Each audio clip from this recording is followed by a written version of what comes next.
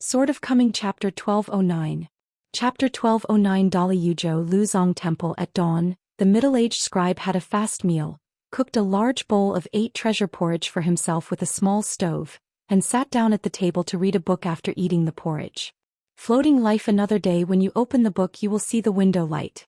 The little novice came to knock on the window again to remind, "Mr. Chen, there is a cloud rising in the mountains, do you want to go and see?" The scribe put down the book in his hand and said with a smile, "Okay, wait a minute. I'll change my boots." Because of the heavy rain for 3 days in a row, the mountain was especially cold in spring. The middle-aged scribe was wearing a coarse cotton coat to keep warm, stepped on a pair of suede boots and held a trekking pole. I also made a kudzu cane walking stick for the little novice monk who often accompanied me to climb high and watch the clouds, using local materials. When resting on the mountain road, stop the stick like staying on tin. The temple is shrouded in clouds and mist, one big and one small, each holding a cane, passing by the release pool near the main hall. The water is sparkling. Crucian carps gather by the bridge. The water is still the same, and the sound of knowing the king leaning on the cane. In his spare time, the young novice monk has climbed several times to look at the clouds alone. For some reason he feels tired and out of breath after halfway up the mountain, and needs to stop and rest many times. But every time I climb the mountain with this poor but clean-lived middle-aged scribe, it will be much easier, which makes the little novice puzzled. This morning we walked out of the side gate of the temple together, and they gradually climbed along the familiar mountain path.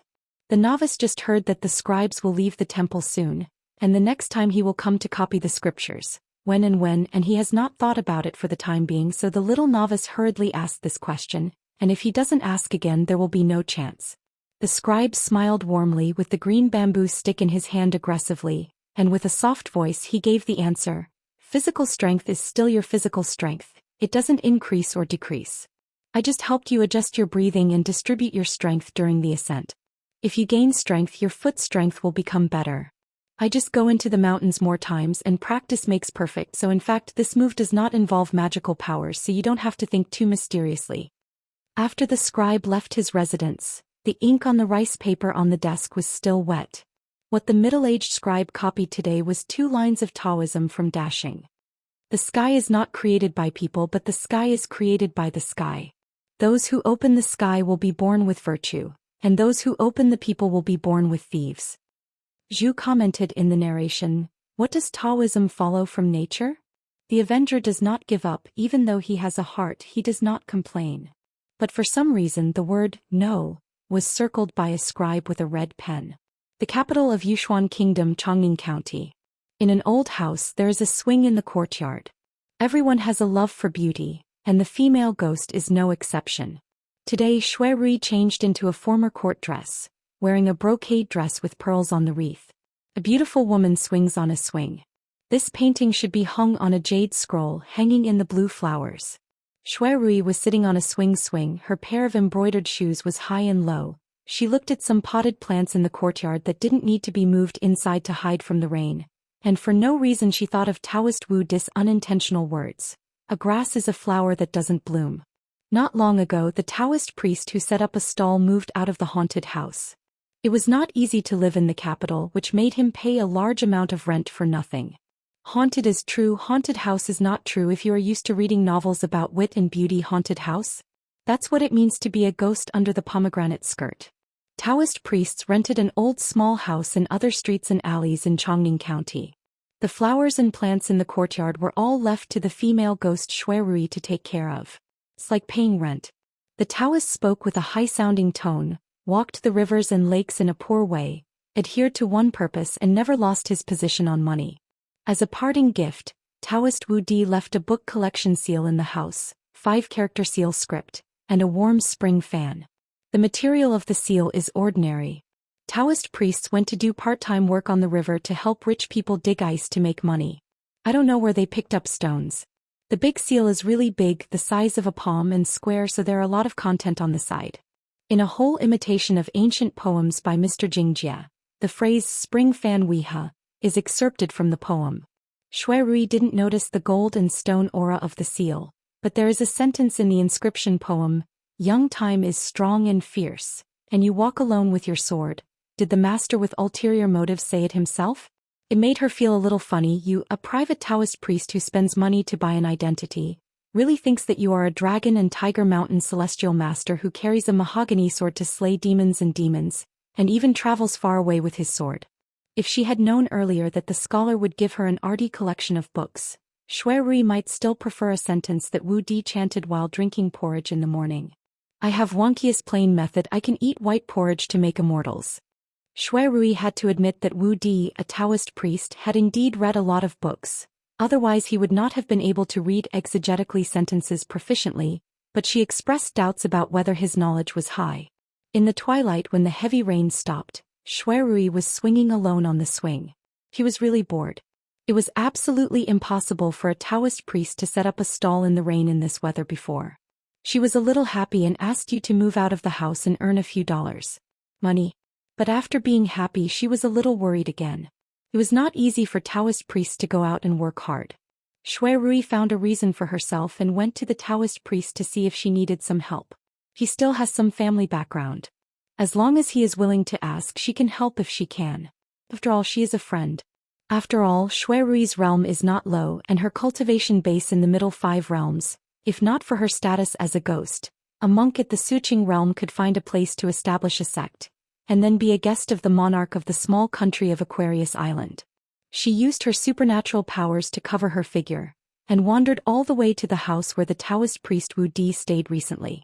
Because she was an old acquaintance with the former Judge Hong and Ji Xiaoping, the head of the Department of Yin and Yang, the Beijing City God's Temple has always treated her somewhat leniently. When she arrived at this shabby little house, she didn't show up right away and felt a little uncomfortable.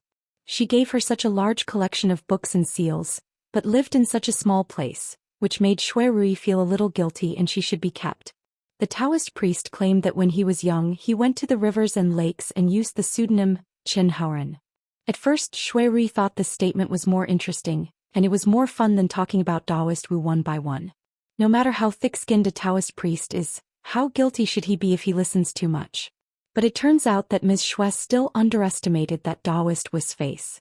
After all, according to a fair statement, the second shopkeeper is such a number 1 person he only needs to get on the top of the wall and lie down on the ground with his face on the ground to hold the top of the wall. She bought a stack of ghost painting charms with a Taoist before, and as a reward for this transaction, the Taoist taught 2 spells to the boy next door, and Zhang Ho is now in the Willow Tendon realm. As a result, Zhang Ho, a young man who failed in the examination, felt a lot of depression and injustice in his heart. However, according to the agreement between the 2 parties, Taoist Wu Di asked Shui Rui not to disclose the matter. It's just a fair business where Miss Shui paid a lot of money to buy talismans, and I followed the fate to teach the immortal law. Why should the seed of reading next door feel owed to me? He won't settle down here for a long time, and it's just a knot in the boy's heart if he wants to pay it back, but it's not necessary. In addition, did the female ghost listen to the persuasion, and finally did not take any risks, and rashly leapfrogged to burn amulets and surrendered to the picket department in Luanshan. Especially when Shui Rui heard the great news, she was even more fortunate secretly, just because Tong Wenchang, the unattainable mountain lord on Ganzhou Mountain in Xishan, had just received the divine name bestowed by the Confucian Temple of China, the Great Banner. Shui Rui was born in Gong and she was the empress' friend back then, so she is familiar with the official rules. At this moment when the entire Diyu territory is shrouded in a festive atmosphere, is it reasonable for a female ghost to submit a complaint? Shui Rui continued to hide her body, sitting on the wall of the small house, and found an unremarkable old man squatting outside the kitchen door, looking like a farmer. She was a little surprised. Daoist Wu set up a stall for fortune-telling and they all put it in the house? But the problem is that the attire of the old man in front of him doesn't look like a rich man. He is dressed in sackcloth and straw sandals with a bitter face. Strange, you Wu Di are so ignorant of your conscience in making money now, that you even cheat such an honest person of his hard-earned money? It can be seen that the old man is not a chi trainer but a poor old man. During mealtime, Taoist Wu Di seemed to be busy in the kitchen.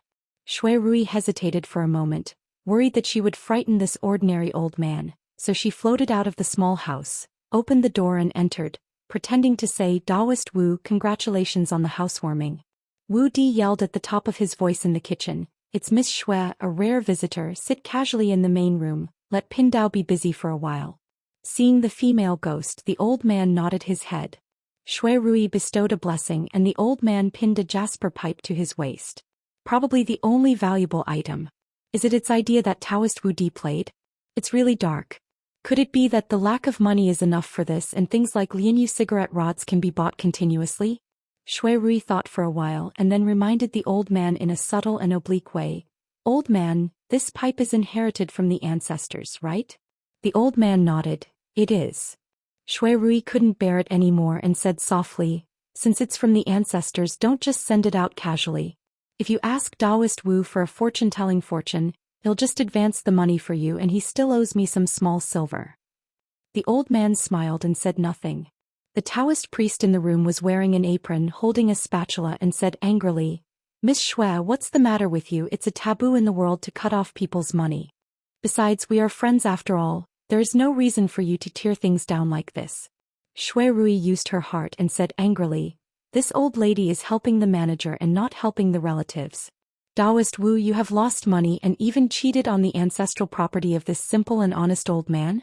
In this weather you are not afraid of being struck by lightning. What? Qin Pingon took 2 large bowls and walked out of the kitchen. The steam was steaming and the fragrance was pervasive. A pair of chopsticks were placed on each of the bowls and he said with a smile, what are you trying to do? I just call my friends to come to the door, Old Tong, and try my handicrafts. Shui Rui asked, what is this? Qin Ping said with a smile. It's called rice soup, it's a specialty in my hometown, and it's a delicacy that can only be found in poor places. Qin Pingon handed the old man a bowl. The old man took the bowl and chopsticks, lowered his head and took a bite, nodded and said, not bad. This thing is quite sweet. Qin Pingon raised his head and smiled. Listen, is this something that an old farmer in the village can say? Shui Rui rolled her eyes. Probably she really wronged the Taoist priest, but don't be so kind as to be misunderstood by the old man. Holding the bowl, the old man took a deep breath towards the rice soup and said with a smile, Miss is so kind-hearted, how can it be in vain? Shui Rui was startled and guessed her own thoughts, or was it the mysterious mind-reading technique on the mountain? She couldn't help but glanced at the cotton-robed Taoist priest. Sitting on the steps, Qin Pingon ate rice soup like a hodgepodge and smiled vaguely. Miss Shui, didn't you ask Pindao earlier if he recognized the stern and selfless lady in Luanshan? At that time Pindao said he did not recognize her. But I recognize Tong Shanjun. You don't believe it? I think Pindao is just joking. I'll invite Tong Shanjun here from Ganzhou Mountain. I can prove my innocence. I'm not bragging or drafting, and I can save Miss Shui. There are so many troublesome procedures. Why bother to burn the talisman to cast an ultimatum to the Shanjun mansion? The rightful Lord Tong Shanjun of Xia Mountain is here. And Miss Shui can say whatever she has. Just speak out if there is a grievance and justify it. Shui Rui was stunned for a moment and then sighed. Wu Di, you are so poor that you need to invite outsiders to perform such a fairy dance to cheat my money?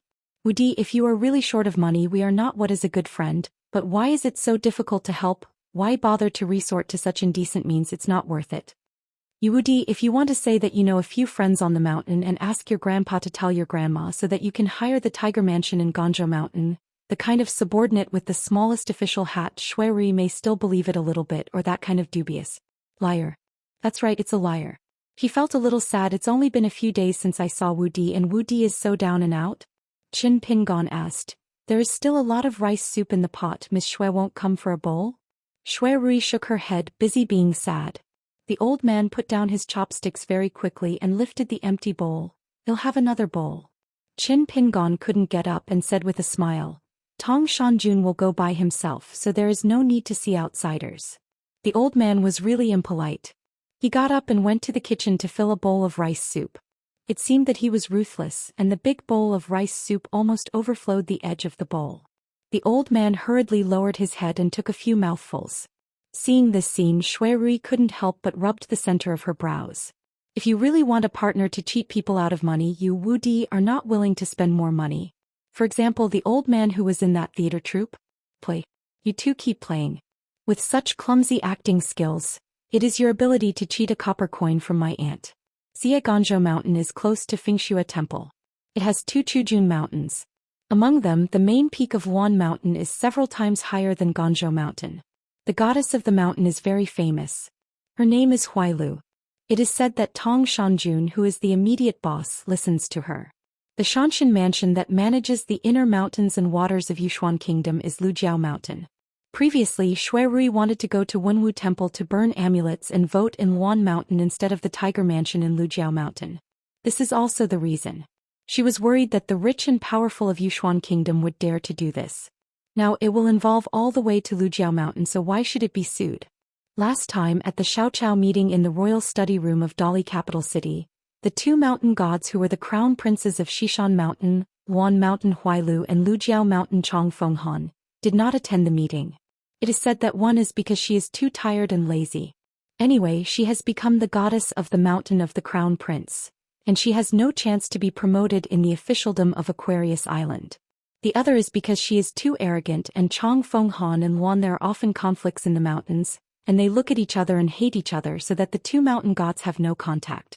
Shui Rui looked at the old man who looked more and more pitiful, and then at the Daoist priest who was setting up a stall with the old god. She thought about it, but still couldn't express what she felt, so she asked, "What's wrong with you?" Qin Ping shook his head and said with a smile, "Tong Shanjun." Tong Wenchang hummed, "You can believe whatever she says, and you don't have to call Chong Fenghan over here to confront her. Later I will go to Lujiao Mountain myself to see the cultural fortunes of Yushuan Kingdom in the past 100 years. The old man then added, "You can put more tofu and pig intestines next time." Qin Pingon said with a smile, "You can put a few more pieces of tofu. If you put too much pig intestines it won't taste right. You won't have the unexpected joy of eating pig intestines." Tong Wenchang nodded, "That's the reason."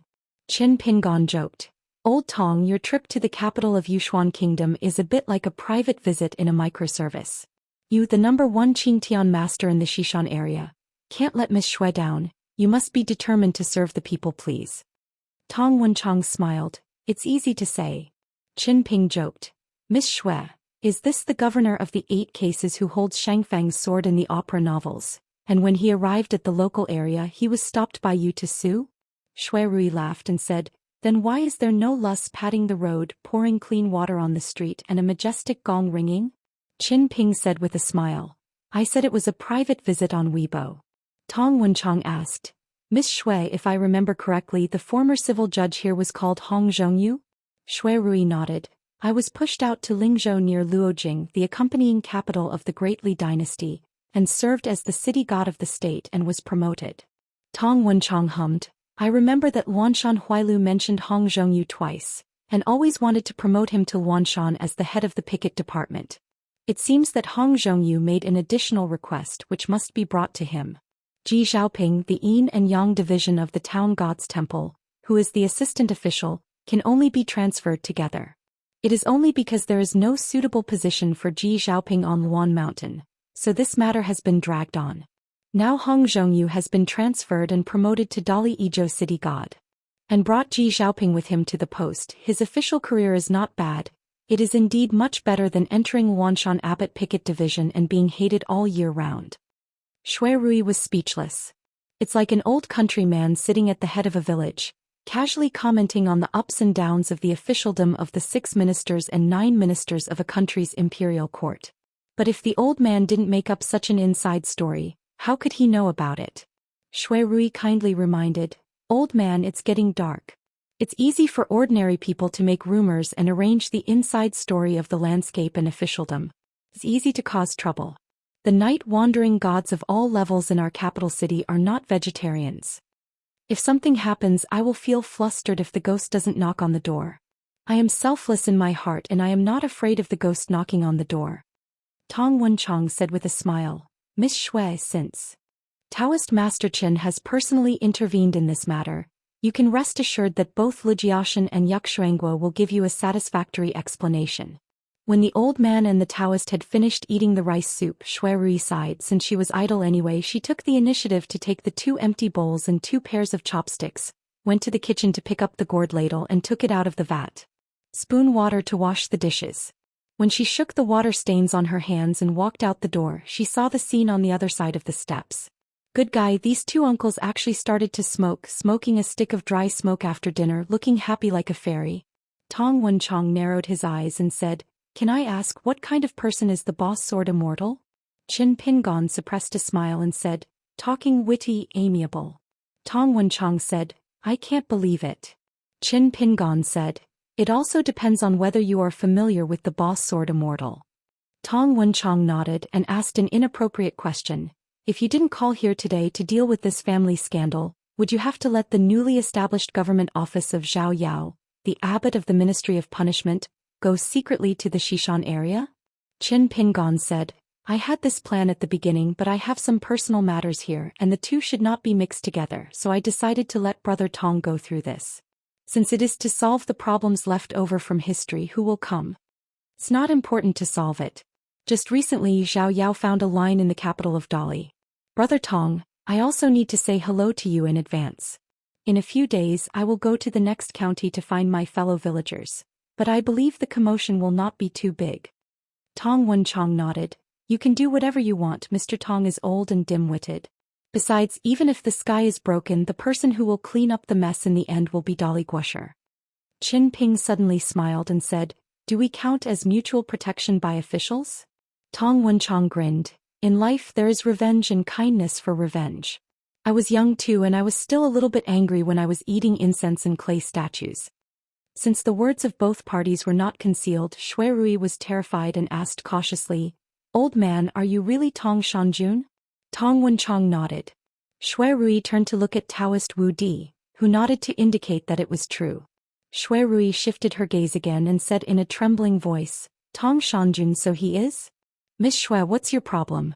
I can guess it. In this world, among the Qi practitioners on the mountain who can beat around the bush and say that they are familiar with the boss sword fairy.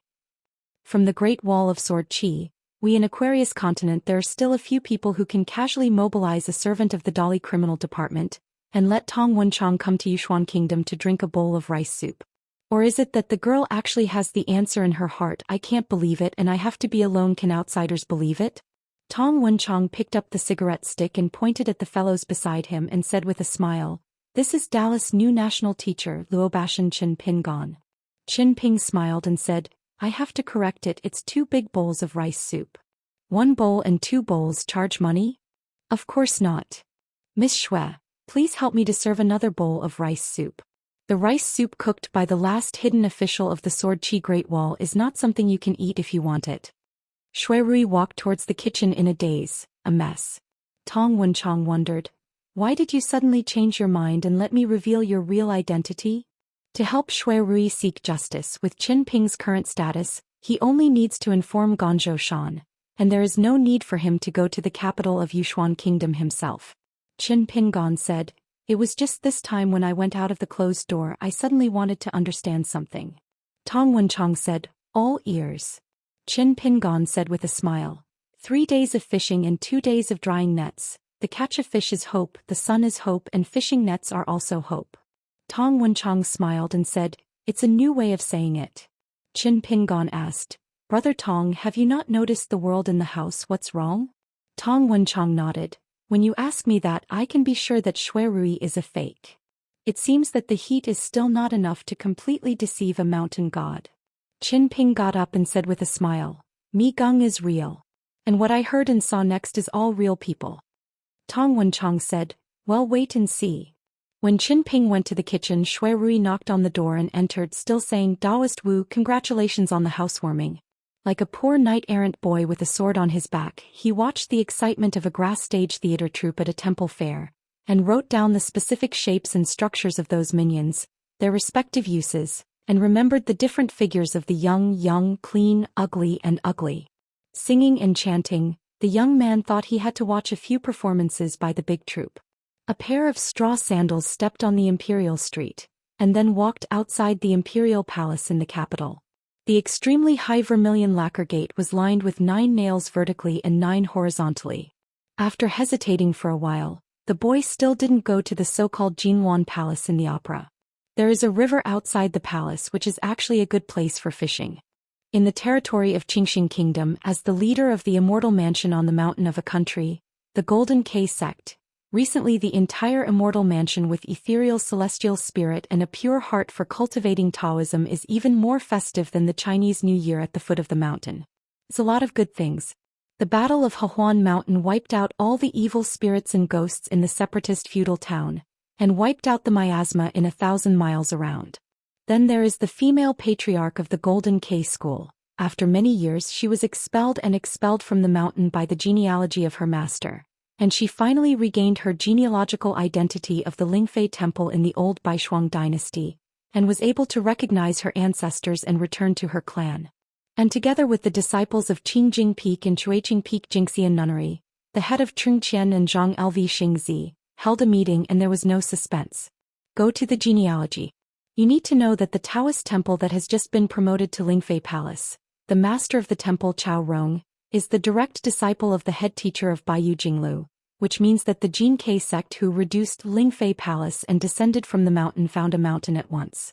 Two big backing mountains that are taller than one mountain. According to the rules on the mountain from now on, the Jin K sect can worship Baiyu Jing's head teacher Lu Qin as their ancestor, and Lingfei Palace Tianjun Chao Rong as their ancestor. His Majesty the Emperor of Qingxing Kingdom was in poor health, so he asked His Highness the Crown Prince and Minister of Rights to go up the mountain to congratulate him personally. The Lu family emperor has been ridiculed by the mountain all these years as the whiteboard emperor. The old emperor has taken great pains in order to let His Royal Highness, who is a concubine and not the eldest son, be able to gain a firm foothold. Now Qingxing Kingdom's ruling and opposition parties up and down the mountain are spreading the news that in the smoky Hehuan mountain boundary, His Royal Highness the Crown Prince personally commanded troops, led a team to climb the mountain and found the long-lost triple jade seal which was lost and recovered. Among them, one emperor specially used the gold auger Nu Si Emperor seal for the Crown Prince. The 12 treasures of the Lu clan of the Qingxing Kingdom are finally complete again. The common people say that this is the destiny of the destiny, and that His Royal Highness the Crown Prince, who is both talented and talented, will be the God-ordained master in the future. A young man with a sword on his back in the Xianxia Inn in the capital sent a letter with his flying sword to the Zhang family in Tianchao County. Soon my hometown Zhuangqiong wrote back a letter in person, asking Mr. Chen to wait for a while, and they will rush to the capital of Qingxing Kingdom immediately. On the same day, Zhang Qiong brought Zhang Kaiqin and Hong Yonghua into the inn quickly, and deliberately brought Zhang Yujiao, who is known as a young sword fairy. In the end, Zhang Yujiao saw the young man Qin Ren wearing straw sandals. The two sides had already met each other at Pomo Peak on the border of Hehuan Mountain. This person is Qin Jianxian, who carved letters on the top of the city. Zhang Yujiao was a little dizzy and even more ashamed. On the way down the Pomo Peak he didn't know the heights of the sky and the earth, and even chatted with his companion Jin Lu about the young hermit official. How could the young sword immortal be able to imagine that he was following the righteous master on the mountain road a few steps behind him? Qin Pingon explained with a smile. This trip is just a stroll, so I changed my identity and appearance. Zhang Kaiqin suddenly realized that it was no wonder that the previous battle of Hehuan Mountain, which was full of thunder and rain, was full of indescribable mystery from the beginning to the end. Qin Pingon asked straight to the point.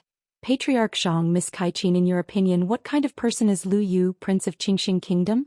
Zhang Kaiqin hesitated, and the atmosphere in the room became extremely dignified for a while.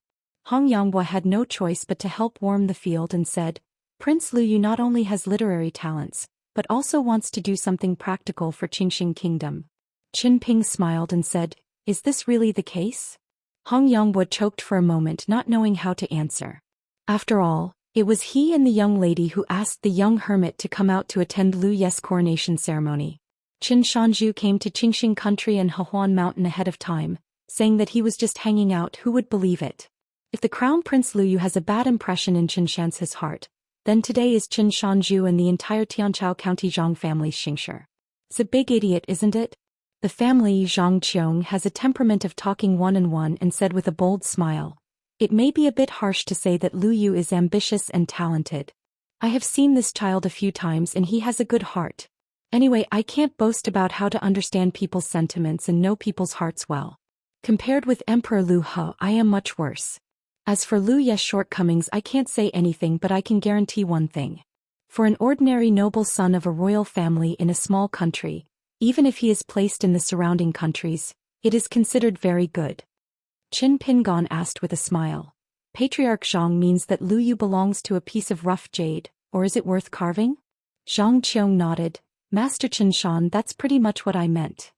Don't look at the old patriarch's smooth speech and fluent answers, but he was actually very panicked.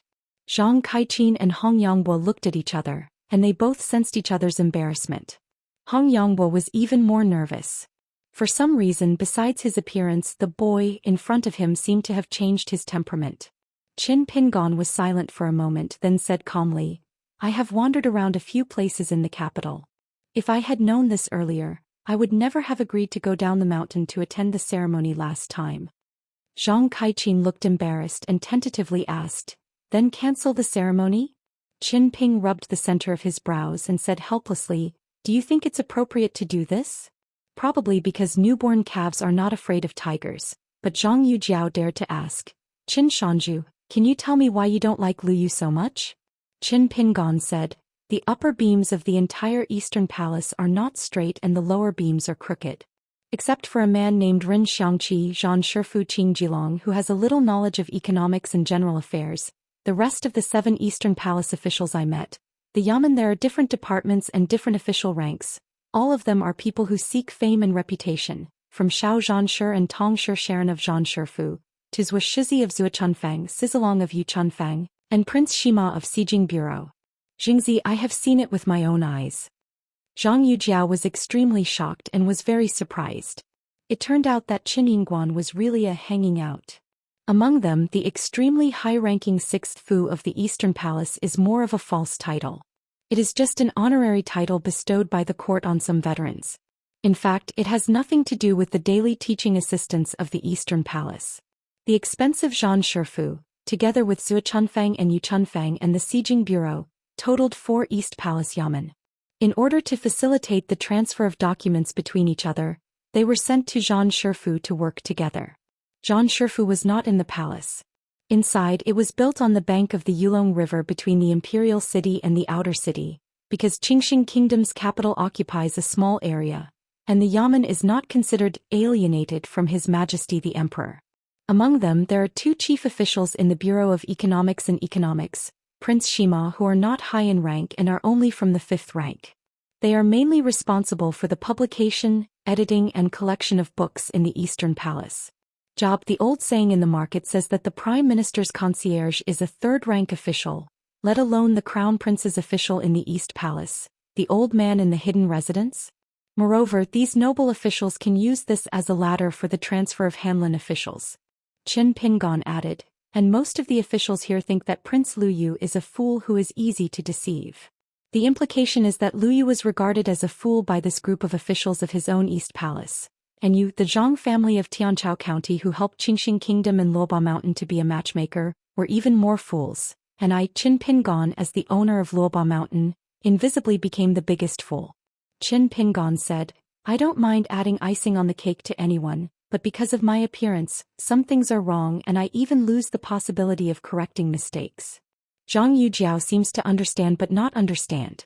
Zhang Qiong asked curiously, Mr. Qin, what should we do now? Qin Ping said with a smile, It's not my habit to give up halfway. Since they are all borrowed guests, let's work together with the Zhang family of Tianchao County to help clean the courtyard. Zhang Qiong expressed his gratitude with a sigh of relief. It's a great honor. Recently, the temples of Qingxing Kingdom have indeed been quite lively. First, Zhou Shizi, as the chief official of Zuochunfang in Zhan Shifu, submitted a memorial, suggesting that the court prohibit outsiders from filling certain noble positions. The Ministry of Officials did not have objections to this, and even the Yu Shizi, who was a senior official in the Zhan Shifu, publicly sang against it, insisting that the quality of an official's character has nothing to do with his birth.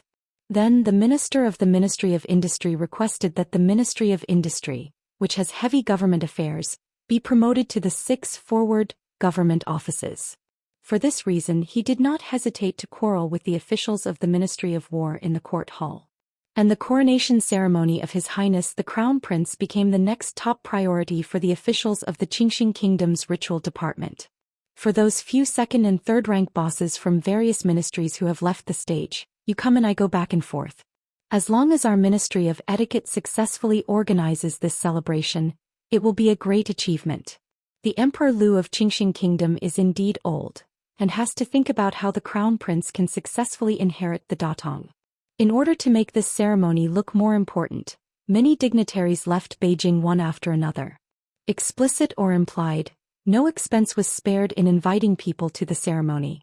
The farce of Qingxing Kingdom making an exception this time and inviting monks from other countries to watch the ceremony soon stopped, just because it was said that there would be a big man whose identity was still shrouded in clouds and fog to visit Qingxing Kingdom.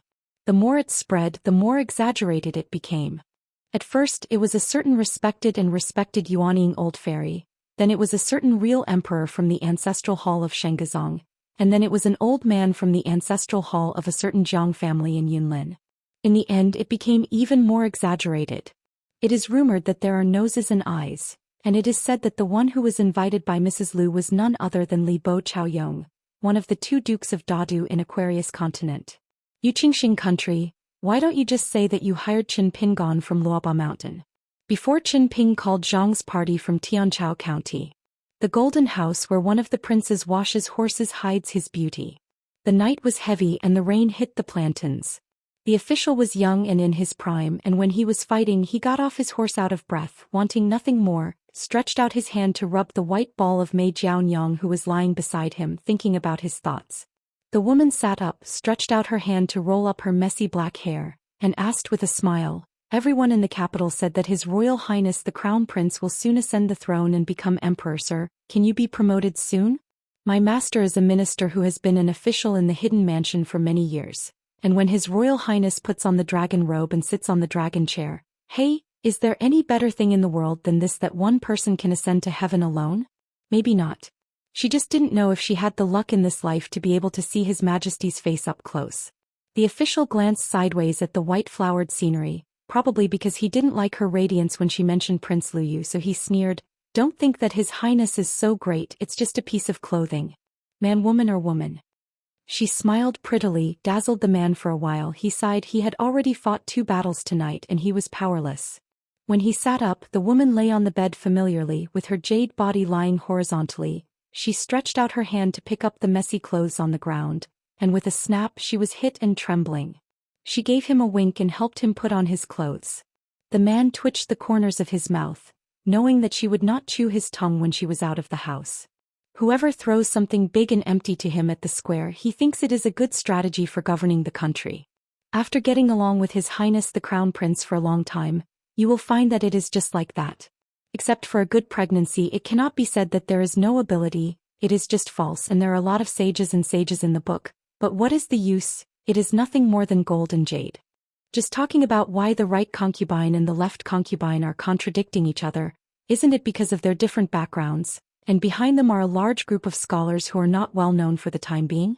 It doesn't matter whether you are a prince, grandson, literary scholar, or an idle scholar with no way out. Liu, do you really know what true talent and real learning are?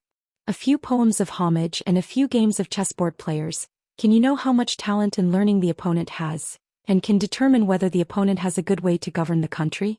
Half a bucket of water. I like to pretend to know what I don't know. Just like him who was the prince's horse-washing horse, he just studied how many chess books and seals in private, and practiced how many words on the stack of postcards, only to write the hairpin that His Highness the Prince loves the most. Hua Shaokai. On the other side of the wall, there was a silent boy with a sword on his back. Before dawn, a car was driving to participate in the morning court. The Lord Zhuxian in the carriage lowered his head and breathed heavily. It rained heavily. This section of the road was extremely muddy and bumpy, and it would not become smooth until we reached the royal street. The carriage passed by a row of stalls that were open early and late at night, and there were all kinds of food, all of which were waiting for the court officials. The vendors chatted with each other occasionally, and they would sigh that it was not easy to be an official. The coachman stopped the carriage deftly and threw a handful of copper coins onto the table, maybe because he didn't grasp the strength well, or maybe it was on purpose. The few copper coins just rolled to the ground. It was a regular customer, and the vendor hurriedly trotted a few steps, bowed his head and passed a food box to the driver according to the old rules. Mess with a breakfast. The vendor rubbed his hands, waited until the carriage passed, then bent down to pick up a few copper coins in the mud, and then gently rubbed his fingertips on his apron. These officials who are qualified to go to the early court are more particular than each other, and they are very clean. Another carriage was parked nearby, and the vendors all practiced sharp eyes, and at a glance, they knew that it was the carriage of the Minister of the Ministry of Industry. Mr. Minister is having a headache about the reserves of a country's arsenal, how to clear up the mountains of weapons in several warehouses of the Ministry of War. The undercurrents in the court and the open and secret fights between the government offices have nothing to do with the common people. Anyway, it is a good world of singing and dancing, and there is no need to fight. Whenever I put away the breakfast stall and find that there are a few more silver coins than yesterday, today is a good day. If there is a few pennies less, I will try to earn more tomorrow. A boy in straw sandals spent more than a dozen won and was not full. In the past few days I have been buying breakfast here, chewing slowly. There is only one official named Xianxia who seems to get out of the carriage every day, and sits here to have breakfast, absent-minded, often muttering and habitually counting with his fingers as if he is settling accounts. As soon as the young man inquired about it, he realized that he was quite famous, and that he was born in a serious imperial examination biography, and that Xianxia was actually from a family of a prefect in a certain place. Bian was sent to Zhang Shifu and sat on the bench for many years. Many of the exams that were not as good as his in the same year have made a fortune. The vendors here are very well informed. The handle is Rin Xianqi's same year, the lower-ranked second-class Jinshi, the Han family in white clothes, but now he is riding on the head. The boy in straw sandals asked curiously, how did Qing Jilong participate in the early court since he was not a big official? The vendors laughed endlessly and asked, did you not see Qing Jilong's carriage and the direction was wrong? In the Zhanshi mansion by the Yulong River, a few officials on duty at night were yawning profusely, joking about the recent anecdotes in Zhuchunfang or the Bureau of Economics and Economics, in order to refresh themselves and drive away sleepiness. Yuchunfang, a few officials, teapots filled with wine, each tacitly took a sip, boasting that the country is a national policy, what is lacking is not talent but an official status. In the relatively most leisurely department of economics and economics, they are chatting about which rouge horse a certain lord of a certain yamen has surrendered recently, which meritorious descendant fought with which prince's son, and who bought a big house son, which rare books and whose authentic calligraphy and paintings have been bought. It seems that His Royal Highness the Crown Prince of Qingxing Kingdom has raised a large group of rich and idle people who are concerned about the country and the people. Just waiting for you, Lu Yu, to ascend the throne. You can show your ambitions? The boy in straw sandals with a talisman on his forehead just walked through the corridors and aisles of the various government offices, swaggering as if entering a land of no one, occasionally blowing the talisman lightly ups and downs. In the palace, the old Emperor Lu He temporarily summoned more than a dozen important officials of the temple, His Royal Highness Lu Yu and Qing Qian, the current leader of the Jinke sect, the protector of the country, to participate in the discussion tonight. After all, such a big man who is far away in the sky and higher than the sky, can't help but be careless when he visits his country. All the details need to be carefully considered and there must be no mistakes. What kind of fairy wine to drink, how to choose seasonal fruits and vegetables and special pastries, the shape of the chair table, the selection of antiques and calligraphy and painting books in the house, where to put them, etc., are all knowledge. The Ministry of Etiquette has just discussed a preliminary plan. After Qin Shanzhu arrived in Qingxing country, the address where he will stay, there are 3 records for the time being at the Yamen of the Ministry of Rites. The Xianxia Inn in the Songtao Pavilion and the Chuiqing Peak in the Jinke School have their own advantages and disadvantages. The advantage of choosing the Honglu Temple Hall is that the imperial court can fully control all links. Qin Shanzhu mistakenly thought that Qing Xinghua was not caring enough and was perfunctory. The location of Songtao Pavilion is good, and it is in the capital city. However, the imperial court needs to temporarily build a fairy palace. The Ministry of Industry has already prepared enough materials on the mountain. It is almost like copying a fairy palace.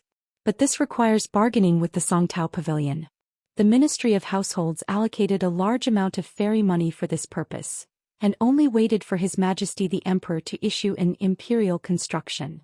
If it is said that the location of the Jinke faction, the Orich Fairy Mansion, the surrounding martial law and many other matters can be omitted, the only problem is that it is too far away from the capital, and His Majesty the Emperor obviously hopes to take advantage of this once-in-lifetime opportunity to let the Prince Lu Yu has had a lot of contact with Qin Shanzhu, who was born in the lineage of literary sages. If the two people's personalities and words are congenial for the Lu family Guizhua, It will be 100 years and 1,000 years of peace of mind. Therefore, deep down in His Majesty's heart, His Majesty still prefers to choose the Songtao Pavilion as the place where Master Qinshan will stay. The Secretary of the Ministry of Punishment said softly, "Your Majesty, the Wuqing Bingma Division just got the news that Zhang Qiong and his party rushed to the Songtao Pavilion tonight. According to the rules, our priests did not track down who they were going to see." Lu He said with a smile. "According to the intelligence, I heard that the behind-the-scenes bosses of the inns on the Songtao Pavilion are all surnamed Dong. After all, Boss Dong and Shanzhuchen are still from the same village."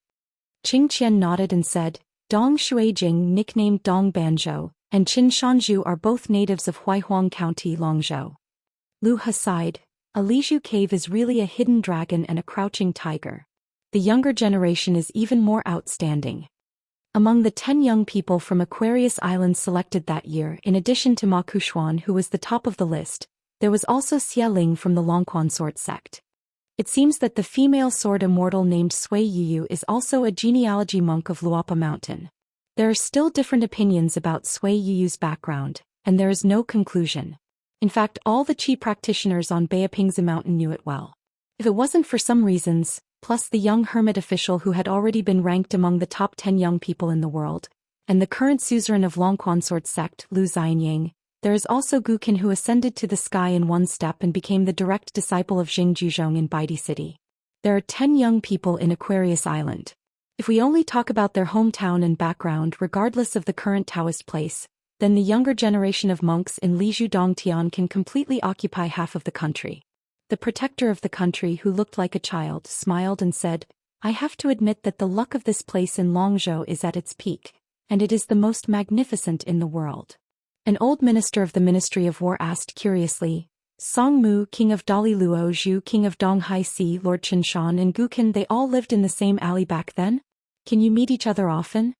Qing Qian nodded and said, "That alley is called Nipping Alley. It seems that the ancestral home of Chao Shi, the sword fairy of Nanpazozhou, is also in this alley, but the old sword fairy Chao has been away from home for a long time."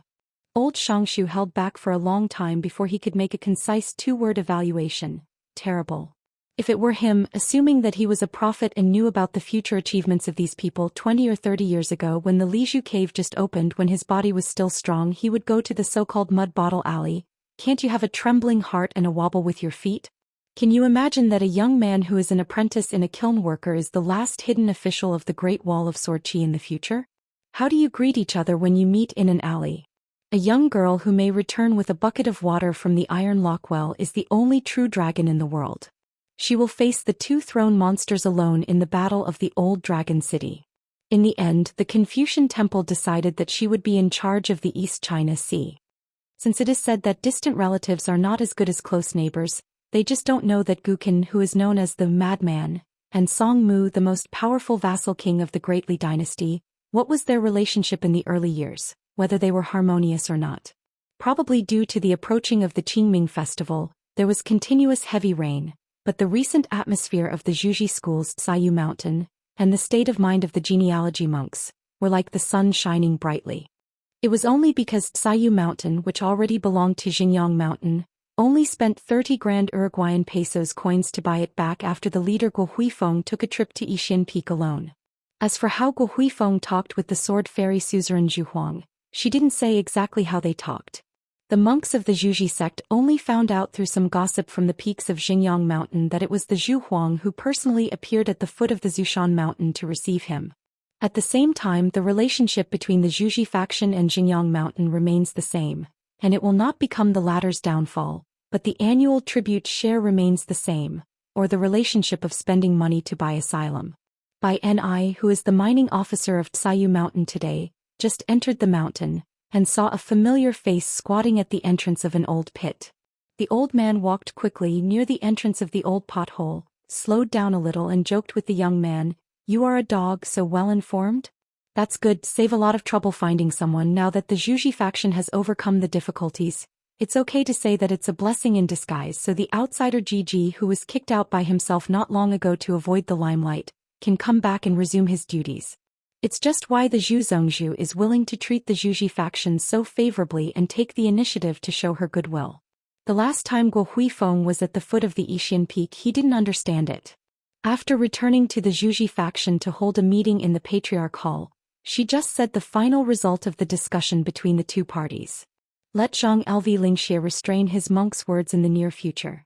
Don't get carried away, lest some young and energetic sword immortals in Xinjiang Mountain hear it, feel unhappy in their hearts and come to find fault again. With his hands in his sleeves, Qinji asked with a puzzled face, "Uncle Bai, what news?" Seeing that he didn't seem to be pretending to be stupid, Uncle Bai hesitated for a moment, but told the other party a general idea from his heart. It was nothing more than an improvement in the relationship with Xinjiang Mountain. The head of Gua and the master of the bamboo clarified all the misunderstandings, and won the victory for the Zhuji faction. He had lived in peace with Xinjiang Mountain for hundreds of years, so he planned to let Qinjiu restore his status as an outsider, and asked Qinjiu if he would like it. The young man shouted angrily, "It was Uncle Bai who drove me away and now it is Uncle Bai who invited me back to Xianxia Mountain. How dare you, Uncle Bai, walk the fish here?" Uncle Bai smiled and said, "Don't act like a good boy when you get a cheap price. You can just say it. Would you like to resume your status as a knowledgeable guest? If you nod, don't be too happy. There is also a hard job waiting for you, but don't let your energy go in vain. Can raise salary."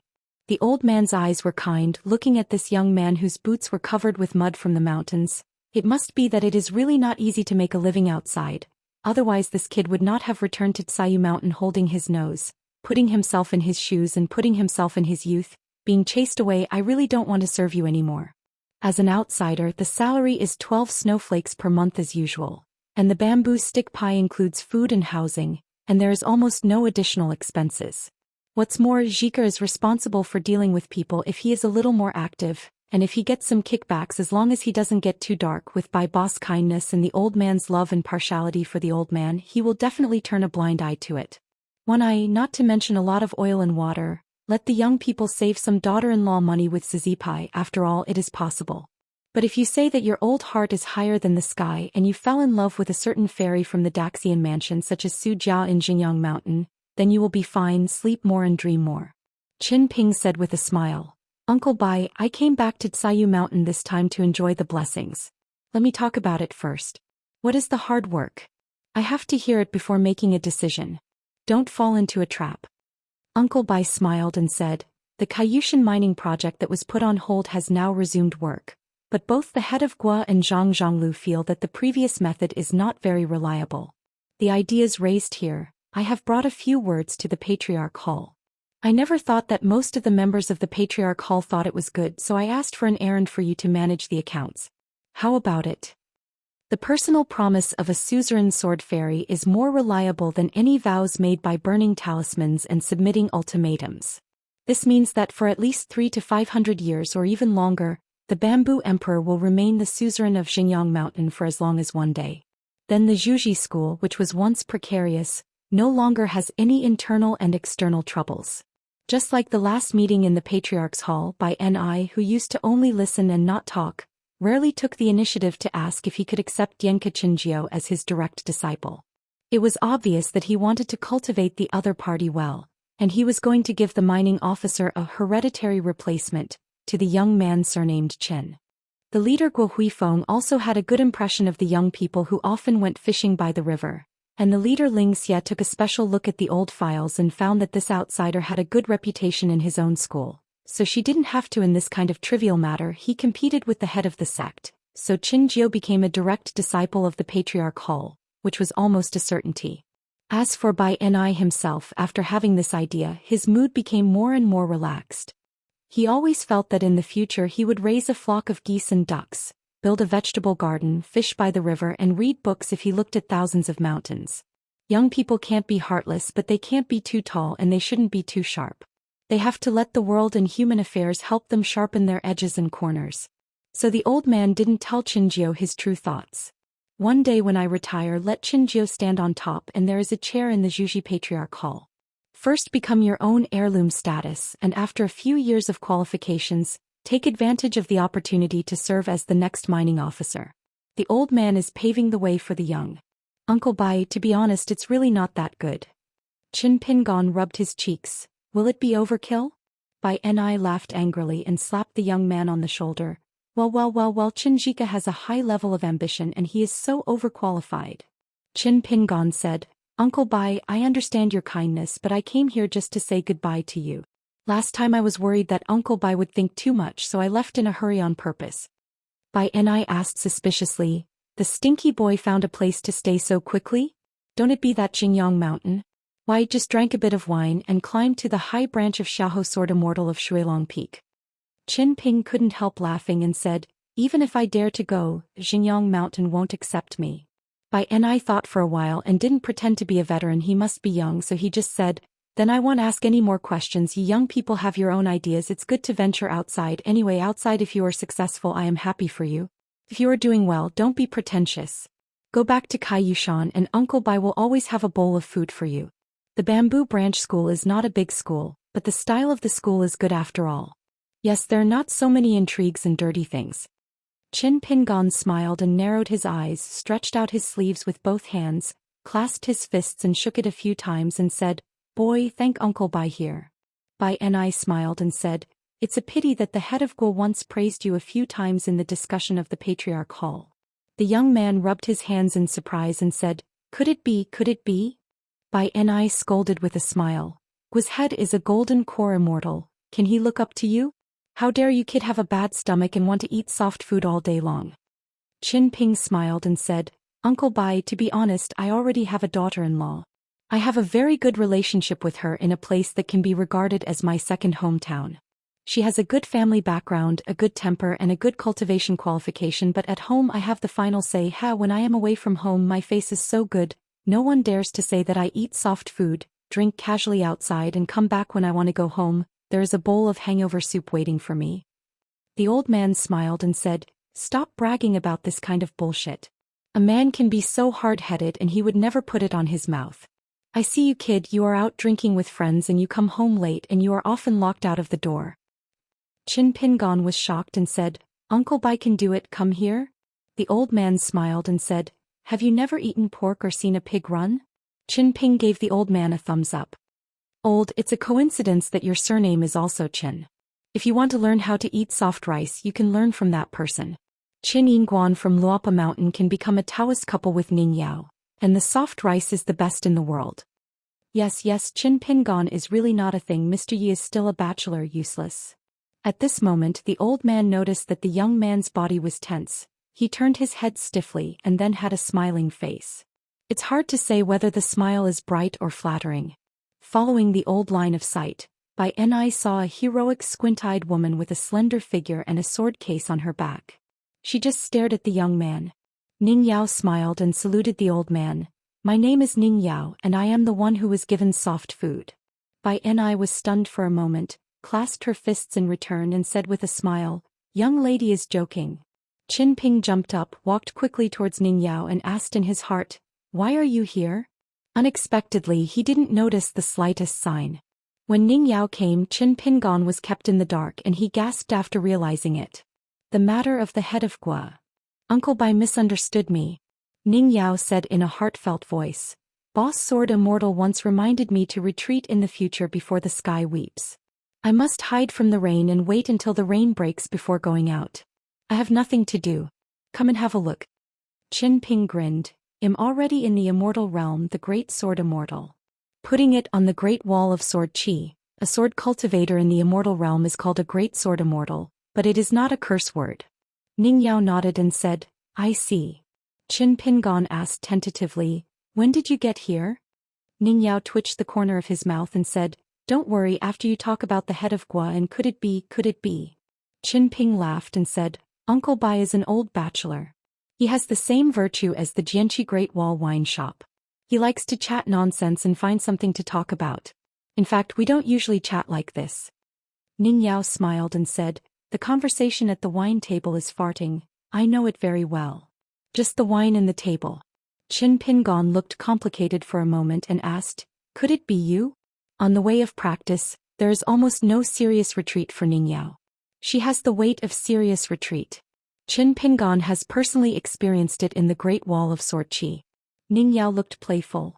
2 realms higher than you. 14 realms. Sword of Coming Chapter 12:10. Chapter 12:10. The whole world seems to be waiting for a young eagle to grow up.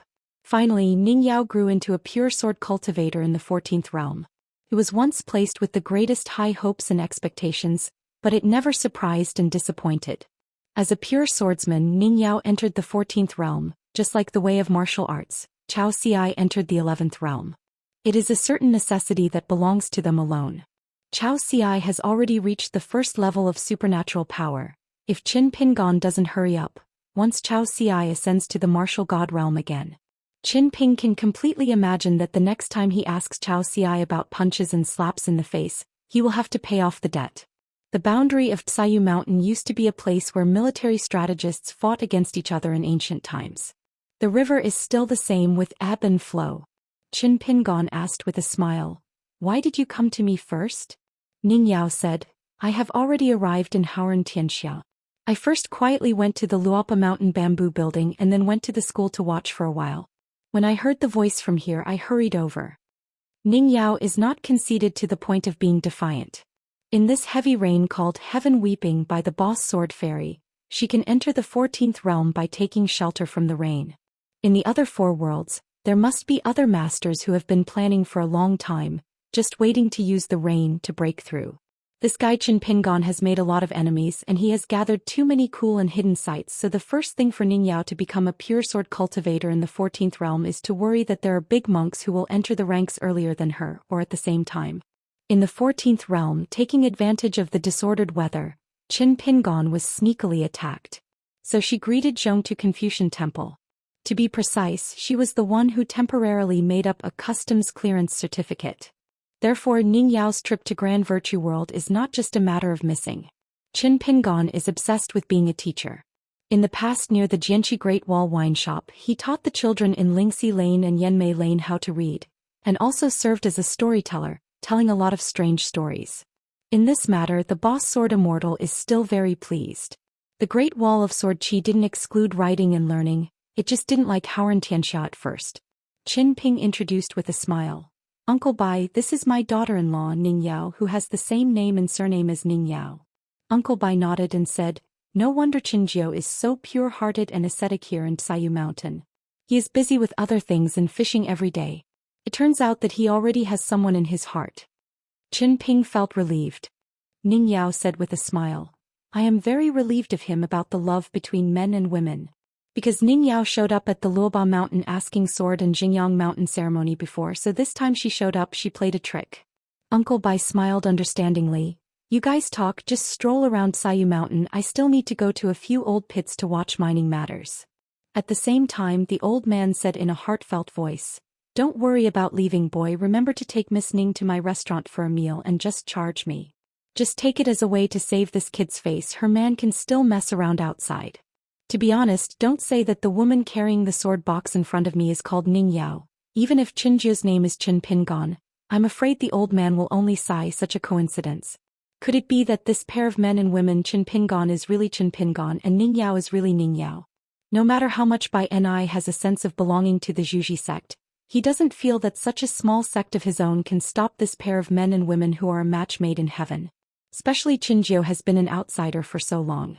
The old man looked back at the scenery by the river.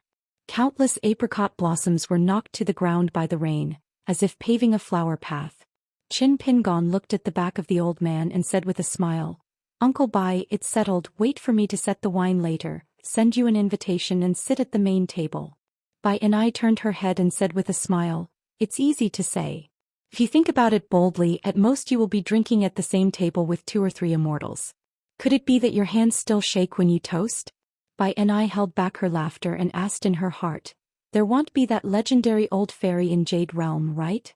Qin Ping said with a smile, "Jade Pujing can't sit at the main table. The host table of the wedding banquet between myself and Ningyao is either Mr. Huolong Daoist, Su Yuanxia Qin Shi, or the current Qin Ji. Seems that there really is no Jade Realm." Bai Ni nodded. The old man understood how this kid tricked Miss Nanning into his hands. Ningyao knew that Qin Pingan's elder relationship was always very good. Qin Pingan once gave an answer that was not an answer. These elders with different personalities just liked their young selves. Qin Ping led Ning Yao to the river, and Ning Yao asked curiously, "How did you break through 2 realms one after another?"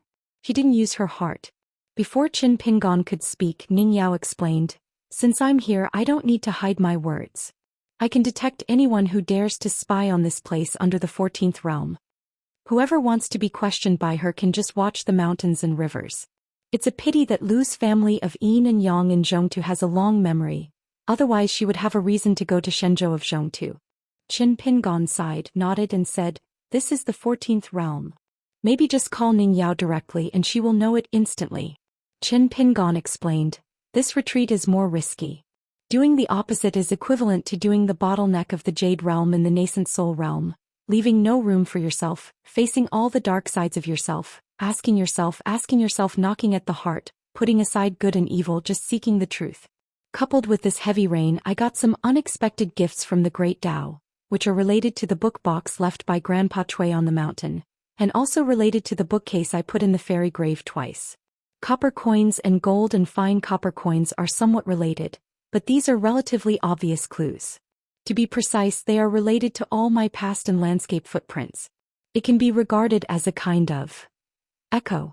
I've put a lot of thought into it and am not going to brag. These whimsical ideas are very ingenious and interlocking. Would you like to listen to them?"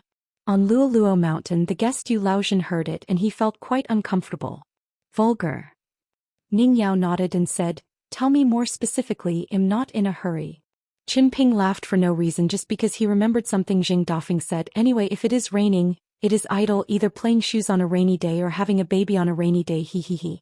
After hearing Qin Pingan's detailed description of the retreat, Ning Yao nodded and said, "The sword is slanted and it is dangerous. That child he chose to leave voluntarily in the end, maybe it was not because he recognized or accepted himself when he grew up. It's just that he is kind-hearted and doesn't want to make things difficult for you. Of course, this is just my personal opinion and it may not be the truth and you don't have to bear any burden on it." Qin Pingon was speechless for a long time. Regarding this matter, he actually had a question and answer session with his pure and divine self, and no one had a definite answer. Bystanders clear. Maybe what Ning Yao said is the truth. Ning Yao said, "Anyway, since you are already a great sword immortal, the next path is suddenly clear and clear. Right, Qin Great Sword Immortal? To a certain extent, it is a big pass from the Jade Roar realm to the Immortal realm, and questioning the heart and seeking the truth pays more attention to it, but from the Immortal realm to the Ascension realm, it is mostly cultivation. It is nothing more than completing a rudimentary Tao heart on an existing road, removing the chaff and saving the chaff, tempering the soul and cultivating the Tao, starting to rearrange the small world of the human body, choosing the right aura to cultivate intensively, just like sitting on a mountain.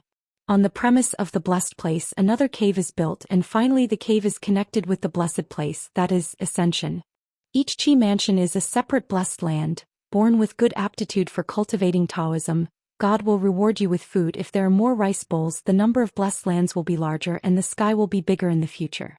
In the daytime, riding a dragon, lifting a cloud, riding a crane, and ascending from a house, there are more than 60 types of ascension in history.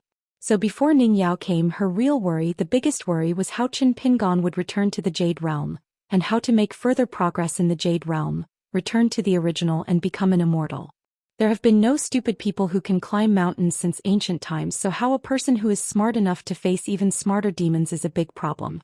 The Tao is 1 foot tall and the devil is 1 foot tall. This is not an understatement of Taoist generalizations. As for Yupu to Immortal, it is said that some monks on the top of the mountain regarded it as a rehearsal of the ascension to the 14th realm.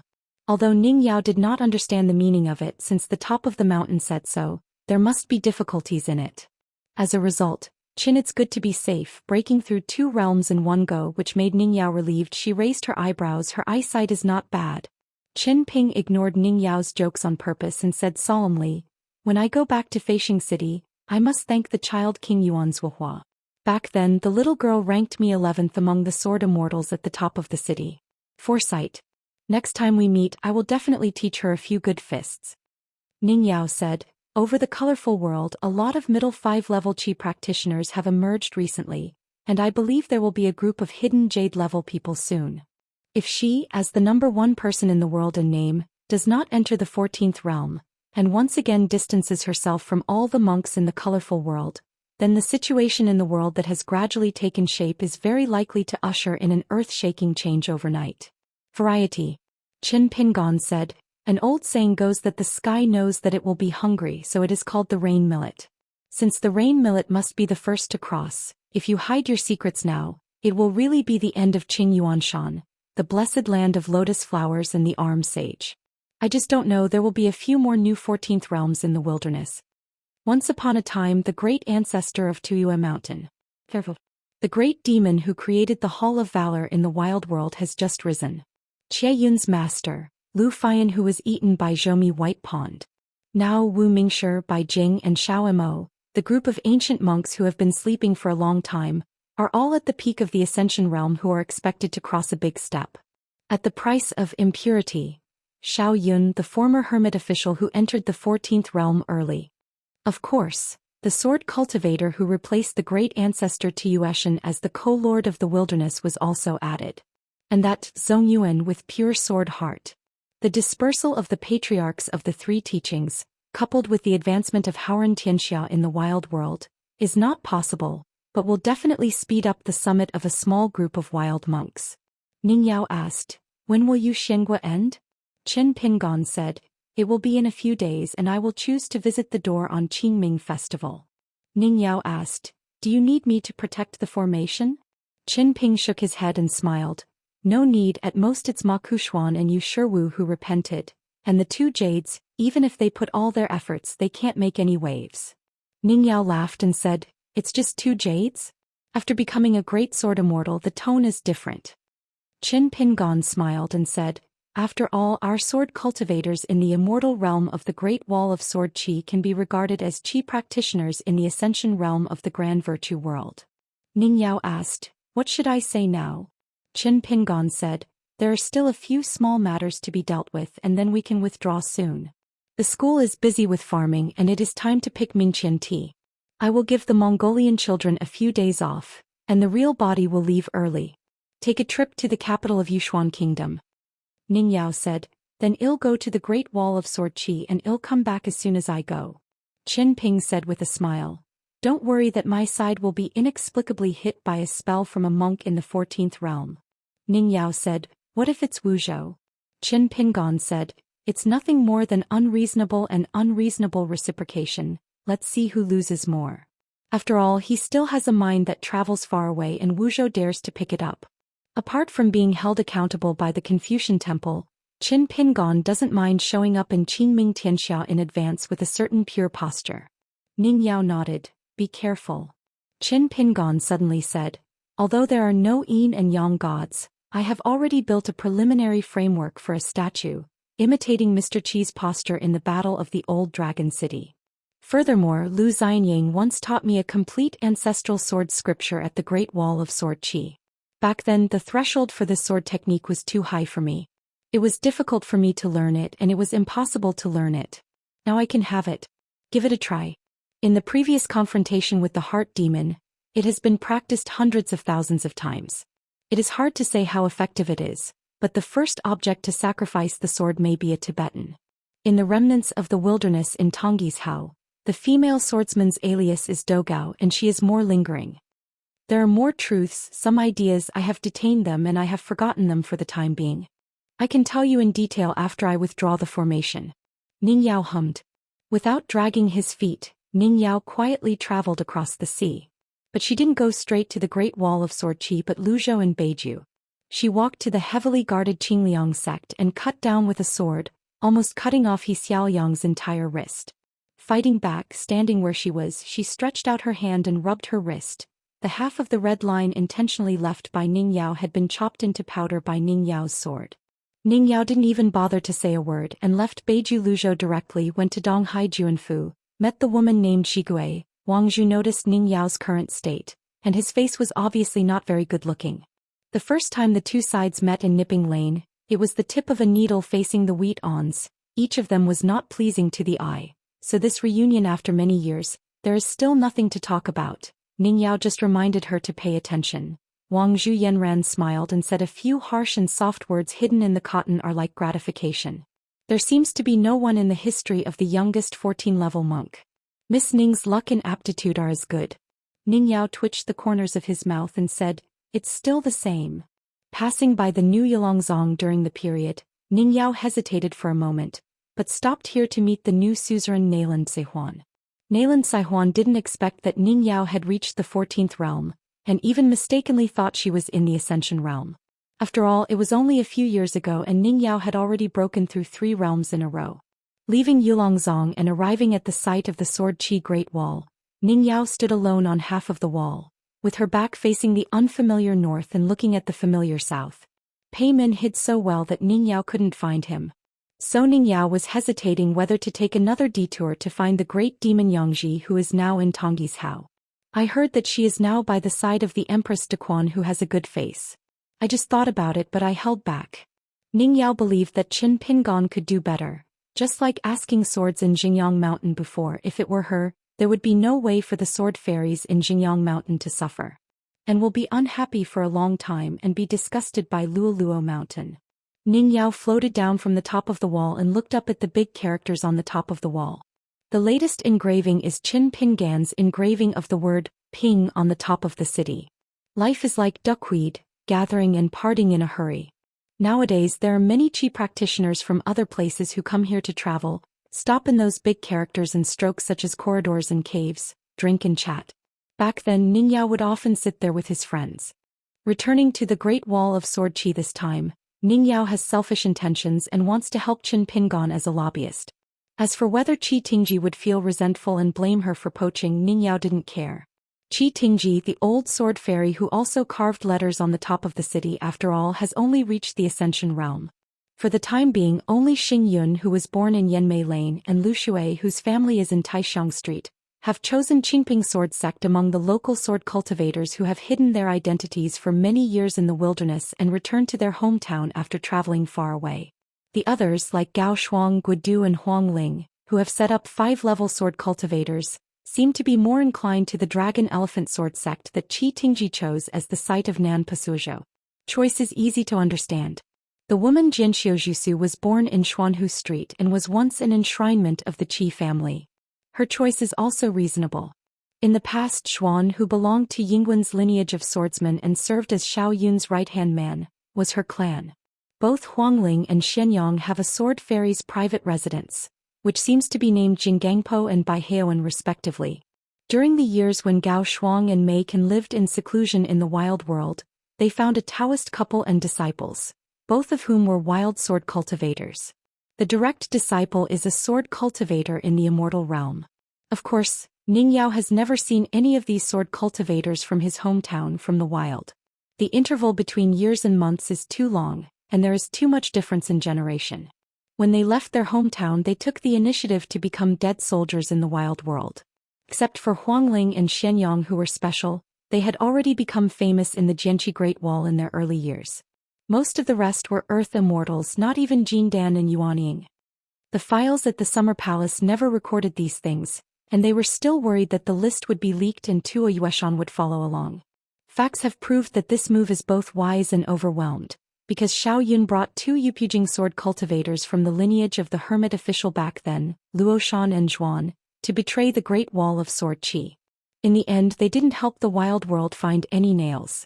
Can be seen from this that Xiao Yu really hated Haoran Tianxia, and then hated the entire Great Wall of Sword Qi.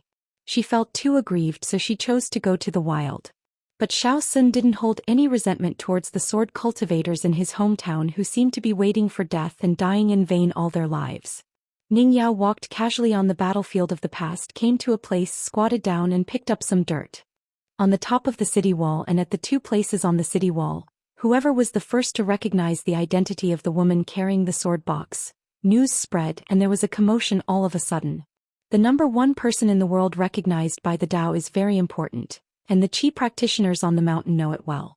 Therefore, none of the Qi practitioners dared to go up and exchange a few words with that woman. On the other side of the city, there is a group of Qi practitioners from Aquarius continent, and Yu Rongyan Ning Yao is the Taoist partner of Qin Jianxian in this continent. The rest of the 8 continents you eat farts. Ning Yao quickly found the sword cultivator's aura at Zimadu and greeted him. Sensing the movements on the Great Wall of Sword Qi, Qi Tingji and Wei Jin rushed over to Yujin soon, and there were also some unfamiliar faces, all of whom were sword repairmen without exception. Ning Yao turned around and clasped fists with the sword repairman to salute. Qi Tingji had the highest realm and the best eyesight, suppressing the ripples in his heart. He just asked Ning Yao with his eyes. Ning Yao nodded slightly. Qi Tingji didn't hide his wry smile.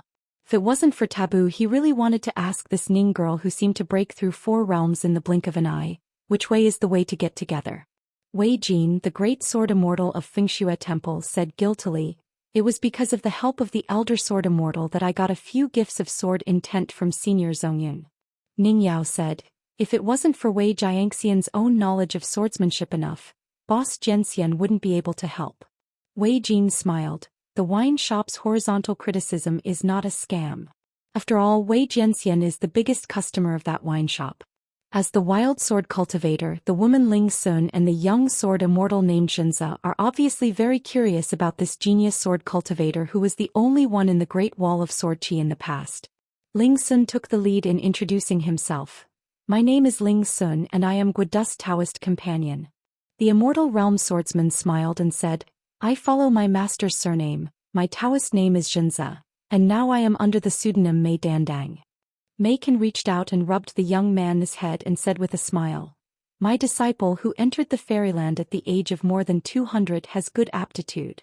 Xianyang cut to the chase and said, "We all received the flying sword messages from Xing Yun and Lu Shui, so we made an appointment to meet Sect Master Qi. Xianyang and Lu Shu's masters are old friends. It's just that Xianyang is not very willing to go to Tongya Island or Luopa Mountain." Huang Ling asked in his heart, "Ning Yao, I heard from Qi Tingji that Qin Pingon fell to the nascent soul realm after returning to the realm?" Ning Yao nodded. Huang Ling smiled and said, "Then I won't go to Qingping Sword Sect. That Cui sect master doesn't seem to be a sword cultivator." Mei Kan smiled and said, "Firstly, Qin Pingon was a hermit official, and then there are rumors that Tongyi's atmosphere is not good. After all, my apprentice is from the monster clan, so we master and apprentice will not make trouble for the hermit. This is obviously no reason to find a reason. Follow you." Ning Yao said brightly, "But Qin Pingon is now a sword fairy." The implication of her words is that apart from Qi Tingji together with Wei and Jin, it is only about catching each other and fighting each other. You are not enough to see Qin Pingon. The matter of being a lobbyist seems to be on hold. Ning Yao doesn't force it, and the melon that is twisted is not sweet. Zhu Su suddenly said with a smile, "Even Mi Hu's younger brother is in the fairyland now? There is a chance to visit Qingping Jianzong over there." In her memory, only Mi Hu was the ugly young man, but she didn't have any impression of Mi Yu. But Zhu Su was in the wilderness and heard a lot of rumors about the Mi brothers. It seems that this sword cultivator has made up his mind to stay in the Dragon Elephant Sword Sect. Gao Shuang, Zhu Su, Jin Zi, Guodu and Taoist couple Ling Sun, Huang Ling, Xianyang, Mei Kan and disciple Mei Dandang. All of them are sword cultivators of the upper 5 realms. Whether they are worshippers or guest ministers, there are 9 of them here alone at this moment.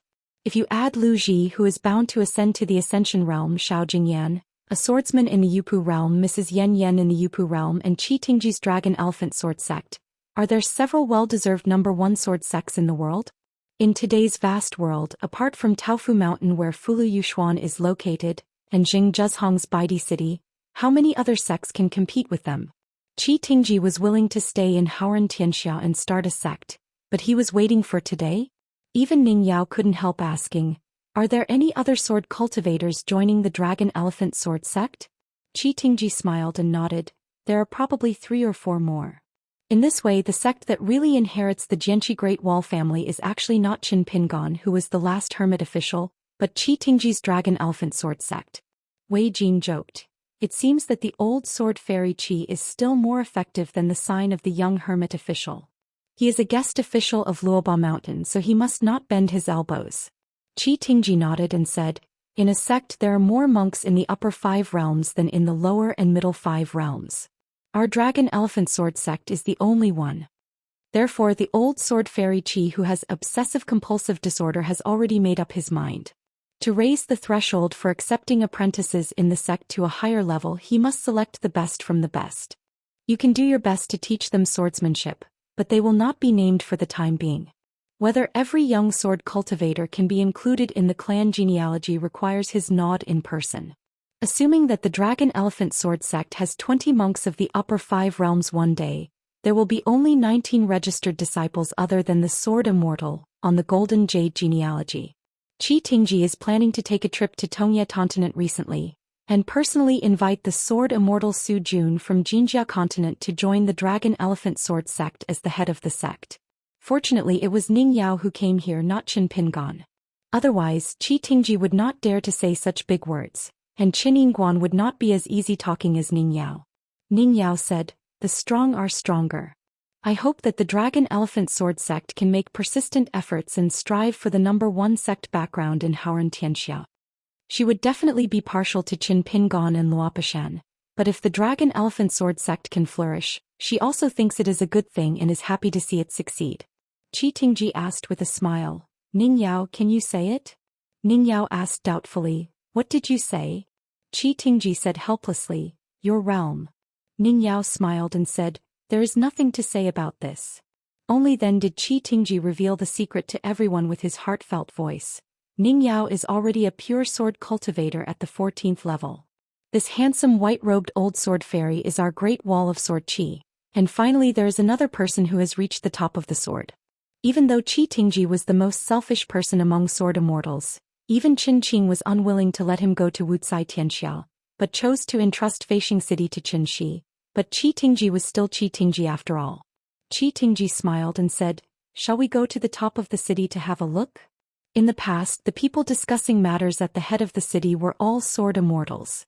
For thousands of years, the only exception was that the boss sword immortal handpicked Qin Pingan to take over the mess of the Yingguan lineage. Ning Yao nodded. Together they ride the wind to the top of the city. On the top of the city, lined up one by one, 11 sword cultivators of the 5th realm, either standing, squatting or sitting. Some sword cultivators who have returned home but have no hometown to speak of, are sad that the swing with fluttering dresses is gone at the top of the city. Some are sad that they have lost the private houses of the sword immortals who often visit to drink, and some are sad in Yanmei Lane and some are sad. People are sad that they can't see the thatched hut of the boss sword fairy. Ning Yao asked softly, "Didn't the old deaf boy be invited to join the Dragon Elephant Sword sect?"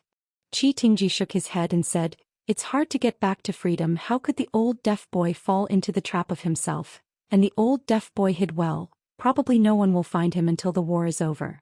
Zhu Su joked with a smile. "Ning Yao, I was a lobbyist for your men, but one of them didn't get any money and they had to return without success. Don't you have any awkwardness in your heart?"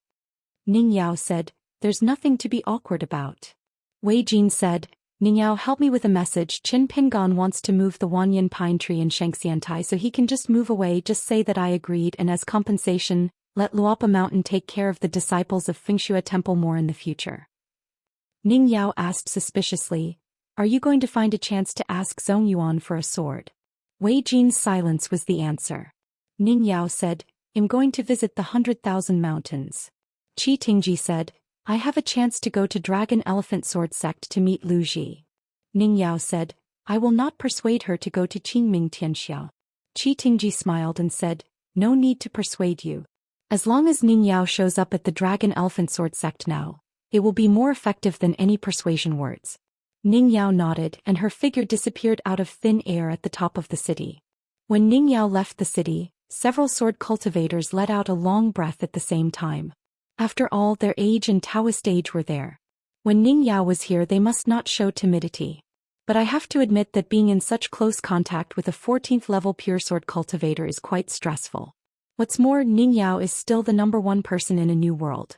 As one of the only 2 outsiders, Mei Dandang asked a big question, "Ning Yao and Fei Ran, are they the most promising monks who are at the same level as the founders of the 3 religions?"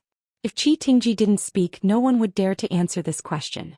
After a long silence, Ling Sun said with a smile, "I'm curious as to what kind of person Qin Yingguan is, so Ning Yao can like him." Qi Tingji said with a smile, "He is a very stubborn and smart person. Even if we don't agree with each other and are destined not to be friends, we should try our best not to provoke him." Xianyang was surprised and said, "Such a high evaluation?" Qi Tingji put it in a more vivid way, "It's fine to think of him as Xing Juzhong, who is still young for the time being." Some people shook their heads, obviously not believing it. Ning Yao came to the familiar mountain of Shirwan Dashan. He saw a sable-hat girl with flushed cheeks sitting on the edge of the cliff in a daze. It was rare for the old blind man to take the initiative to walk out of the hut and said with a smile, "Ning girl is here, yo, not bad, we have to call each other fellow Daoists from now on." Ning Yao smiled and said, "Grandpa Jitsi." The old blind man nodded and said, "When the wine is set, remember to reserve a seat for me, I have to sit at the main table." Ning Yao said, "I don't know, I can't rush him for this kind of thing." The old blind man nodded and said, "It's outrageous." The sable-hat girl with ears pricked up turned her head and said flatteringly, "Wow, you are Ning Yao, our wife of the mountain master?" Ning Yao asked in his heart, "You are Bai Jing? Have you seen the 5 supremes in the old heaven?" Xiago rubbed the sable hat, smiled and said, "Except for that one, I haven't seen it once, the other 4 have seen it from afar, but they dare not approach, the sword holder, the armored person, the water god, who else is here? Hey, look at my memory." Ning Yao smiled.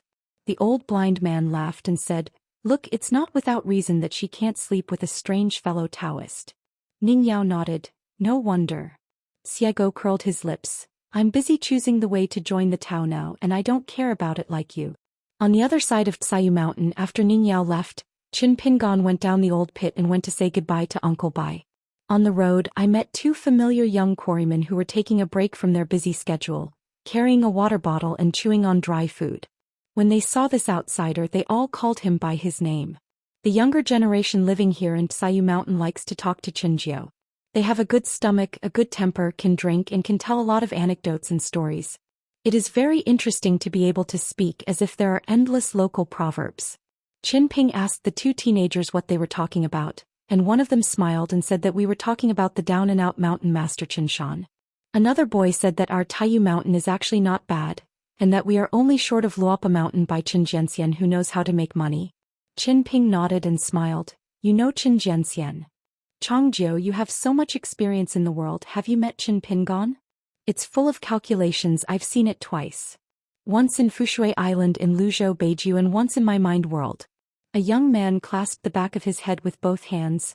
"I don't know what I can talk to Qin Pingon if I really want to see him." Qin Ping stretched out his hand and another skinny young man tore off half a piece of prunes cake and handed it to Qinjiao.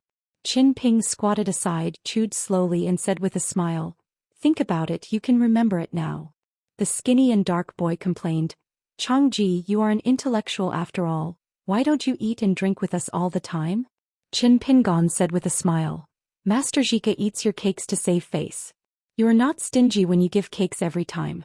So this superfluous complaint is superfluous, so take it back quickly." The boy rolled his eyes. After all, if you really want to talk about eating and drinking, they are still going too far. There is always a few pickled fish that can't be kept at the old side, so they just let them take advantage of it. The young man who was really thinking about that question over there came back to his senses and asked, "Changji, didn't you resign the outsider? Why did you come back again?" Qin Pingon laughed and said, "Young people learn calligraphy and swords and already have the eyes to see the clouds. People are in the Yinghua and they look at the world. Recently they can walk horses. They are not weaker than the ancient heroes. The sword can be defeated by one person. The book is full of names, and the long term the wind blows into the short sleeves. The inner hands are like ice, Kong Shan is alone. And last night there was a ringing in the box, my 2nd and 3rd sons and I have had a deep friendship throughout our lives." The boy sighed and came again. The stale and sour words are really not as interesting as his dirty words. Qin Ping smiled and said, "Shall I explain it to you?" The skinny boy slapped his head and took out another piece of cake. "That's enough, all right, I know half a piece of cake can't stop your mouth." Qin Pingon laughed loudly and he was no longer polite to the young man who spent a lot of money. A young girl Ping Ping walked by gracefully with a slender waist and light footsteps, and the boys immediately raised their voices to speak. On Tongyi's Hao, the capital city of Yunyan Kingdom, Jiang Shangzhen took Su Jiaoqia, whose alias was Luo Wan, to find Wenyu, the deputy head of Tianmu Academy. When Wenyu read the secret letter from Qin Pingon, instead of hesitating he helped Luo Wan to make suggestions and finalize the details, specifically how to pretend to be the suzerain Han Yushu of the Wanyao sect so that it would be more real. At Yulindu outside the capital, Lu Yuzhou, Lu Suiyu and Yu Yufu went out to a small restaurant together, and had an argument with a group of unruly mountain chi practitioners. The former went for the special food while the latter was those who specially go to small restaurants to experience the sufferings of the people, saw that Lu Yuzhou was like an embroidered pillow, and he was able to bring two beautiful beauties to this kind of restaurant to drink, and he was very angry. In order to use family background to oppress people and use fairy money to smash people, he couldn't scold Lu Yuzhou, who was always smiling, so he asked Lu Yuzhou if they knew who his father was. Lu Suiyu was very happy on the spot, saying that if you don't know who your father is, you can ask your mother. On the side of Qingxing country, Qin Pingon, together with the Zhang family of Tianchao commandery, took the initiative to find the old Emperor Lu He and Qing Qian, the protector of the country, and cooked wine around the stove. The two sides had a long talk all night. His Royal Highness Lu Yu, who was listening at that time, soon turned pale and sweaty, but the old emperor talked and laughed happily with the young Qin Jianxian, and they replayed Lu Ye's set together. It is obvious that the old emperor has already seen all the crux of Lu Yu in the East Palace. Zhang is still old and hot. Taking this opportunity, His Majesty the old emperor helped outsiders to beat the prince. In fact, Qin Jianxian proposed for those officials in the Eastern Palace. Lu He already had a backup of his files and handed them over to Lu Yu tonight. Jiao has a few places, and her political achievements, resumes and private conversations over the years have long been secretly recorded by the Ministry of Punishment. In the capital city of Yushuan Kingdom, Yu Shiwu and Ma Kushuan made an appointment at a shop where a beautiful woman buys wine. Zhe Mountain was changed to Jiao Mountain, and the Mountain Empress also changed her name to Songwei. Sure enough, as Qin Pingon expected, Yu Shiwu still leaked the existence of the formation for Ma Kushuan. Ma Kushuan thought for a moment and just said, "Let Yu Shiwu leave after drinking. There is no need to stir up such personal enmity. Wading in muddy water on the mountain is not as good as drinking muddy wine down the mountain." Wu Yuan, the governor of Chuzhou, took off her official uniform and visited Qin Shanzhu on the first floor of the bamboo building in private. The main purpose was to inquire about Zhao Yao and the newly established institution of the Ministry of Criminal Justice. So who will supervise Zhao Yao? Qin Ping said it was Chao Gingxin and a secret organization called Dolly Dizzy. So Wu Yuan asked again who would take care of Chao Gingxin and Dolly Dizzy, and Qin Pingon said it was him. In the end, Wu Yuan refused to let her go. So who can take care of you, Dallas' new national teacher? Or is there no one to restrain, only conscience? Qin Ping smiled and said nothing. Wu Yuan then talked about an old incident, saying that not long after her husband served as the Dolly state teacher, she once handled a muddled lawsuit with her own hands. Back then, a post newspaper was lost and it disappeared like that along with the post cavalry and official documents. No matter how much the Ministry of War and the Ministry of Criminal Affairs investigate, they can't find any clues. The result is that the two sides shirk and blame each other. All the officials, ranging from the Minister of the Ministry of War, to the Langguan who was in charge of the supervisory station of the Ministry of Punishment, to the small postmasters of several stations along the way, all lost their official hats, and the Dolly court would never hire them. The governor of the territory and the officials in charge were all held accountable, and even the Immortal mansion on a nearby mountain, together with several Jianghu sects, suffered an indiscriminate disaster. They were either imprisoned or directly expelled from the country. After that, as long as it was the loss of the post, how the imperial court should be held accountable, who should be held accountable, and how big or small the case should be, all depended on the outcome of the incident. Hearing this, Qin Pingon said with a smile, "Wu Yuan, I know what you mean. I still know about this matter. It must have been deliberately done by Brother Cui from the beginning to the end. So you want to ask me, those who suffered joint and several liability, the officials lost their official hats and were wronged. Should the Dolly court wrong them?" Wu Yuan was sitting on the first floor of the bamboo building at that time, facing a brazier, stretching out her hands to warm herself, and sitting opposite the new national teacher. Wu Yuan nodded, emphasizing her tone, and asked us as insiders whether we should intentionally wrong them.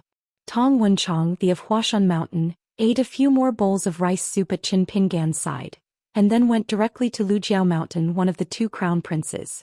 Before summoning the mountain Chong Feng Han, Tong Wenchong went there by himself in a warehouse in Lujiao Mountain. I dug out all the files related to the circulation of Yushuan Kingdom's civil and military fortunes in the past century, shook off the dust from those books, sat behind the desk and smoked while flipping through the files.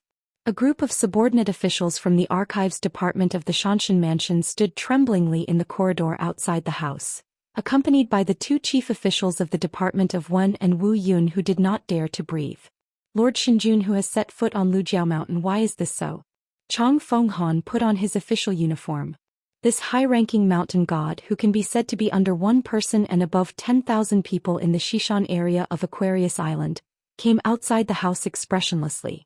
Fenghan made a bow towards the room but didn't speak, let alone walked into the room. Tong Wenchang didn't raise his head except for the sound of pages being turned, there was only the sound of the old tiger smashing his mouth, and the room was full of smoke lingering and lingering. Chang Fenghan stood silently at the door for nearly a stick of incense, and then glanced at the chief officials who were about to leave the corridor quietly. Tong Wenchang finally said, Changshan God thinks that the family's ugliness cannot be publicized? Chang Fenghan hesitated to speak. As soon as Tong Xinjun said this, the figures of the officials in the corridor became as motionless as nails. Tong Wenchang closed a booklet, shook the dust from the new booklet, looked up at Chang Fenghan at the door and asked, Do you know the female ghost Shui Rui? Chang Fenghan shook his head honestly and said, Return to the god, I have never heard of this ghost.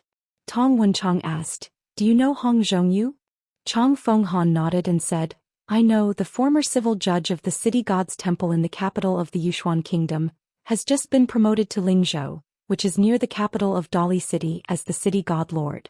Before Hong Zhongyu took office, he sent a letter to the lower officials to remind me pay attention to Yu Zuangguo's literary movement and imperial examination rankings in the past 2 years.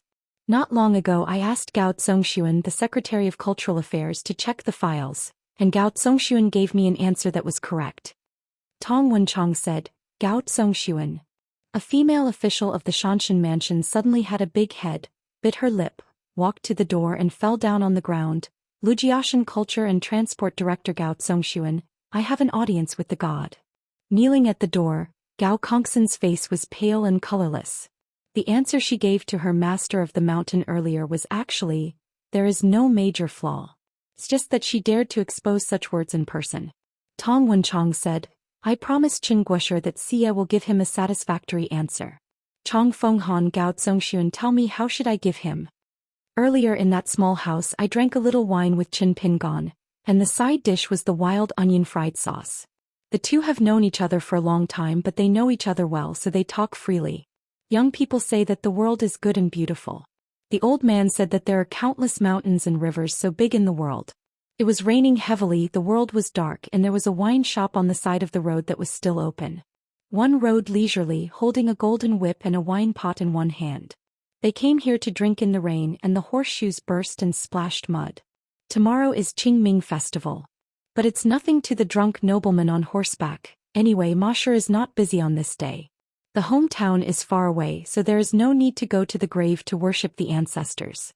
Drenched by the heavy rain, Ma Yenshan got off his horse, hiccuped and yelled outside the door, Sister Song, I need to drink your wine to sober up and then help me dry my clothes. Humming, Ma Yenshan felt a little strange. The restaurant was open, but the mountain goddess of Zhou Mountain didn't even make a few words of teasing. Ma Yenshan hesitated for a moment with a calm expression, hiccuped, turned around directly and wanted to ride his horse away. On the other side of the restaurant, a young man in black robes stood at the door and said with a sneer, It's not stupid. Ma Yanshan's body was stiff, and he waved his hands as if signaling to the family priest who was secretly escorting him not to show his face. Ma Kushuan rubbed his chin, Stop pretending, in this territory of Yushuan Kingdom. Who would dare to think about you, the second son of the Ma family, and you have a big heirs, so you don't have the good habit of bringing followers when you go out. Ma Yenshan turned his head slowly and looked at the young man who seemed very strange but familiar. Ma Yenshan was stunned for a moment, and then he had mixed feelings for a moment. He stood in the rain, his lips moved slightly but he couldn't say anything. Ma Kushuan said, Come in for a drink. Ma Yenshan wiped the rainwater from his face, and walked quickly into the wine shop, without the air of a rich and idle person. The goddess of the mountain personally cooks wine to entertain the guests. Ma Kushuan said, This is the third meeting. Ma Yenshan said angrily, Why don't you meet your parents? You became on the mountain, and even your parents don't recognize you. Ma Kushuan smiled and said, I haven't been close to them since I was a child and I have no feelings for them. It has nothing to do with whether I go to the mountain to practice Taoism or not. Ma Yanshan's face was livid with anger. Ma Kuxuan said, "Earlier when your family's ancestral hall was discussing, I sat on the beam and listened to this Empress of Xian. Seems that there are not many good things, either stupid or mediocre. You may be the only one. The exception is not stupid, so I am willing to wait here for you to drink, but you have to pay for today's drinks." Ma Yanshan gritted his teeth and said, "I will pay the bill, of course I have to pay the bill. The Ma family in Xinghua Lane has today's rich life, and it is not because of you, Ma Kuxuan." Ma Kuxuan smiled and turned to look at Song Wei. "Listen, aren't you a little clever?" Song Wei didn't dare speak up and continued to cook wine with his head bowed. Ma Yanshan raised his head and drank a pot of rice wine brewed by the wine shop. If he couldn't beat the opponent, he insisted on punching him in the face. Ma Kuxuan said, "Do you know who your enemy is?" Ma Yanshan remained silent. Ma Kuxuan smiled and said, "I'm asking you something." Ma Yanshan nodded. "I heard it by accident when I was a child, so I have paid more attention to my hometown these years, so I have the answer." Ma Kuxuan said, "Haven't you thought about doing something?" Ma Yanshan handed over the empty bowl, and the goddess of the mountain took the wine bowl and filled it with rice wine. Ma Yanshan thanked him, but this time he emptied half of the bowl in one breath and said sadly, "I tried it but it didn't work." Ma Kuxuan nodded and said, "It's good to have a heart, it's much better than those idiots." Ma Yanshan raised his head and asked in a low voice, "You came to Yongjia County this time, do you want to take your parents and Yume to the mountains together?" Ma Kuxuan smiled and said, "You can't take it away. You can hide from the rain and you can't escape the debt. What's more, the debt collector is the most vengeful person in Nipping Lane." Ma Yanshan panicked. "Could it be that you can't do it?" Ma Kuxuan couldn't help laughing. "Who do you think Ma Kuxuan is, who can do whatever he wants and be omnipotent?" Ma Yanshan said, "Then what do you want me for?" Ma Kuxuan smiled and said, "I will let Yu Shiwu take you to Zhenwu Mountain. There is only such a place. It would be a pity to give it to Ma Yueme." Ma Yanshan said in a deep voice, "I want go." Ma Kuxuan said, "Who are you? Do you mean what you say?" Ma Yanshan still wanted to speak, but suddenly knocked his head on the table and fell asleep. On the other side of the school, 9 talisman lights disappeared in a flash, sinking into the sleeves of the green shirt. The teacher told the 2 apprentices and students that he was going on a long trip. Zhou Xian and Ning Ji didn't ask any more questions. Qin Pingon shrunk down, returned to the first floor of the bamboo building, took off the night tour on the wall, put it behind his back, glanced at the couplet, walked out of the house. Qin Pingon went to the top of the mountain, and glanced at the picture on the other side of the town. There are 2 alleys and this is where the mountain comes out. Tomb Sweeping Day. Yongjia County, the capital of Yushuan Kingdom. Wearing a green shirt with a sword on his back, he walked on the street with an umbrella, and when he came to the door of a big house he put away his umbrella. The concierge was a pampered middle-aged man, a pure martial artist, who also served as one of the Ma family's nursing homes, and asked with a smile, "Is this looking for someone? Is there a famous post?" The guest in blue shirt smiled and said, "I'm looking for someone.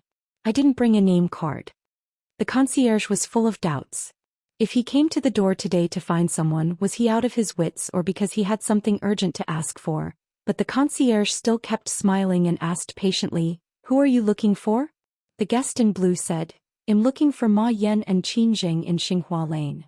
The concierge was full of slander. "Who do you think you are, dare to look for our head and head housewife? But after all, you are the face of the big family. Let me ask again, excuse me, who are you?" The man in green shirt smiled and said, "I'm from Huaihuang County. My name is Qin Pingon. I'm the son of Qin Quan and Qin Shu in Nipping Lane. Just let me know." The concierge frowned endlessly, saying, What kind of mud bottle alley? Wait, what about Qin Pingon in Huaihuang County, Dalichu Prefecture?" The concierge swallowed and asked cautiously, "Which one is Qin Pingon?" Qin Ping narrowed his eyes and said, "Don't guess and don't get in the way. Not only do I know what your surname is, what kind of deeds you did in the Jianghu in the early years, and what shady livelihoods you have in Yushuan Kingdom, you probably know better than yourself. To be more clear, even the 18th generation of your ancestors knows. My patience is limited, so I hurried to report. If the good ones don't come, the ones who come are not good." The concierge must have been so fearful that he was so courageous, or maybe he didn't believe that the man in front of him was that person at all, and said with a sneer, "It's really a good time to choose death." Qin Ping smiled and said, It's easy to say. He stretched out his hand, grabbed the young master of martial arts by the neck and threw it into the door. Not dead, how can there be such a cheap good thing? Just as he was about to cross the threshold, Qin Pingon withdrew his foot, walked to the gate, smashed the gate with one foot, carried a sword on his back and carried an umbrella, walked into the gate, raised his foot and moved the doorman lying on the ground blocking the way. Open, slide all the way to the bottom of the wall.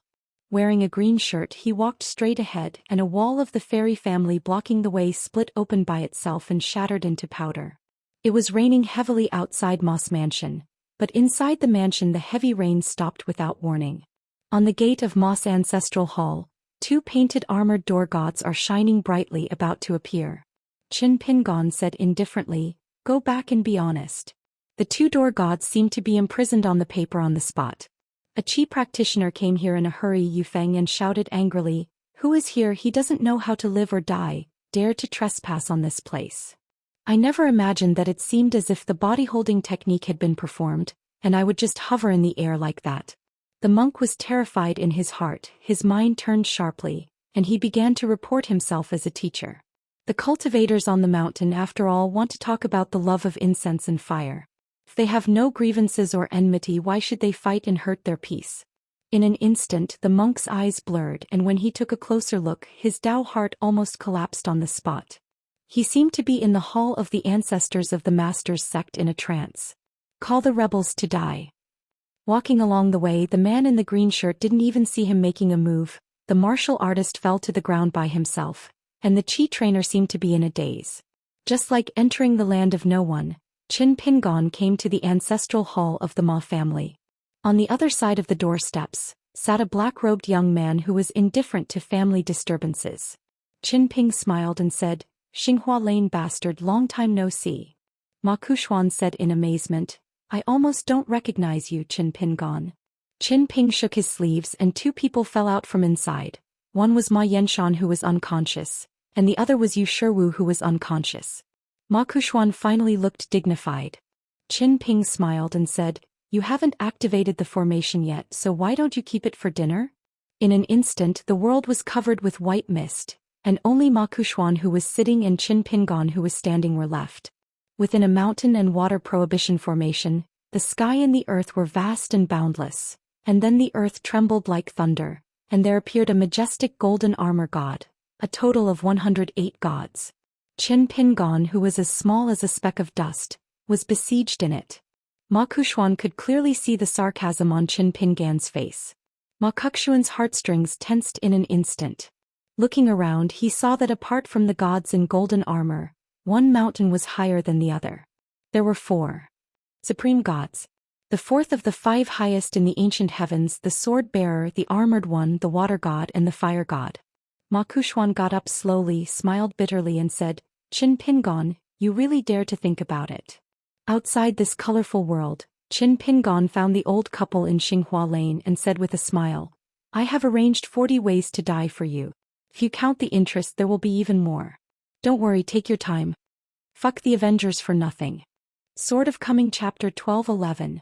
Chapter 12:11. The old wine in the clay bottle. Qin Pingon stood where he was.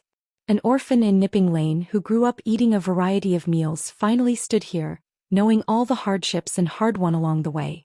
This courtyard occupies a huge area, worthy of being the old residence of the former prime minister, with dense trees, high sunlight and fine golden light all over the ground, like golden silk embroidery, embellished on the tightly stitched blue brick floor. Paved like this, the bricks and the floor are not even drummed, and the craftsmanship of the craftsman is obviously not bad. This is the place where the owner Ma Yan reads. The French style of 7 rooms wide and 8 rafters deep is probably a warehouse that knows etiquette. The tongue-twisting study room is full of precious books that have never been read since they were bought. There are several priceless guqin alone, as well as several half-person high Xianxia and golden building boats. The dignitaries and dignitaries in the capital who drank tea and wine all said they were elegant and elegant. If they show a little bit of dazzle, it will always make the master feel that he is a real scholar. In fact, Ma Yan has always wanted to lay green glazed tiles on the roof just like those Taoist temples. This kind of extravagant lineup is easy to be envied and hated by others. When the family ancestral hall is full of Jinshi plaques, that is the real scholarly family. One day when the eldest son comes home he will be happy to see it. Ma Yan thought it was reasonable, so he let his second son Ma Yanshan take part in the imperial examination a few years ago. Sure enough, he passed the examination, which was very embarrassing. The so-called generations of hairpin tassels, right? The well-clothed woman, even though she is nearly 70 years old, still looks like a woman in her 40s.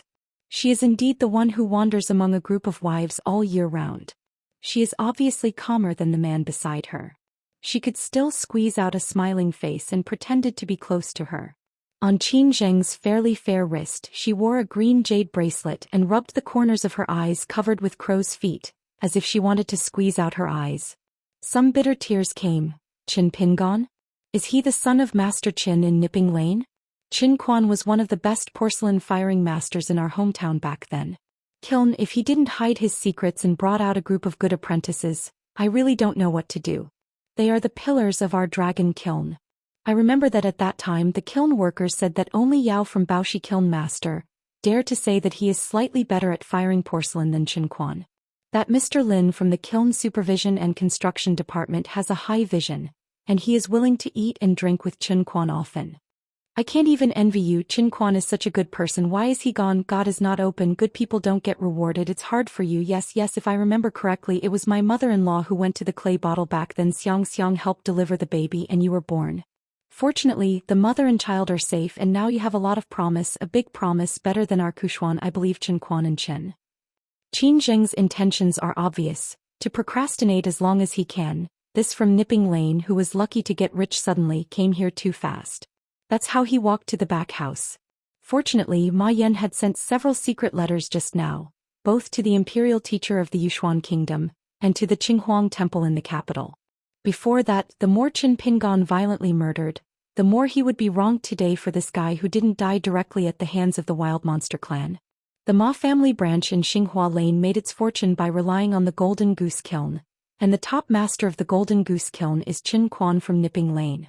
It was Qin Quan who led those skilled kiln apprentices that the Golden Goose Kiln, which was at the bottom of the list and had a few fires, began to slowly improve. In an instant the Xian figure came to this woman named Qin Zheng. He neither respected the elders, nor thought about the friendship of fellow countrymen, nor did he mean that men would not hit women, so he directly hit Qin Zheng's neck with a knife in his hand. The force was not heavy, just enough to beat Ma's housewife as if she had swallowed a mouthful of burning knife spirits. Her face flushed with burning pain, Qin Zheng covered her neck with tears, babbling. She didn't know if she was cursing or complaining. It hurt so much that her nose flowed out. Obviously, the mud-legged kid from Mud Bottle Lane was born. If she really wanted to kill someone, her neck would be broken in an instant and her head could be moved. Qin Ping smiled and said, I didn't catch up with you again. Ma Yan, who was already sweating profusely, didn't dare to wipe the sweat from his forehead, and said in a trembling voice, Qin Pingon, if you have something to say, it's all a misunderstanding. You must not listen to those rumors.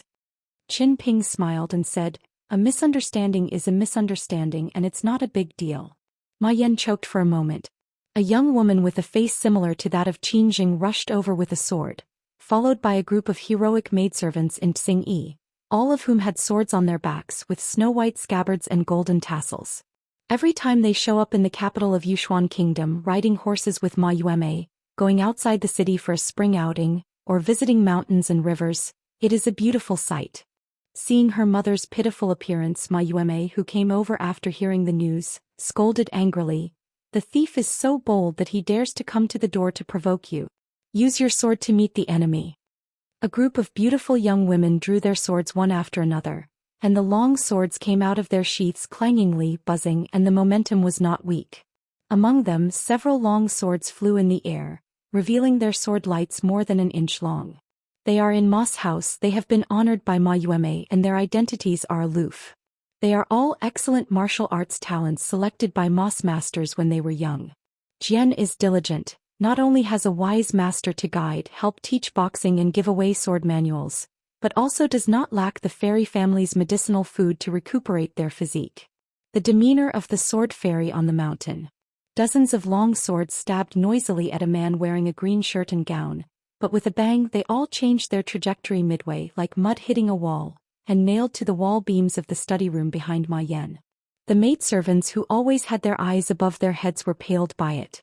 Their sabers are talisman swords carefully forged by the immortal masters on the mountain. Holding such priceless immortal weapons, it is easy to slay demons and demons. Ma Yueme bit her lip and stared at the motionless blue-clothed swordsman.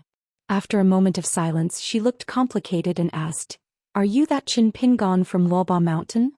Hearing a tip-off from a personal maid just now, Ma Yueme is like falling clouds. Is she really that legendary sword immortal of Lost Mountain?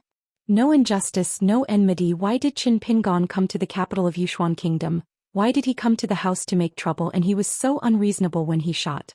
I heard that the pure warriors and monks who were guarding the house in front of them had a worse end than the other. Qin Shanju, who was born in Nipping Lane, did he have some unknown old grudges with his family? That's why all these years that idle guy Ma Yenshan ridiculed the family mansion as a turtle shell? Knowing that the blue-clothed swordsman was Qin Pingon from Luoba Mountain, the maids who practiced sword looked at each other with unbelievable expressions on their faces, and they couldn't believe it. A sword fairy on the mountain who seems to be farther away than the characters in the book, just standing in front of them? In recent years, in private, relying on the mountains and rivers and mansion reports of their young ladies, they have been very concerned about the Lupo Mountain in Chuzhou, which is adjacent to Beiwepiun Mountain, the youngest last hermit official in the history of the Great Wall of Sword Qi, and his best friend Lu Zongzhu. Asking swords together at Xingyang Mountain. They all know a little bit, and because they are pure martial arts and practice swords, the name, Qin Pingon, is not only fascinated for a long time, but in any other situation when they met him they would probably be overwhelmed and excited, and would not be able to sleep for several days at night, even if their admiration and reverence for the legendary Qin Zhenxian was not sincere enough. He is the only great sword immortal who is a great master of martial arts in the history of our Aquarius continent. In this way, how dare they continue to make mistakes? Each of them looked uncertain. Qin Pingon kicked Ma Yan's knee and the latter knelt down on the spot. Qin Pingon then closed the umbrella in his hand and hit Ma Yan's face door. The latter smashed the door and fell into the house. I have roughly figured it out. Ma Yan and Qinjing, the couple, are indeed seeking a way out for themselves, such as wanting to become a mountain and water in a certain place in Yushuan Kingdom, but it is more likely that the difference between gods and immortals is still not very reliable. It is estimated that he still hopes to occupy a place with the city god and underworld official. In this way the netherworld and different ways have been truly achieved. If Luopashen can obtain an orthodox status in Fengdu Hades, if Luopashen wants to make a move, it will be an act of arrogance that breaks the old rules. It can be seen from this that Hong Zhongyu, the civil judge of the city god temple in the capital, moved to Lingzhou and brought Ji Xiaoping, the chief official of the department of Yin and Yang, which was a kind of force to give way in the officialdom. The change, in the final analysis, is to make room for the couple. It is obvious that there must be someone in the Ma family to give advice. Don't worry, it will make your dreams come true. Qin Ping said with a smile. Those strange people still haven't shown their faces? Isn't it natural and righteous to use other people's money to eliminate disasters for others? Ma Yueme swept into the house and helped Ma Yan, whose abdomen hurt like a knife twisting. Qin Ping glanced sideways at Ma Yan, who was sweating profusely in the room. He couldn't bear the pain so much. If he wanted to achieve the golden body of the gods, he could only rely on the secret medicine ointment from Yang's pharmacy. The figure in the green shirt flashed, shrunk to the mountains and rivers, and disappeared from the courtyard out of thin air. In the Ma family's mansion in Yongjia County, there are 3 earth immortals, 1 Yuanying and 2 golden elixirs, enshrined by the family on the stage and behind the scenes. 2 of them have changed their identities incognito. The old Yuanying is an old patriarch who destroyed the immortal mansion in the old Baishuang dynasty in the south of Beipingzu. After the war ended, he did not rush to restore the orthodox tradition of the Mountain Gate. Instead, he traveled all the way north, bypassing Luojing, passing through Dadu, and finally entered the Ma clan of Yongjia County, the capital of Yushuan Kingdom, as the chief priest. The other 2 Jindan Earth Immortals, a formation master and a ghost, each have disciples and followers, and the palm-sized territory houses so many outsiders, so the Ma family has a strong family background. There are also 2 martial arts masters, 1 male and 1 female. The male is Shen Ku, the concierge of the martial artist of the 5 realms, is his personal disciple, and Ma Yueme is his close disciple. Are taught by him.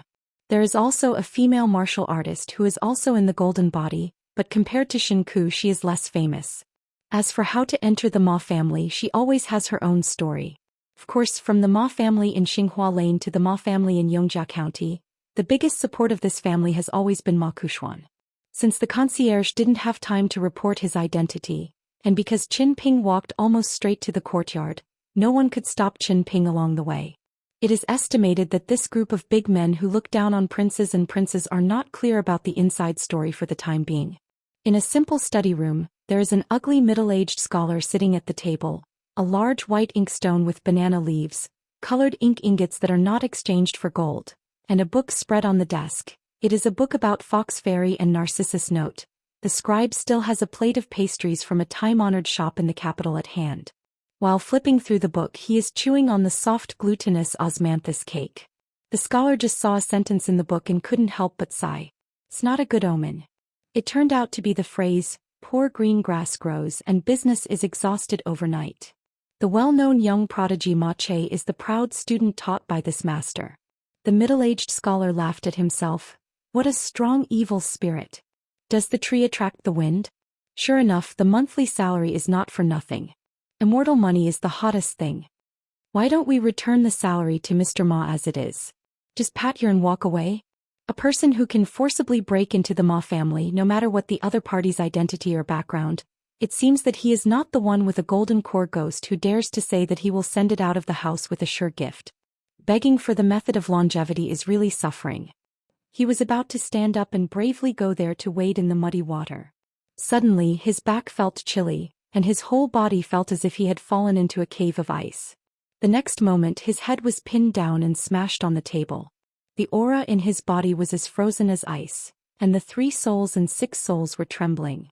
He tried to mobilize a few natal objects, but he lost contact completely as if the mountains were covered by heavy snow. A golden elixir is even more motionless, and the earth immortal is as weak as a vulgar person. Qin Ping spread his 5 fingers, pressed the back of the opponent's head and said with a smile, "I said you are strange people, do you really believe it?" The ghost scholar tried his best to open his mouth and said, "Dare to ask the name of the immortal?" Qin Ping took the heavy inkstone from the table and slapped the back of his head hard. The inkstone turned into powder and the ghost stared at the ghost. He felt that the assassin had blown out his brains. The ghost scholar, who was almost out of his wits, had no choice but to beg for mercy. "The forgives the sin?" Qin Ping asked. "Did the Moss and his wife accumulate in virtue by tearing down the east wall and repairing the west wall all these years? Did you teach them?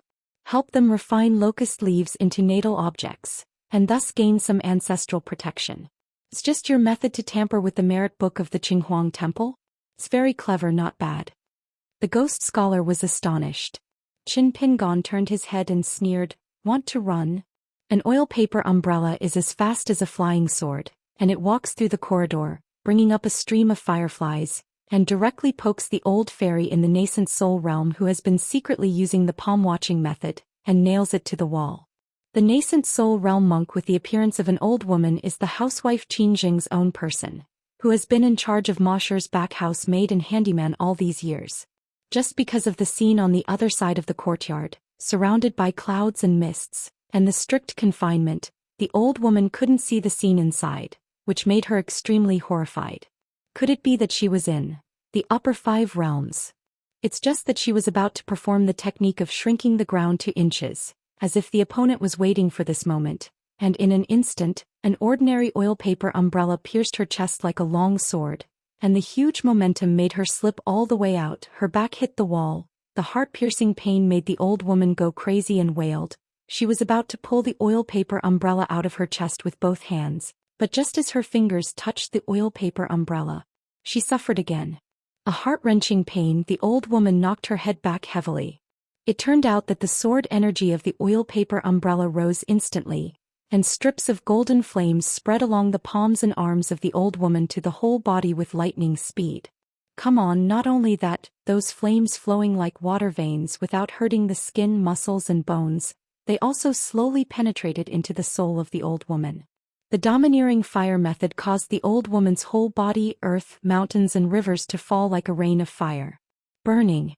It is only said that the heart lake of a monk in the nascent soul realm was instantly boiled by the fire, and the mist rose, and the monk's heart lake turned into a frying pan. Qin Ping let go of his fingers, straightened up, and moved to meet the old woman who was most likely the mastermind of the Ma family. The ghost scholar lay down on the table, and after waiting for a while, the immortal seemed to have gone elsewhere. As Xianxia, he always acted like a dead Taoist but not a poor Taoist. It is not suitable to stay here for a long time. He must leave quickly. He hurriedly sat up, but he wanted to cry all of a sudden, as if mourning his concubine. He said in a trembling voice, "Longhu Mountain Thunder Bureau." It turned out that the Xianxian left a thunder formation in the house. In a daze, this golden core ghost seemed to have come to an ancient execution platform. The world was vast and blank. The next moment there was a loud thunder, and suddenly the sky and the earth were far away, and the snow-white curtain was torn apart by a black lightning, followed by dozens of hundreds of lightning, followed by a golden palm as big as a mountain, like opening a door, pulling open a door from the realm of endless void, slowly revealing the whole picture. The majestic in golden armor holding an iron whip stepped out step by step. The golden body was entwined with colorful lightning. Every time after taking a step, the ground trembled endlessly, and the head of the slowly approached the execution platform, overlooking the limp ant ghost on the ground. The indifferent golden eyes of the gods are like two golden suns hanging in the sky. For ghosts in the world, is there anything more frightening than this? The yin and yang are the creators, and there are gods in the sky. Could this be what the Xianxian called smart? Standing in a gloomy room, Qin Pingon stood in a gloomy room, looking at the old woman nailed to the wall with an oil paper umbrella. This handling of swordsmanship was learned from Pei Min's swordsmanship. It takes a lot of practice. Practice makes perfect, so that you can pay back Pei Min in the future. Qin Ping smiled and said, "I won't die for a while. As expected of the old fairy Yuanying, I can carry it for a while depending on the posture. Then we will talk later. I have to go to meet the old Master Shen for a while." The old woman whose soul was cut into pieces whimpered, "Forgive me, forgive me." Qin Pingon said, "What's the point of this? It's just a cold dish, and the hard dishes are still to come." Without waiting for the old woman to say anything, Qin Ping returned to the courtyard. A vigorous figure flies over the eaves and walks like a stroll in a garden, and finally stands on the wall. The old man is tall and straight with clean eyes, a long knife on his waist and a long cloth bag in his hand with an imposing manner. Occasionally there are silk threads winding around the old man's temples, like a snake coiling a mountain. This is a sign that the martial artist is full of energy, so full of energy that he is overflowing, and it is a sign that he is about to break through. As a master of martial arts, as long as he travels far away, he is only one step away from the top of the mountain, even though it is not easy for the king in the south. Shen Ku wore a mutton fat jade ring finger on his hand. This incognito martial art master, apart from teaching boxing, would also be responsible for boiling eagles for some of the Ma family's children. The finger wrench in his hand is not worth a lot of money, but it is very commemorative. It is a treasured object of the emperor of a small country. During the war, the world was in chaos, and Shen Ku got it by breaking the finger of the emperor. In the imperial palace, Shen Ku, who was on a killing spree, had enough of the emperor's addiction. Thinking about it until now, those women are still very interesting. It's a pity that sleeping queens and concubines, such as riding a horse, can't be used as a side dish to talk to people, and you can only drink and savor one or two, which is a pity. Shen Ku poked the long cloth pouch with unknown weapon on the wall and asked with a smile, "Where is that fellow?" As a result, the martial arts master found that the atmosphere in the courtyard was not right. "By the way, according to my request, the Ma couple has been declaring that they are Wufu of the 5 realms. So in the eyes of these female dolls, it seems that the weight is not enough? It doesn't matter. After today's Wenquan, including Ma Yueme, the whole Ma family's children should know the truth. The Ma family in Yongjia County actually spent a little money to invite a true god." From the corner of Shin Ke's eyes, he glanced at Ma Yueme in the room. After all, the sparring was imminent and he was about to show his fists. The longer the eyebrows are, the better they look. You don't need to apply makeup, you are a natural beauty. Compared with the empress of the small coastal country in her hometown back then, her skin was as white as pork.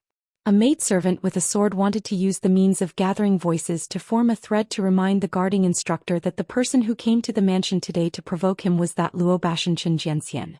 It's just that for some reason Master Shen seemed to turn a deaf ear to it, which made her a little confused. Master Shen is so heroic?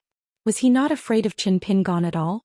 Shinku squinted his eyes and turned his head, looked at the green shirt on the roof and asked, "You are the one here to make trouble?"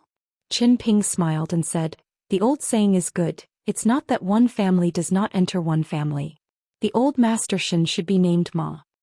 Shinku smiled and said, "Since we are martial artists of the same generation, why bother to fight with words, just see kung fu in fist." Qin Pingon nodded and said, "It's really not easy to find a good person here." Shinku untied the knot at one end of the long cloth bag, then lifted it horizontally and stretched out his hand to wipe it, revealing the weapon inside, which turned out to be an ancient bronze sword with an exaggerated length. Shinku said slowly, "Young man, you are so brave, you really dare to break into any dragon's den or tiger's den. If you don't spare your life, you won't live long." Qin Pingon glanced at the long sword and said, "It's a good thing it's not common. You are so young, so murderous." The old man held the sword in both hands, twisted his wrists and shook the sword flower. "Unknown ghosts are not killed under the sword. Tell me, what is the name, whether there is a teacher. If there is, I will take your neck and put your head on it later. Go to your teacher's door to give gifts." The vendettas in the rivers and lakes are no better than the fighting skills of Qi practitioners on the mountain. The Yushuan Kingdom court has always been more relaxed in its management. My name is Qin Pingon and am not too young for my age. The blue-clothed swordsman smiled and said, "If you can take my head to Luapa Mountain and follow Na House's example of beheading Nan Guangguang, killing people and leaving my head at the mountain gate, that's your skill."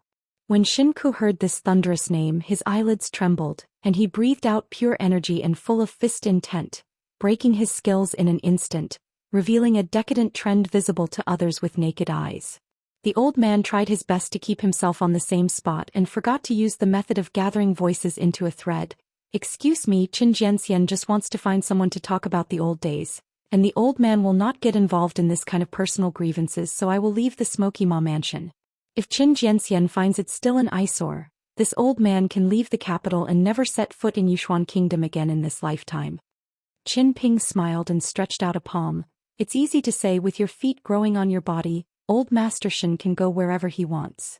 Shinku was in doubt and cautiously asked in a low voice, "Really?" Qin Ping smiled and said, "It can be serious or not, it's up to you." Without further ado, Shinku threw away the long sword to show his sincerity, pointing his toes and walking with a long figure. When the old man was on the roof all the way, whether he left the Ma mansion or the street all the way to the bustling city, the sun was shining and the spring was warm. When he was on the busy Imperial Street, Shinku finally let out a long breath. The gate was spinning and it was good to survive. But Shinku seems to have forgotten one detail. Even if the shower stopped today, there should be some water stains in the capital of Yushuan Kingdom.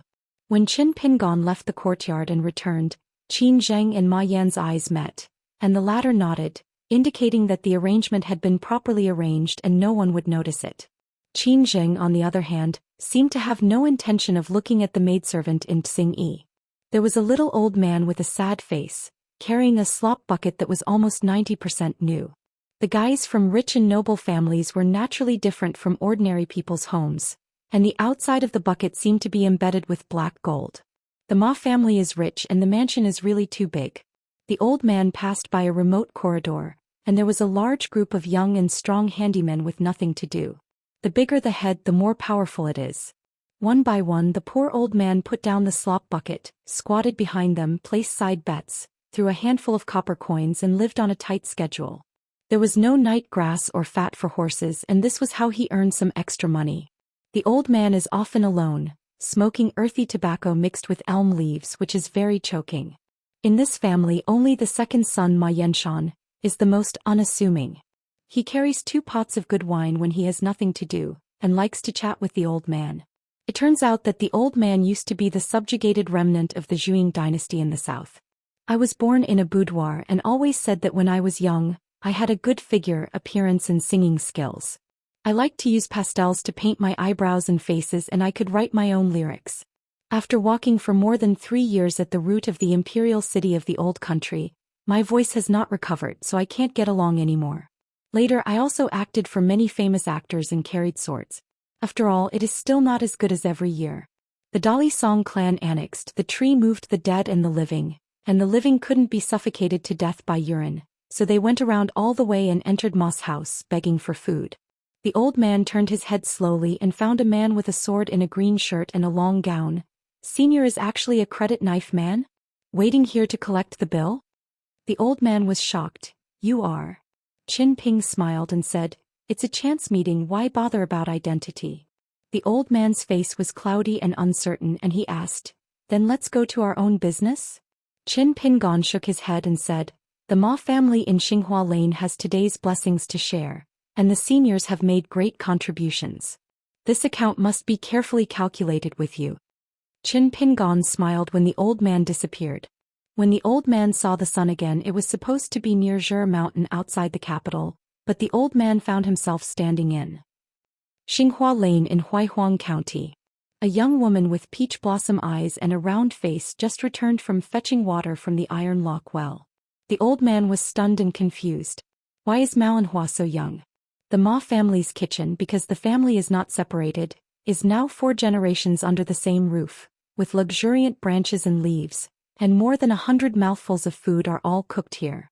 If it wasn't for the strict rules of the ancestral hall, otherwise the number of illegitimate children inside and outside the capital who were not qualified to join the Ma family tree would have doubled. The cook who was in charge of the spoon was a woman in her 30s, her tall and straight chest didn't drop at all, so everyone thought she was an unscrupulous vixen. The women chewed their tongues and scolded her in different ways, and the men all wanted to sleep with her. Live and gossip every day, spoiling her in different ways. If she hadn't been able to give Ma Che a little trouble, and Ma Che was recognized as the #1 scholar, she might not have escaped the palm of some Ma Chi's men. She has been a cook in Ma Mansion for many years, and she carries a pair of scissors with her every day for self-defense. The forest is big and there are all kinds of birds. A cesspit is nothing but shit. That young man named Ma Che is a gifted scholar. Everyone in the government and the public thinks that he is a certain gentleman in Guanhu Academy in the future. Ma Che, a young man who will definitely become a powerful official of Yushuan Kingdom in the future, once blushed and gasped heavily, hugged a plump woman from behind and rubbed against her for a while. The woman was busy in the kitchen again today, steaming several steamed buns with all kinds of fillings. For example, soft-shelled turtles only take the skirt, mandarin fish only take 2 pieces of tender meat from the back of the mouth and cheeks, and there is a kind of stuffing that grows on the termite nest. Bacteria, the taste is extremely plump. The rest of the cooks and women in the house are all far away from this coquettish woman named Yu Qing. She stretched out her hand to stroke the black hair on her temples, then turned her head to look at a green-clothed swordsman sitting on the threshold. He seemed a little puzzled. It was said in the book that a gentleman stays away from the kitchen, but the brothers of the Ma family would not come to the kitchen. Of course, they felt that there were too many people here. Not far from the kitchen, there are more than a dozen pots of precious orchids placed on the stone bars under the flower garden shed. She has always been taking care of it. Ma's private kitchen in Yongjia County can make the top rich and powerful in the capital of Yushuan Kingdom give a thumbs up. There are so many gluttons, it is rare to say which one is better, and there is always a question on their lips. Why is the cabbage here more delicious than other places? Because the god of 5 flavors under the Stove Lord's command is only in the capital. But as long as they have tasted Ma Mansion's private kitchen dishes, they will all be wowed. Qin Pingon asked with a smile in his heart. I thought you were Gu Kan's eyeliner here, but now it seems that's not the case. Your surname is Liu? Standing up, Qin Pingon walked into the kitchen, picked up a few heads of purple-skinned garlic from a stove, crushed the garlic, held it in his hand and filled a bowl of fish soup noodles for himself and said with a smile, eat noodles, it's like garlic. It's like killing without blood, after all it's a bit meaningless. Yu Qing just stared blankly at the inexplicable uninvited guest. As for the other women in the kitchen, they were probably intimidated by this man's aura and no one dared to speak. Qin Pingon leaned against the stove and before putting down his chopsticks he said with a smile, Xing Ma owes our family a sum of money, not much, 8 taels of silver, less than a dime, but in our hometown at that time, it was not considered small money. I used to have the courage to go to the door to ask for it twice, but I still didn't get it. Passing by Xinghua Lane, there are even more times without knocking on the door. After eating this bowl of noodles, this first sum, let's settle the debt. Ma Kushuan still has a heart, so please move you out of the mountain to protect the Ma family. The woman turned sideways, cast a blessing and smiled softly. You are Qin Shanju, right? Qin Pingon put down the bowls and chopsticks and burped. It tastes really good to go to the door to collect debts. If you have enough food and drink, then start working. Yu Qing smiled sweetly. Could it be that disciples of Wenxing can commit murder indiscriminately in broad daylight? Qin Pingon stretched out his hand and patted the stove. The palm of his hand was shining with golden light and countless thin golden lines spread out. He walked straight to the door, then turned his head and smiled. I hope you can chat like this next time we meet. Yu Qing squinted her eyes, pinched a golden talisman with her 2 fingers, looked around. The scene of the world was changing. She seemed to have come to a fairy mansion.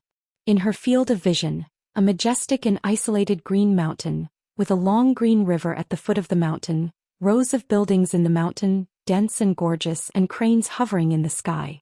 Yu Qing looked down and saw that it was a strange caisson that was not suspended in the air but stuck to the ground.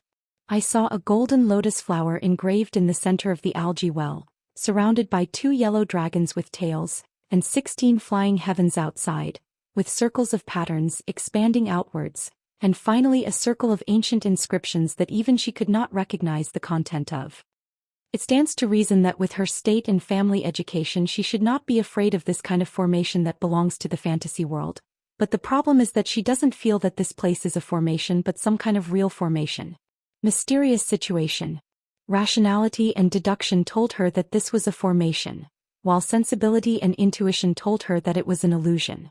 She held her breath and concentrated, not daring to breathe casually here, lit up the secret talisman used to quantify the time scale, flicked her sleeves and threw a magic spell into the open space in the distance. And the dust was flying. All of a sudden she frowned slightly. This way, except for the abundance of aura, the world seems to be the same.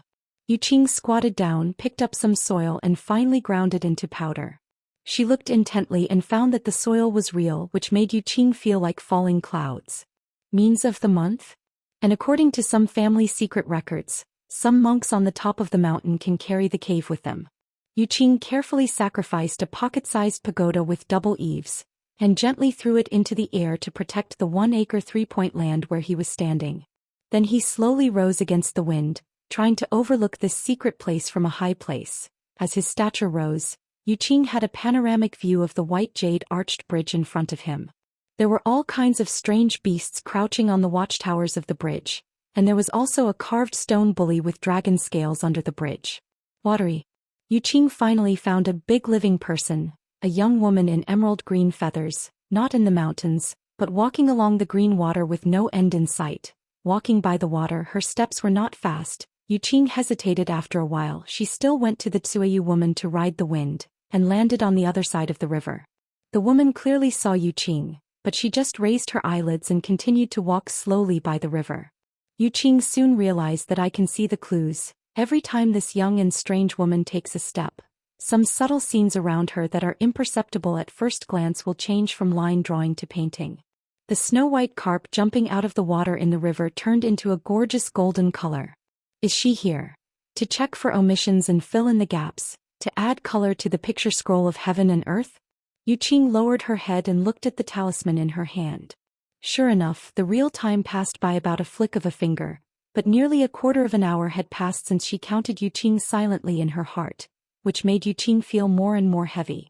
When she got up, the woman on the other side turned her head. She had a beautiful face that was still white and tender, but there was a dead silence in her eyes. When she stared blankly at the incomparably fresh Yu Qing, the expression on the woman's face was extremely complicated. Ridicule, pity, envy, hatred. Yu Qing endured the strangeness in his heart and asked, "Dare to ask your friend's name?" The woman said hoarsely, "You can call me Su Jiaoqia. The real name of the monster race is Xiaoxing. I come from the wilderness. One mind is trapped here and there are already 12,000 fingers." Yu Qing was puzzled. According to the other party's count, it was only 12 hours a day and night. The woman who called herself Su Jiaoqiu suddenly contorted her face as if she had guessed the other person's thoughts. She put her fingers on her cheeks.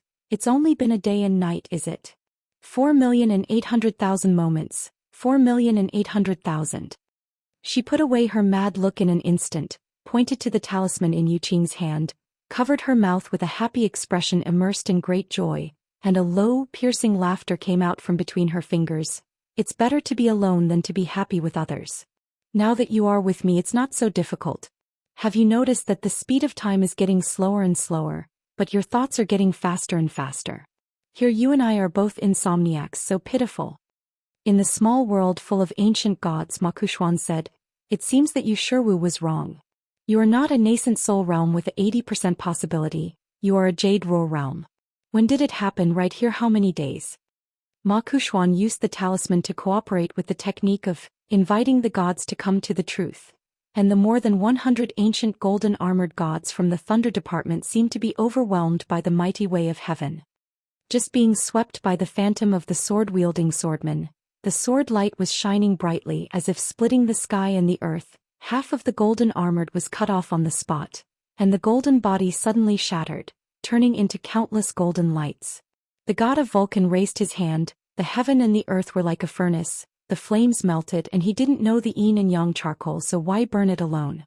In the blink of an eye the world is clear. Ma Kuxuan didn't care about this. Qin Pingon regretted, it's a pity that these golden body fragments are fake. Ma Kuxuan, aren't you very capable? Why don't you just invite the real bodies of these gods? The scene of Zhou Xian receded like the tide, and the two returned to the real situation. Ma Kuxuan sat back on the steps at the gate of the temple and Qin Pingon stood on the square. Ma Kuxuan said with a smile, didn't it mean that Qin Yingguan was specially retreating for me without the Jade Roar realm by his side, relying on the dual status of nascent soul realm sword cultivator and 10-realm martial artist? He still felt that this time of revenge he walked into Yongjia County alone. Is it an unreliable thing? Qin Ping smiled and said, you have such a big face. Ma Kuxuan glanced at the outside, and saw that the real situation of the entire Ma mansion had already fallen into a state where time and water stagnated. Ma Kuxuan asked, the natal supernatural power of your flying sword can control a long imitation river of time? How much area can it cover? How long will it last?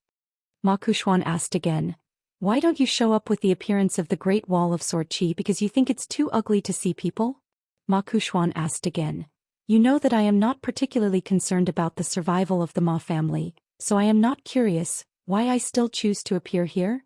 In fact, Ma Kuxuan doesn't like to chat with people, but this fellow from the same age in front of him is the only exception. Ma Kuxuan sighed, why are you starting to be dumb again? Ma Kuxuan stood up, then play with you. Qin Pingon finally smiled and said, then play with you anyway more than once. Ma Kuxuan twitched the corners of his mouth. I lost twice to Chao Ci and then I lost 3 times to Chao Ci. Qin Pingon, don't think that now that you have a few more identities you can get back the game. Qin Pingon asked suspiciously, you won't sneak into the fairyland, right? Ma Kuxuan suddenly said, you have guessed all of this? Lord Yingwen's mind is really bright, no wonder he can sit in the summer palace. Qin Pingon was silent. Ma Kuxuan smiled and said, is this why the praying mantis catches the cicada and the oriole follows? Qin Pingon seemed to want to show a panicked face but suddenly smiled. I won't pretend, I won't act, I lied to you twice, am already very sorry. Ma Kuxuan stretched his waist and walked down the steps. Qin Pingon said, by the way, what a coincidence, my natal flying sword is called the bird in the cage. While speaking, Qin Pingon had a bright red robe on his body. In the courtyard, Ma Yan and Qin Zheng and the green shirt had everything to say, especially Ma Yan, who claimed that even if he was misunderstood by Qin Shanzhu, since he couldn't argue, he was willing to use his own life in exchange for Qin Quan's life. Qin Zheng suddenly knelt on the ground, singing like a husband and wife, and immediately followed up with a sincere expression of heartfelt words. Qin Pingon, if you think that your mother's death is also related to us, then I will pay you another life. Just beg you let our Ma family go, please don't blame others. Qin Ping turned a blind eye and just said with a smile, why do you continue to procrastinate, what's the point? As he spoke he took out a few flying sword messages from his sleeve and crushed them all. It's probably useless to bring in reinforcements. A maidservant in Xingyi rushed forward to Qin Pingon without any warning.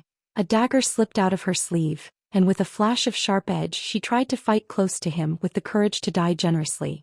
Another sword servant jumped forward, stretched out his hand in the air, and controlled the long sword on the wall in his hand, and slashed at the head in the green shirt.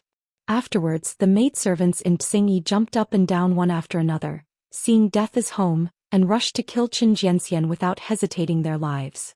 Qin Pingon raised an arm, put his fingers together and in an instant, cut off a dozen maidservants in Xingyi. Their bodies fell to the ground, and the courtyard was covered with blood, which was horrible.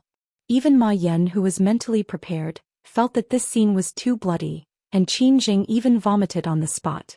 Qin Pingon said indifferently, "As a dead man, you will die if you ask for it. You asked for it yourself." Qin Jing lowered his head and bent over, retching unceasingly, seemingly losing his composure, but the woman was secretly in high spirits. In the roadside wine shop on the other side of the Xiao Mountain, the worried mountain empress Song Wei drank by herself, absent-minded. The heavy rain was pouring, the day was as dark as night, and the raindrops hit the windows in a hurry, making the noise like a new ghost. In such a bleak scene of the rain curtain on the road, two guests unexpectedly came, a tall man with thick eyebrows and big eyes, and a graceful and elegant young man in Confucian shirts. After taking off the bamboo hat, Song Wei glanced at the road outside the house, and saw the young man with the appearance and demeanor of a banished fairy, holding a very handsome white horse for feet in the wind and rain. Song Wei pointed to the wooden sign at the door and said apologetically, "Both guests, I'm sorry, the shop is closed and no guests are welcome." The tall man stepped across the threshold first and said with a bright smile, "Just looking for a place to hide from the rain, we bring our own drinks and wait for someone here by the way. If we are not allowed to enter, we will go back and wait outside the door." On. The mild-mannered young man in Confucian shirt reached out and took off the wooden sign at the door, casually threw it on the counter and said with a smile, "Since it is open for business, there is no reason not to make money." Song Wei was hesitant, and it could be seen that these two people were not easy people. After all, she is a local mountain god and the shop is located near Xiao Mountain. If she can't tell the level of someone's realm, then there is only one possibility, and it must be a person who has accomplished Taoism. The tall man raised his chin towards the counter, and the young man in Confucian shirt went behind the counter and took 2 jars of wine from the shelf. Song Wei was an eye-opener. "Is this what you call your own drinks?" Immediately afterwards, a graceful young woman walked in, wearing a wooden hairpin with cloud pattern on her hair, wearing a cotton dress and stepped on a pair of embroidered shoes. She came out of the torrential rain, but the embroidered shoes on her feet were spotless. She and the mountain empress introduced themselves with a smile. "My name is Gu Lingyan and I am my young master's liaison girl." Gu Lingyan turned against customers, went to the backyard and brought a brazier over, then took a large bag of charcoal and put it at his feet, poured it into the basin with a rustle, lowered his head and took a breath, and the charcoal lit up the fire. She picked up the iron tongs, skillfully moved some old ashes and pressed them on the charcoal fire, leaned forward, stretched out her hands to warm the fire, gently shook her white hands like snow, raised her head and smiled and asked, "Madam the shopkeeper, there are taro in the shop. Is it zongzi or zongzi? I want to keep warm here while cutting window grills and packing shoe soles." Song Wei shook his head. "I thought this was the person they were waiting for? Now that it's her time, what's next?" Gu Lingyue looked at the mountain lady who was sitting alone at a table and said with a soft smile, "Ma'am, yours really big and your waist is too thin. You sit on a long bench, buttocks. Looks more plump if you get up at night and sit on the toilet, tskdc." Song Wei became angry from embarrassment, and just because she couldn't distinguish the identities and backgrounds of the few of them for the time being, she forcibly restrained her displeasure. Lu Xianying spit out his drink on the spot and quickly apologized. I'm sorry, I'm a thin-skinned person, I haven't seen the world, so I don't want to hear this." Gukin looked calm. Gu Lingyan said one lady at a time. Mount Zhe was renamed Xiao Mountain. The change sounds really nice. It changed from vulgar to elegant at once. However, I heard that Xiao Mountain is under the jurisdiction of Lujiao Mountain, the crown prince of Xia Mountain. Changshan God, who is so tall that he can't be taller, seems to have lost his official title. It's just what happened in the past few days, ma'am. Do you have any inside information? You might as well tell it and listen. Just treat it as a meal for my son. It's also considered great hospitality. Song Wei's face was ashen and he said in a deep voice, "Miss Gu, I don't care what kind of teacher you are, what kind of realm you are in this Shishan region. Please be careful with your words, and be careful that misfortune comes out of your mouth." According to the division of the Confucian Temple's landscape genealogy, Lujiao Mountain Changfenghan, the mountain of the crown prince of Izhou Shishan, is a third-rank god. It stands to reason that to deprive such a high ranking of the orthodox official status, a resolution needs to be passed by the Confucian Temple of China and the Dali dynasty. Even if Tong Wenchang is Chong Feng Han's immediate boss, he has no right to dispose of such a high-ranking mountain privately. Therefore Tong Wenchang, who was newly promoted to be the great god, did not follow the rules at all. Therefore not only Chong Fenghan has submitted an ultimatum to the Zhongtu Confucian Temple to appeal, but it is said that most of the chief officials of the 20th Division of Lujiao Mountain have jointly submitted a document to the Dali dynasty. Whether it can keep the old position is hard to say for the time being. After all, Tong Wenchang has just been promoted to the king. The Confucian Temple and the Dali Song clan must consider this point. But generally speaking, the greater possibility is a compromise. Lu Jiaxian, after receiving orders from the Zhongtu Confucian Temple and the Dali Ministry of Rites, Chong Fenghan's rank will be relegated to several levels. However, one possibility cannot be ruled out. Tong Wenchang suffered a big somersault. Chong Fenghan and Lu Jiaxian did not change at all, but Tong Wenchang's prestige fell to the bottom. No matter what the situation is, before the Confucian Temple has given a final conclusion, in this Aquarius continent, Song Wei really does not believe that there are a few Qi practitioners who are qualified to speak sarcastic remarks about Chongshan God in the territory under the jurisdiction of Lujiao Mountain. Gu Lingji sneered and said, "Why bother to struggle to the death? It must be a situation where the tree fell and the monkeys scattered. To file a complaint, who is the complaint? Is it a complaint against Tong Shinjun or Qin Shanju? Don't just send the complaint paper directly. Qin Shanju has it. It's interesting just like some bridge passages written in some books." Slapping the gavel, angrily scolding anyone in the hall. "Dare to sue the official?" Gukan said, "Okay, it'll be your dumb." Gu Lingyu carefully looked at Gukan's face. He was not angry and there was a smile in his eyes. Lu Xianying began to speak from his heart. "Why do you have to call Pei Qian? She is Qin Pingan's junior. What's the point? Our two worries are different." "How to say? You are worried that he will encounter an accident. I am not worried about this at all. I am only worried that he will be caught by people if he is over there and will be bitten by mad dogs. Qin Pingan is doing things, there is nothing to worry about. It's different this time. What are you afraid of? Brothers fighting tigers, father and son soldiers in battle. Qin Pingan still has us." Gukan was silent for a moment. "Lu Xianying, do you know what I envy you the most?" Lu Xianying's eyes lit up. "Tell me about it." "I have the biggest shortcoming, which is that I don't know my own strengths." Gukan said, "In life, people don't use their brains at all, they only rely on their intuition to eat." Lu Xianying waved his hand. "I'll tell you something, don't spread it, Blacksmith Wan is already in fairyland." "I can tell." Lu Xianying wondered, "Which I saw it?" Gukan sneered and said, "I'm different from someone who only knows how to practice swords. And I've also learned a little Qi watching and superficial deduction. Aptitude is good, talent is high, and there is no need for two things. There is no need to learn those messy heresies. Is there something wrong?"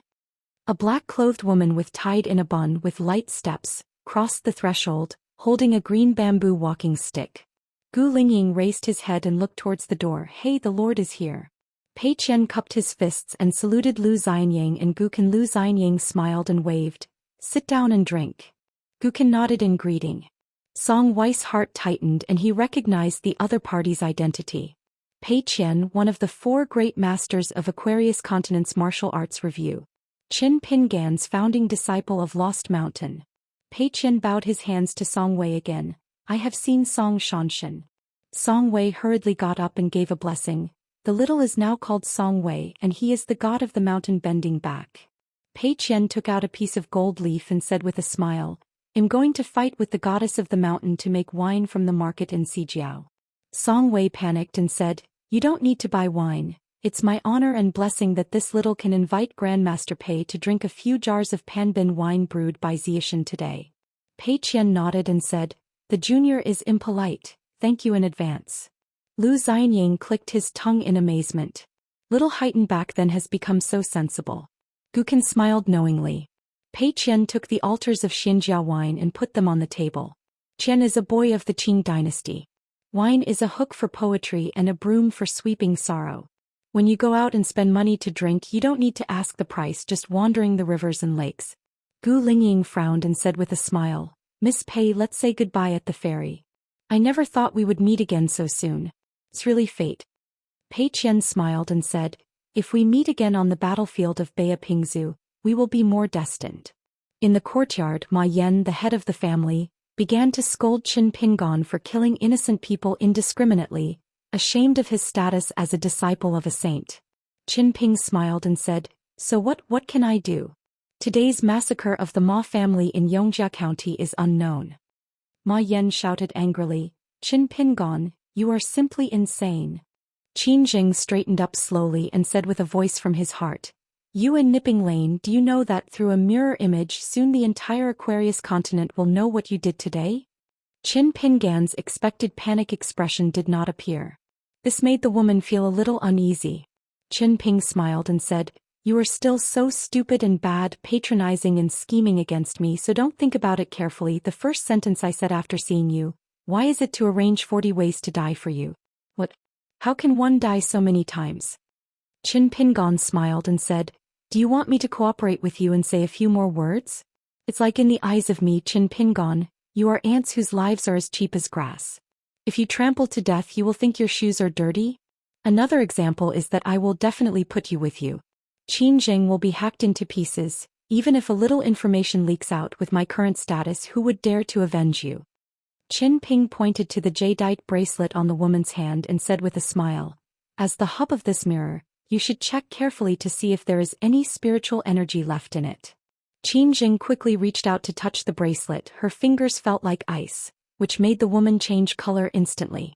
Qin Ping waved his sleeve casually, and the blood of the severed corpses on the ground flowed slowly into them like ebbing tide, and those severed corpses began to retreat into the air one after another, and the daggers, long the sword was put back into the hands of the corpse, and all the trajectories were exactly the same.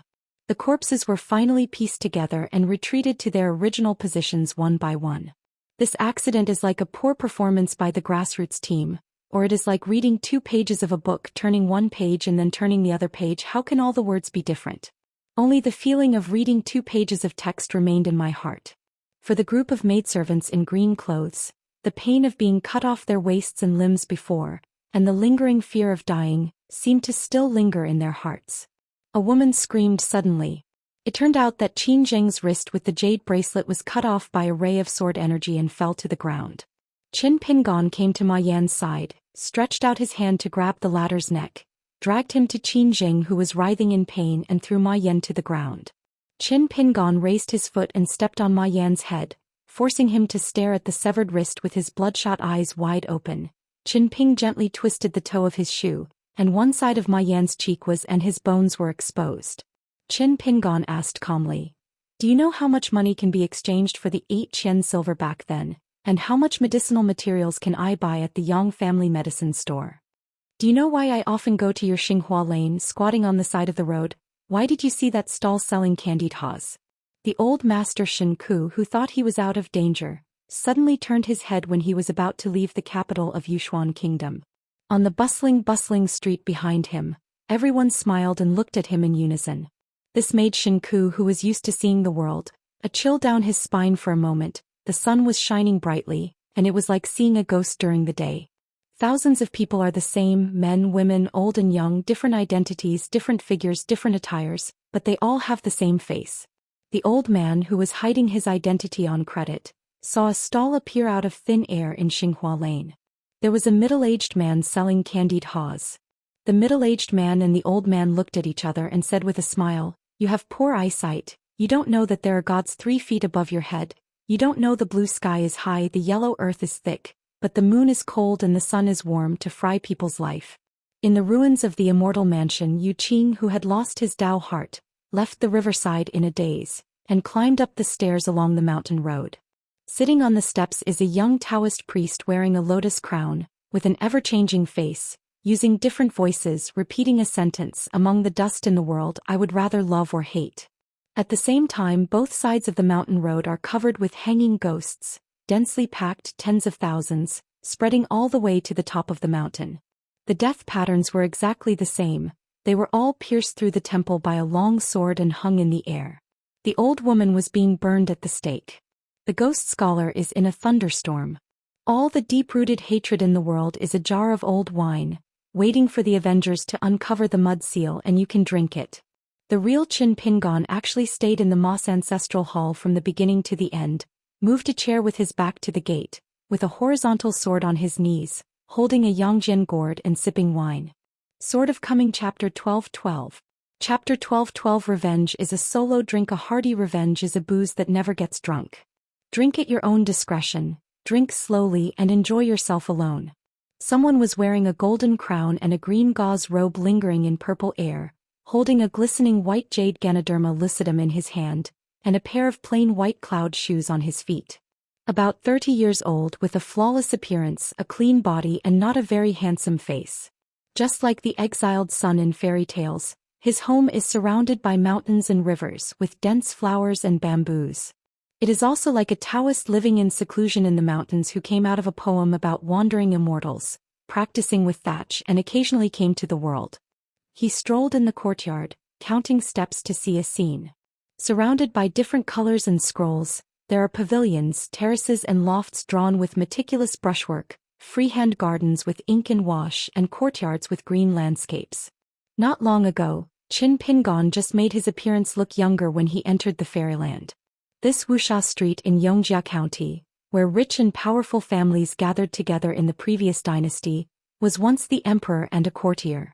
In addition to this old prime minister's mansion, there are two adjacent mansions, both of which have changed owners.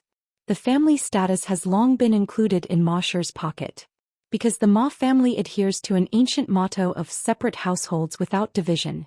Division of households means demolition of households. After settling here for nearly 30 years, they have never divided households and households, and they are not allowed to set up household registrations and divide family wealth.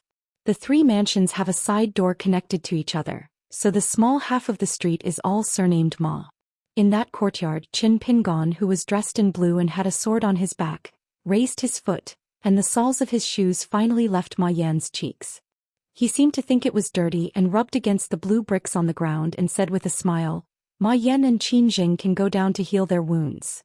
Broke his wrist and the several golden sore medicines secretly handed down by the old Master Shen probably don't work anymore. The several rare panacea in the shaped cabinet in the warehouse of Ma's secret room, together with the plaster from the Yang's medicine shop, may be sent if you need it, remember to use it sparingly. After all, ointment is a rare item that can be used less than one bottle. With luck, Pu Lu, an old fairy in the nascent soul realm, can use the deadwood rejuvenation technique of the doctor. Take it back, Ma Yuemi, you can leave with your parents. Remember to call Ma Che, Ma Chuan and Ma Bai over just 3 for 3. Ma Yuemi squatted down, tremblingly picked up the severed wrist still wearing the jade bracelet. She stood up, staring at the green shirt. Ma Yan supported Qin Jing, who was almost fainted, and staggered out of the courtyard. Ma Yan did not forget to remind Ma Yuemi to follow quickly, and hinted with her eyes not to be impulsive. Seeing that the woman didn't move, Qin Pingon asked, "Can eyes kill people? Otherwise you stay there, stare at the place with your eyes wide open and watch for a while? Can you watch the murderer?" Ma Yumi's eyes were filled with deep hatred and she said, "Qin, you either kill me today or I will let you and your Luopashen for the rest of my life." Before Ma Yuemi could finish his harsh words, Qin Pingon smiled, put his fingers together and swiped at the woman lightly. The sword light was bright like a wire-cutting tofu. Ma Yuemi, who looked astonished, lowered her head in a daze. The sword light cut Ma Yumi's body in half obliquely, and her stomach and intestines slid all over the ground, even with a faint white mist and heat. Those maidservants in Tsing-yi who had died once before, when they witnessed such a disgusting horror scene as bystanders, most of them began to bend over and vomit. Sitting on the steps, Qin Pingon took out a booklet from his sleeve, opened a page with his head down, looked up at the tragic situation not far away and said with a smile, "Revenge is not a steaming dish, served in a hurry. As long as you don't eat it, it will get cold soon." In the dark, vast and indistinct, Ma Yuemi looked around. For some reason she was already in the Moss ancestral hall, sitting on a chair. Following the voice, Ma Yuemi turned her head to look at the gate, and there was an extra chair, sitting a man in green shirt with a horizontal sword on his knees, with a hosta on his hair, drinking. That, Qin Pingon, was completely different from Qin Zhenxian, who killed people casually while talking and laughing in the courtyard. At this moment Qin Pingon in Ma Yu's eyebrows looked more like a statue of a god. He had no expression on his face, his eyes were indifferent, and he was sitting on the corpse of a god. At the same time, there is an old incense burner on the altar table under the ancestral statue of Moss Ancestral Hall, and each stick of incense, is the name of a moss child. Ma Yueme was also horrified to find the dismembered self in the courtyard, standing beside an illusory ghost Ma Yueme. She was covering her face and weeping secretly. In the courtyard, Qin Pingon turned his head to look at the entrance of the courtyard and reminded, Ma Yen Qinzheng let you take advantage of it, 2 for 3. Within a quarter of an hour, if those two didn't come here seeing me, I will put the blame on you. There is no way, since you are the heads of the family, you have to bear more. The couple hurriedly walked, not daring to stop for a moment. As for Ma Yumai's real fate, whether it is life or death or life and death like a maidservant in Xingyi, they can't care about it for the time being. They can only suppress their hatred and make other plans. After all, the incense of the Ma family in Xinghua Lane belongs to their husband and wife, and even more so to the eldest son Ma Kushuan. Besides, it is like the youngest daughter Ma Yueme or the second son Ma Yenshan. That's all. After that, Qin Pingon stretched out his hand and grabbed a handful of pine needles from a verdant ancient pine tree in the courtyard. He held it gently in the palm of his hand, and then looked at the two maidservants in Xingyi who were the first to attack him. If I remember correctly, are you called Chunwen Chuyun?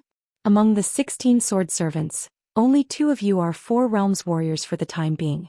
You have a first-class martial arts qualification. It was Qin Zheng's mother-in-law who secretly instructed you to teach you how to be a dead soldier without telling your nominal master Ma Yueme, so that I can confirm my statement that I am killing innocent people here today. I'm just curious, what reward do you deserve? Is it simply that Madame Ma has adopted you orphans, so he must humiliate his ministers and die? The 2 young girls are dressed in the same silk, satin and green clothes. They only have their own ingenuity in the details. Among them, the maid named Chunwen has a light body and wears a crown of white horns. She is known as the Maid of Yushuan Kingdom. The Xingyi sword attendant named Qiu Yun had a plump and heavy figure. She lowered her head at the moment, and she didn't even have the heart to look at that Qin Jianxian. The girl with the white-horned crown gritted her teeth and said, "This servant only hates that I am low-level and can't hurt Qin Jianxian at all. Even if I want to fight to the death, I can't do it." Qin Ping said with a smile, "This is not accurate enough. If you die, you have at least half done it." Between the words, with a flick of the fingers, an emerald green pine needle pierced through the eyebrows of the maidservant with the white-horned crown as fast as a flying sword. Qin Ping looked at the detailed records of the 2 Machuan children in the account book in his hand, smiled, turned his head to look at Qiu Yun and said, "I'm worried that Ma Yen and Qin Zheng are forgetful. You have always been close to Machuan. You must, if you don't want this favorite lover to die inexplicably, then please trouble Miss Chuyun to come and win a chance for that Mr. Ma. But remember, don't reveal the inside story of this place, don't say a word, or don't blame me for sending you to make a pair of desperate mandarin ducks." Qiu Yun had the courage to leave Ma's patriarch's study and reception room. Sure enough, the unpredictable and cruel Qin Jianxian did not continue to embarrass her. At the same time, the sword attendant wearing the white-horned crown returned to her original appearance again. She stretched out her fingers subconsciously in a trance, and rubbed the eyebrows that should have been pierced by a pine needle. In such a short period of time she died twice, which made her murderous aura suddenly diminished, but she still forced a breath of pure true energy, deliberately making herself look murderous, and said in a deep voice, "Is this what Qin Jianxian is capable of? To kill or cut is nothing more than a nod, not to mention flying swords repeatedly killing people. It is a mountain of knives and a sea of fire, cooking in an oil pan. Qin Jianxian just uses them one by one, begging for mercy with you even if I have no backbone." Qin Ping closed the account book, smiled and said, "You don't lose, you have a good heart. You are still young and your martial arts level is not enough. Now it is just Ma Yumai's help. Wait until you learn the 7 or 8 costs of old Master Shen. It is estimated that in the future he will be the powerful accomplice of the Ma family in Yongjia County, specializing in some shady activities, or traveling at night, eradicating dissidents, or hindering the immortal masters in the family to worship." The maidservant with the white-horned crown said with a stern face, "Even if I become a ghost, even if I crawl, I have to climb to Qin Jiangxian's hometown, and go to that downcast mountain to avenge my revenge." Qin Pingon squinted his eyes and smiled, nodded and said, "It's easy to say. You should be satisfied in life. You should repay kindness and revenge. Enemies and avengers, both sides rely on their own abilities. It's just a senior who has gone through many rivers and lakes. Let me tell you a principle of the world: when the situation is not in control, young people should not speak fiercely, and their eyes should be fierce. It's okay, pay attention in the next life. In an instant, another pine needle pierced through her eyebrows with strong piercing force. It brought the maidservant in Tsing-yi to hit the wall, slumped on the ground and died. The maidservant in Tsing-yi raised her head. The world was dark, the wind was blowing and it was biting cold. She looked around in a daze and it was an extremely strange scene, lonely and lifeless. Is he really dead this time? Already in Huangquan Road? Will there be the so-called ghost gate in the book next, Mingpa Bridge? She was standing in the middle of a muddy road after a heavy rain. At this moment she turned her head and saw a poor old woman riding a fine horse. The saddle and bridle were extraordinarily gorgeous. It is carefully raised by a wealthy family, and ordinary people must never own such a thing that is not easy to come by. Seeing the maidservant in green clothes on the road, the old woman hastily tightened the reins and stopped the horse beside her. With kind eyes, the old woman leaned into her body slightly and asked in a low voice, "Where does the girl want to go?" The maidservant in Tsing-yi, who was given the surname Ma and the name Wen Chun, asked in a trembling voice, "Old lady, do you dare to ask that this place is on the road to the underworld?" The old woman became more gentle when she heard the words and said with a smile, "The girl went back to her mother's house to visit her relatives, and she was separated from her relatives? Could it be that she was wet by the heavy rain and became dizzy, so she uttered such nonsense? Girl, the rain will stop, the road is rough and difficult to travel, the mountains and forests here have been plagued by tigers since ancient times. It is not suitable for a girl to travel alone. It is better to follow me to the humble house for a rest, and go early the next day, so you have to take it easy." Pretending to be a ghost. "I want to see if you are a ghost, so you dare to play tricks here." The maidservant in Tsing-yi twitched the corners of her mouth, tapped her toes and moved a stone on the road. The stone pierced through the air, whistling like a wind, and flew towards the heart of the old woman sitting on the horseback. In the mud, breathless, the maidservant in Tsing-yi lowered her head and looked intently. After some hesitation she moved slowly, twisted her wrist, slipped out a dagger from her sleeve and held it in her palm. The weak old woman who was killed in a single blow suddenly opened her eyes. Blood was flowing from her heart, but she got up slowly, wiped her dress. It became more and more dirty, sighed, had to give up and said hoarsely, "Little girl, let me advise you with good intentions. Why are you not afraid of killing innocent people by mistake? Even if you suspect that I belong to ghosts and gods, you should stay away from it." The old woman looked down at the empty wound, didn't care, just continued to babble about the old man. "Little girl, listen to a word of persuasion. The heart is Futian. If a person's heart is broken, weeds will be broken 1 year's harvest. If there is no harvest for 1 year, you have to pay someone on credit, and you have to pay interest on the credit, so debts add to debts, hardships add to hardships, and the cycle repeats. When will it be the end?" The maidservant in Tsing-yi couldn't listen to these annoying nonsense, so she kicked the old lattice whole head away. The old woman's head was rolling in the mud and she repeatedly murmured, "It's wrong again." The next moment, the maidservant in Tsing-yi found herself standing in the middle of the road again, and a horse was approaching slowly in the distance. The old woman stopped the horse again with a gentle face and asked in a low voice, "Where does the girl want to go?" Without waiting for the maidservant in Tsing-yi to reply, the old woman steered the steed and raised its hooves high, instantly trampled a hole in the latter's heart, causing the maidservant to fall to the ground in pain. The old woman still looked peaceful, then slowly got off the horse and waved the whip in her hand. With a crackling sound like thunder, the head of the maidservant in Tsing-yi was severely broken, thrown high, and fell heavily to the ground. The maidservant in Tsing-yi followed the tumbling head. Her eyes switched indefinitely, either blue sky or yellow mud. The old woman had a gentle voice like her own elders and gently advised, "Girl, is it still wrong?" The next moment the maidservant in Tsing-yi stood in the middle of the road again, horseshoes bursting from far to near. The old lady rode up again as if reining in a horse on a cliff. She stopped her horse and asked with a smile. Ma Chuan and Ma Bai are half-brothers with a year difference in age. They are both in their early 20s. One is tall and thin, the other has a black face and short beard. They have very different appearances and figures. The two brothers are Ma Xiang, the leader of his generation, has fame and fame. Unlike Tan Hualang, who Ma Yenshan asked his younger sister to take the exam on his behalf, Ma Chuan is a serious scholar who was born as a student of the Imperial College. As for the younger brother Ma Bai, he is just dwarfed by comparison. If there is no comparison, he is regarded as a handsome man among the rich and powerful families of Yushuan Kingdom. the maid Chuyun, who had an extremely ugly face before, found them. She didn't say the specific reason, but said that the patriarch had ordered them to come here immediately. Ma Chuan wanted to ask about the inside story, but Chuyun was different from her usual gentleness. She just bit her lip and didn't say a word. Along the way, Ma Chuan deliberately slowed down, walked behind his younger brother and then went to hold her hand, but was gently pushed away by Chuyun, which surprised Ma Chuan. He is sharp-eyed and he is an old Jianghu. Just by the way a woman walks, one can tell whether a woman is a virgin. Chuyun is also one of Ma Yumai's most important confidants. No matter how bold Ma Chuan is, he will not dare it ruin her future in martial arts.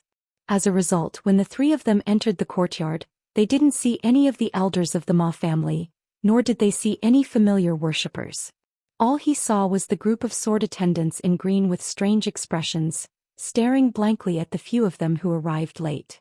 Ma's longhouse encountered an earth-shaking turmoil. The head of the house, Ma Yan, was kicked and the housewife, Qin Zheng, even broke a wrist, but for the time being the adjacent mansions with two houses on both sides were not affected. Ma Chuan and Ma Bai saw only one unusual place. A man in blue shirt with a sword on his back, sitting on the steps with a book in his hand. Is it a certain family member of Yushuan Kingdom who has become famous in the government and the public, and the patriarch wants their brothers to come here to learn from this person? Ma Chuan bowed and said, "Dare to ask, brother?" Qin Ping waved the account book in his hand. "You don't need to be too polite, fellow villagers see fellow villagers. Let's talk in detail later and wait for the next champion prodigy Ma Che appointed by the imperial court." Ma Chuan smiled as usual. Ma Bai looked a little displeased. This kid really knows how to put on a show. He dares to show us the Ma family that he is shameless in this capital. What is the meritorious deeds of the nobles and the sons of the generals and ministers? I heard that in the past few years, His Majesty the Emperor and the Empress, under the of the state teacher, left the imperial palace in microservices, and came to stay here in Ma's mansion. They ate Ma's private kitchen dishes and the Empress was full of praise. She begged it is true that His Majesty rewarded several pieces of the study for Mrs. Ma, because those few things are now enshrined next to the shrine in the family ancestral hall. It's a pity that at that time the head of the family only let his son-in-law and Ma Che pick him up, and the rest couldn't witness the Emperor Longyan with their own eyes. Ma Chuan used the method of gathering voices to form a line. Ma Bai, this person is probably a disciple of the Immortals on the mountain, a son of the rich and powerful in the capital. I don't seem to have such a number one person in my impression. Ma Bai nodded. He was able to cross the threshold of the Ma family, rich or noble. The man in front of him, since he showed up with a sword behind his back, he must have something to rely on. He is also a martial artist who has learned martial arts from all over the world. Poor in literature, rich in martial arts. Brothers, both of them have good muscles and bones that have been soaked in medicine jars since they were young, and they whispered to their elder brother by gathering their voices. Together, looking at the weather, it is not bad and the breath is long. It looks like a practicing family, not like a person cultivating Taoism on the mountain. Could it be Master Shin's direct disciple in Jianghu? Ma Chuan looked at the blue-clothed swordsman again and said calmly, "It is indeed possible." Inside and outside the capital as well as in the court and the public, Ma Chi's attention was attracted by Ma Che, but inside the Ma's ancestral hall, the two brothers were recognized as both civil and military. In the words of a certain uncle, in the future our Ma family, Ma Yenshan, who is addicted to alcohol and has no business, will definitely be unreliable, and the two brothers must be the ones to take the lead. It's just that the two of them have always been hiding their clumsiness, and when they left this Wuxia street they didn't show the mountains or the water. The last young man who came to the courtyard had a completely different demeanor and appearance from Ma Chuan and his brothers. His face was like a crown of jade, facing the wind like a jade tree, and the young man looked solemn. Qin Pingon smiled and said, "He is a master without joy or worry." It is indeed the place where the Ma family's cultural movement in Yongjia County is concentrated, and he is also a man appointed by fate in the Green Sarong. He has a bright future. It's just that the young man doesn't know the reason why he is full of blood and has a knife on his forehead. Qin Ping stood up, took the pamphlet and patted the long coat casually, walked down the steps, stepped out and came between Ma Chuan and Ma Bai. Wearing a green shirt and long coat, he was already standing behind the two brothers, reached out and grabbed the tops of their heads and twisted them lightly. The two heads clicked almost simultaneously, and the two heads were turned directly from the front to face after walking behind. The two brothers who died in an instant just stared at the handsome young man at the gate of the courtyard. Ma Che. The handsome young man who was supposed to be calm and relaxed suddenly wet his crotch. A smell of urine began to waft from the gate of the courtyard. Ma Che only saw the blue-clothed swordsman who turned his head and looked at him with a smile, let go of his fingers, and the two dead men with broken necks drooped their heads limply. The man in the blue shirt turned his two heads around with a smile on his face, so that the backs of the two brothers' heads were facing the dumbfounded Ma Che at the gate of the courtyard again. You are Ma Che, you are very courageous, you have to think about it later. Do you want to be an official in the Temple of Yushuan Kingdom? National teacher, minister of the Ministry of Rights? Or do you want to be a son-in-law first? I heard that your son-in-law in Yushuan Kingdom can be an official. His Majesty's favorite princess Yuqing went to Jiqing the year before last. Watching the burning of incense coincided with an elegant gathering of celebrities. Ma Che, who was the youngest and most eloquent, fell in love at first sight, but it was a pity. Woman. After all, he was a young man who only read sage books, and Ma Che was already pale and sweating. Qin Ping smiled and said, Do you know why Ma Chuan and Ma Bai ended up like this? Answer carefully, don't be like Ma Kushuan, that big fool who likes to pretend to be smart. If you answer wrong, I will slow down your head. Turn around slowly. Ma Chi's body trembled uncontrollably, and the boy said with an unconcealable cry, because they often call friends and go to other countries to participate in a kind of hunting game, they like to pretend to be horse thieves and bandits, run amok and do evil, go to many times, many people were killed, the specific number I don't know, I really don't know. Qin Pingon asked with a smile. How do you, a scholar who doesn't hear anything outside the window, know about this kind of secret? Ma Che didn't dare to hide, he poured beans into the bamboo tube and said, Ma Bai's intentions are sinister and he wanted to drag me into the water, but I refused. Qin Pingon said, There is a lack of righteous speech, you have to change it to say I just refused it. Marcher could only chatter his teeth and repeat it obediently. The young man complained incessantly, Why hasn't anyone rushed to this place to immediately take down this killing and bring him to justice? Hasn't our Ma family been in contact with each other in recent years, and has a relationship with the Daoist Immortal Master on the mountain? Qin Pingon asked, Have you ever killed anyone? Marcher shook his head vigorously. Qin Pingon asked again, Does the young man want to kill someone? Marcher still shook his head. Qin Pingon asked with a smile, Do the reading seeds dare to kill people? Marcher still shook his head. Qin Pingon smiled and said, As a sage and gentleman of Guanhu Academy in the future, do you think Ma Chuan and Ma Bai should die? Ma Che said without hesitation, They have done a lot of evil, they deserve to die. Stead anyway.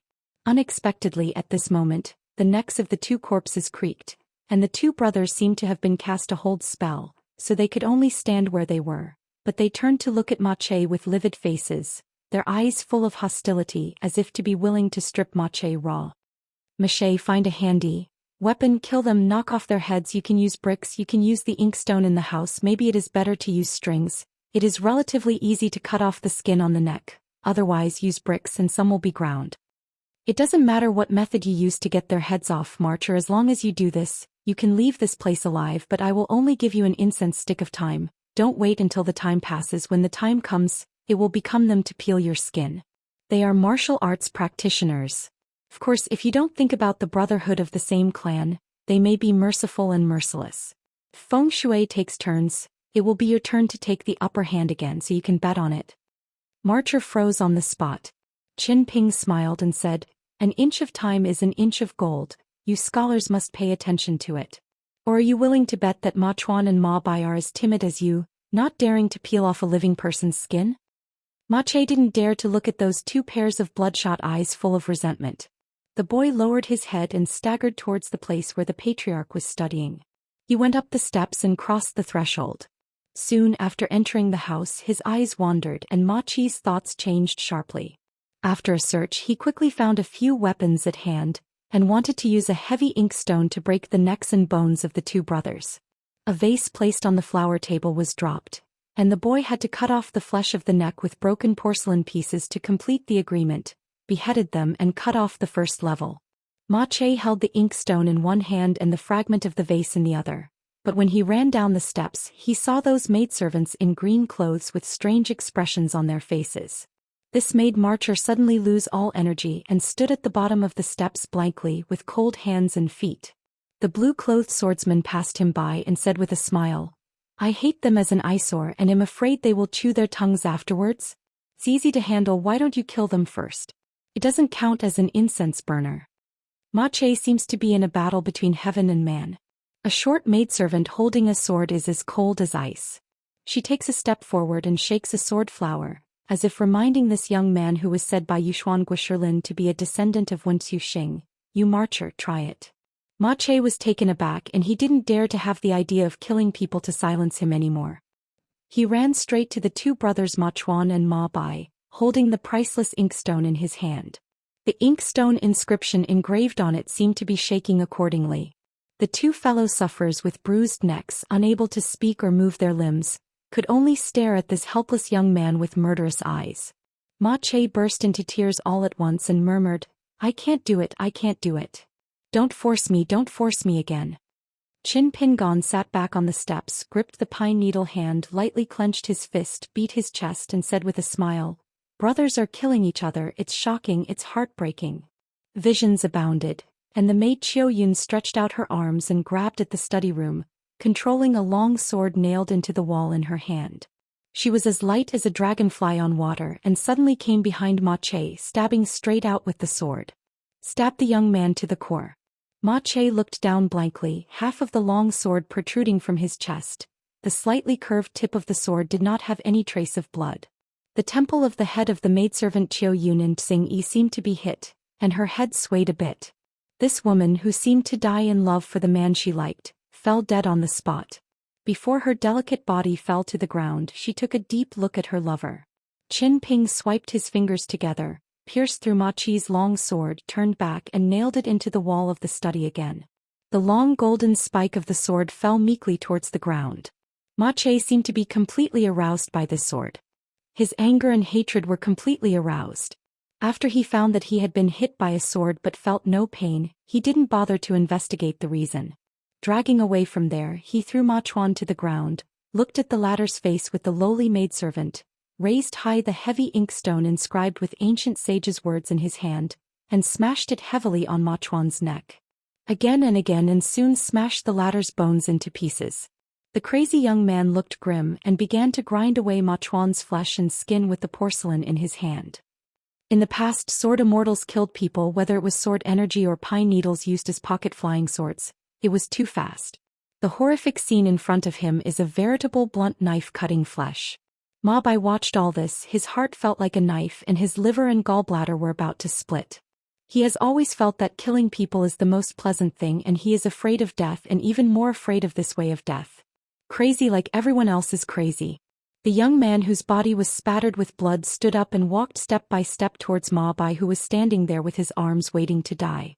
In the courtyard, some blue-clothed maidservants almost vomited all the bitter bile water, raised their heads one after another, and looked tremblingly at the green-clothed sword fairy who had a focused but indifferent expression on the other side of the steps. At the roadside wine shop in Jiao Mountain, after Pei Qian sat down, he asked directly, "Why did you call me here this time? It's better to be busy with business first and then talk about the old days." Lu Xianying has always had the virtue of sitting without sitting. He stepped on the bench with one foot, shook the bowl and said with a smile, "It's Gu Kan's intention to call you over to help out. If it's just according to my idea, why is there such a need to mobilize the crowd? Otherwise it would be too embarrassing to the Ma family in Yongjia County, and they don't have an ascendant to sit in the house. Gukin is worried that your master is in the Ma's house and one of them can't stop him. The tragedies in the romance novels are full of people, cutting grass and roots, not to mention people, even the chickens and ducks that lay eggs in the Ma family are slaughtered, maybe even the eggs of chickens and ducks that were picked up in the kitchen are smashed myself." Pei Qian couldn't help laughing. How could master do such a thing? But Lu Xianying and Gukin sitting here today still made Pei Qian feel at ease, so he toasted them with a bowl of wine. Gukin picked up the wine bowl, took a long gulp and said, "I never said that." Then Gukin added, "But I really think so." Lu Xianying said, "So Gukin is worried that the two of us will not be able to stop Qin Pingon. If you are present, maybe Qin Pingon will care about his status a little bit, and want to maintain master's face and be a good person on your side so as not to kill the red over there. Blind." Pei Qian hesitated for a moment and said honestly, "Then you have found the wrong person. I will not stop master from doing anything. I will only go to the chicken coop and duck pen to help pick up eggs, and see if there are any fish that slip through the net." Lu Xianying choked for a moment, squinting at Gukin. "This is the helper you found?" Gukin was very happy. She did not misread Pei Qian. She liked her very much. "Up and down the mountain, walking alone in the rivers and lakes, you can provoke me, but I don't care because Pei Qian is the master's disciple who came from Luoba Mountain. But if you dare to provoke my master, then Pei Qian is the master's first disciple. You can also try the boxing that was fed on the second floor of the bamboo building back then." Lu Xianying asked with a smile. "Little slug, do you know what your greatest strength is?" Gukin said, "My biggest advantage as a person is that I know that I have many shortcomings." Lu Xianying put the words on his lips and drank down his stomach with wine. Gu Lingyu, who was sitting by the brazier, couldn't help but chuckle. She had already taken off her boots and brocade socks, revealing a pair of slender feet like suet jade, with the insteps slightly raised like crescent moons. Listening to a few of them chatting is really interesting. Gukin held the bowl and took a sip of the mountain-mounted Pan-Temple fairy wine, as if he was too lazy to use the means of speaking from the heart, and said slowly, "I have seen Ma Kuxuan with my own eyes, and everyone said that Ma Kuxuan is domineering and his words and deeds are ruthless. Don't worry about the consequences of everything you do. In fact, this guy is not as good as the outside world says. He only cultivates his strength but not his heart. Ma Kuxuan can achieve today's outstanding achievements. He has his own genius and academic ability." Lu Xianying chuckled. "You little slug is the same as that Ma Kuxuan, and you know each other best, so Gukin's point of view is still tenable when talking about this." Of course Gukin knew what Lu Xianying meant, so he just didn't take it seriously. Lu Xianying is not a person who can hide his words, and what he wants to say is on his face. In fact, Pei Qian was very curious about the way her master got along with Lu Zongzhu and Gukin when she was little Heighten. Master and Gukin reunited after each walked out of Shujian Lake. The two sides really won't have any grievances, really won't drift away. Even if they meet, they will have nothing to talk about. If no master was present, would Lu Xianying and Gukin be the kind of close friends who share weal and woe? Would one be putting on airs and the other be a gourd? "The last time I was at Jihuadu in Qingxing country, I was with my master and I had a chance encounter with Gukan and the others, went up to the building to drink. Seemed to be okay.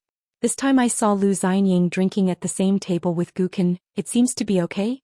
Because of Pei Qian's appearance, Song Wei, the goddess of the mountain goddess, was no longer suitable and did not dare to sit alone at a table and drink.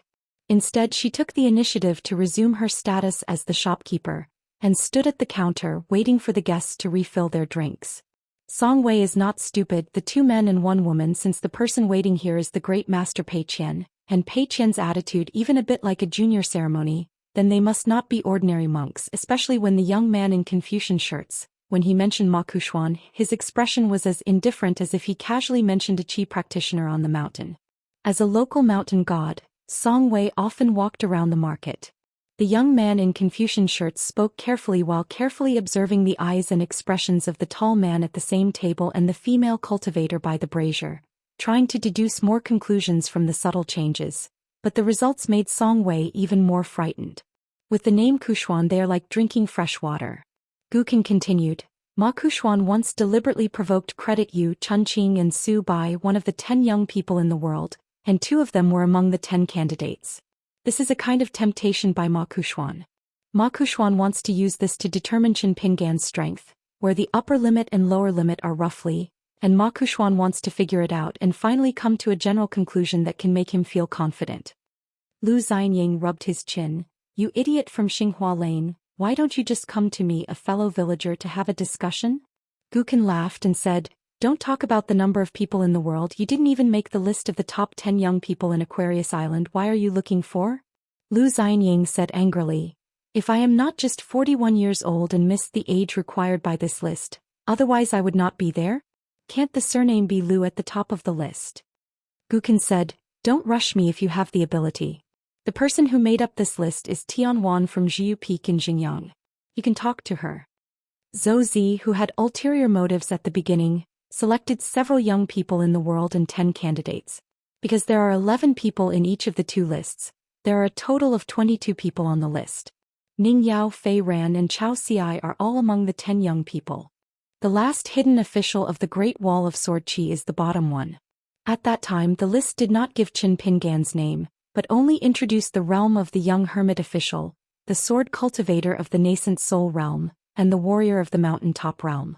This made the young hidden official who was shrouded in clouds and mists a bit like a gatekeeper. It seemed that no matter who it was, as long as he beat Xianxia, he would have the strength to be on the list. Among the 10 candidates are Ma Kuxuan from Jinwu Mountain in Aquarius Continent, Su Bai from Shenzhou of Middle Earth, and Chunqing from Zhuhai Dongtian. Before Ma Kuxuan went to trouble with Credit Moon, it was not really a fight because Credit Moon voluntarily conceded defeat, and Credit Moon is indeed not weak in terms of evasion methods. But Su Bai didn't have such good luck. Even though he didn't want to conflict with Ma Kuxuan at all, Ma Kuxuan didn't give Su Bai a chance to avoid his edge at all. Among the three, only Chunqing seriously fought with Ma Kuxuan, and at the same time Ma Kuxuan was also the most concerned about this fight, just because as the only direct descendant of King Xianxia, Chunqing, the master of Taoism, rode most like Qin Pingan. After all, there are as many as 4 martial arts masters who have traveled to the Bamboo Sea and caves and taught boxing for Chunqing. In fact, from the beginning to the end of this match he steadily suppressed Ma Kuxuan, who was pure green, and in the end he gave this defeated opponent an evaluation that was not considered an evaluation. It roughly means kindly advise, not to learn boxing after you become a pure youth. You are not worthy to lift the shoes of that surnamed Qin. It is better to concentrate on cultivating Taoism. Song Wei's head lowered again and again after hearing those words that were really just idle talk, because she finally confirmed the amazing identities of those 2 men. The second suzerain of Longquan Jianzong, Sword Fairy Lu Xianyang. Guqin in Nipping Lane of Lizhu Cave, the direct disciple of Xing Juzhong in Baidi City. They are both from the same hometown as Ma Kuxuan, who was born in Xinghua Lane. Yes. Only the proud sons of heaven like them can mention Ma Kuxuan with such peace of mind. The kind of indifference that comes out from the bottom of your heart. There is no need to pretend to be loose. Lu Xianyang asked casually, you once fought side by side with the 2 of them. In your opinion, what is the level of Chunqing and Su Bai? Guqin took a sip of his drink. Su Bai's shortcoming is that he fights people against each other and he is not cruel, so his realm should be treated at a lower level. His strong point is strategizing. Generals are what Su Bai is born to be good at. When it comes to the battlefield, on the other hand, when Su Bai dispatches soldiers and horses, he will become extremely hard-hearted. One-on-one, if Su Bai confronts me, he will definitely die. Chunqing's learning is mixed and her talent is indeed good. Among the 10 young people and the 10 candidates, she is the youngest one. It is not without reason. Now Chunqing is only in her 20s. As a pure martial artist, after going through the wilderness battle, it is estimated that she will soon break through the bottleneck of the Yuanyu realm, boxing and martial arts. Proficient in 18 kinds of weapons as a chi trainer, she has long been the bottleneck of the nascent soul realm, the 5 elements Kanyu, the thunder talisman, the organ formation, the shaman to descend the truth, and the ghost control. She is proficient in commanding the gods, hunting, hiding and escaping, and she has a lot of room for growth. Her advantage should be that after entering the ascension state, Chunqing will most likely become a strong ascension with both offensive and defensive skills. Higher than Yexiu Qingmi, similar to my sister-in-law Han Qiao after leaving the Baidi City. I guess the fire dragon real person in Beiju Luzhou will be the ultimate height of Chunqing's future road. If Chunqing with an extra layer of sword repair status, she can be regarded as Qin Pingan of the old porcelain mountain. Lu Xianyang couldn't help laughing. If it wasn't for the last extremely hurtful comment, I would have really believed you, Guqin.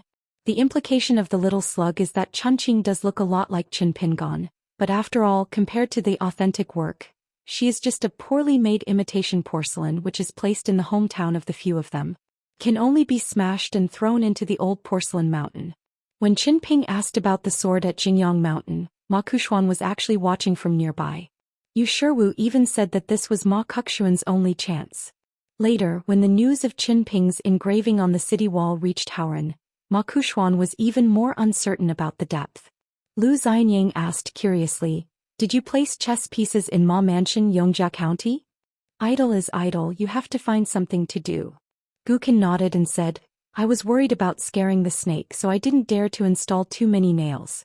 I only threw 3 nails into it and one was pulled out a few years ago. He is a rotten suching old man. Cultivator, he accidentally exposed the clues, so Shin Ku quickly destroyed the corpse and wiped out the traces by himself. As the reward agreed by both parties, his 2 direct disciples are now considered prosperous, and I will find them for each of them. I found a preacher, all of whom were anonymous worshippers of Baidi City, so I even doubted whether this person wanted to die on purpose, because according to the terms I made with him at the beginning, if he accidentally died in Ma's house, his 2 disciples will benefit the most. If I do a fair deal with anyone in the future, I have to make up for this loophole. There is another one that has been completely marginalized. Earlier I worked as an errand in Ma's Xianxia. I was doing well, but I couldn't send any useful news. Now I am in charge of a small bank of Ma Xinzhuang Bank. The remaining one can also be neglected, and it survived only because she was not a chi practitioner. It has nothing to do with whether she is smart or not. Now she is just a concubine of a descendant of the Ma family.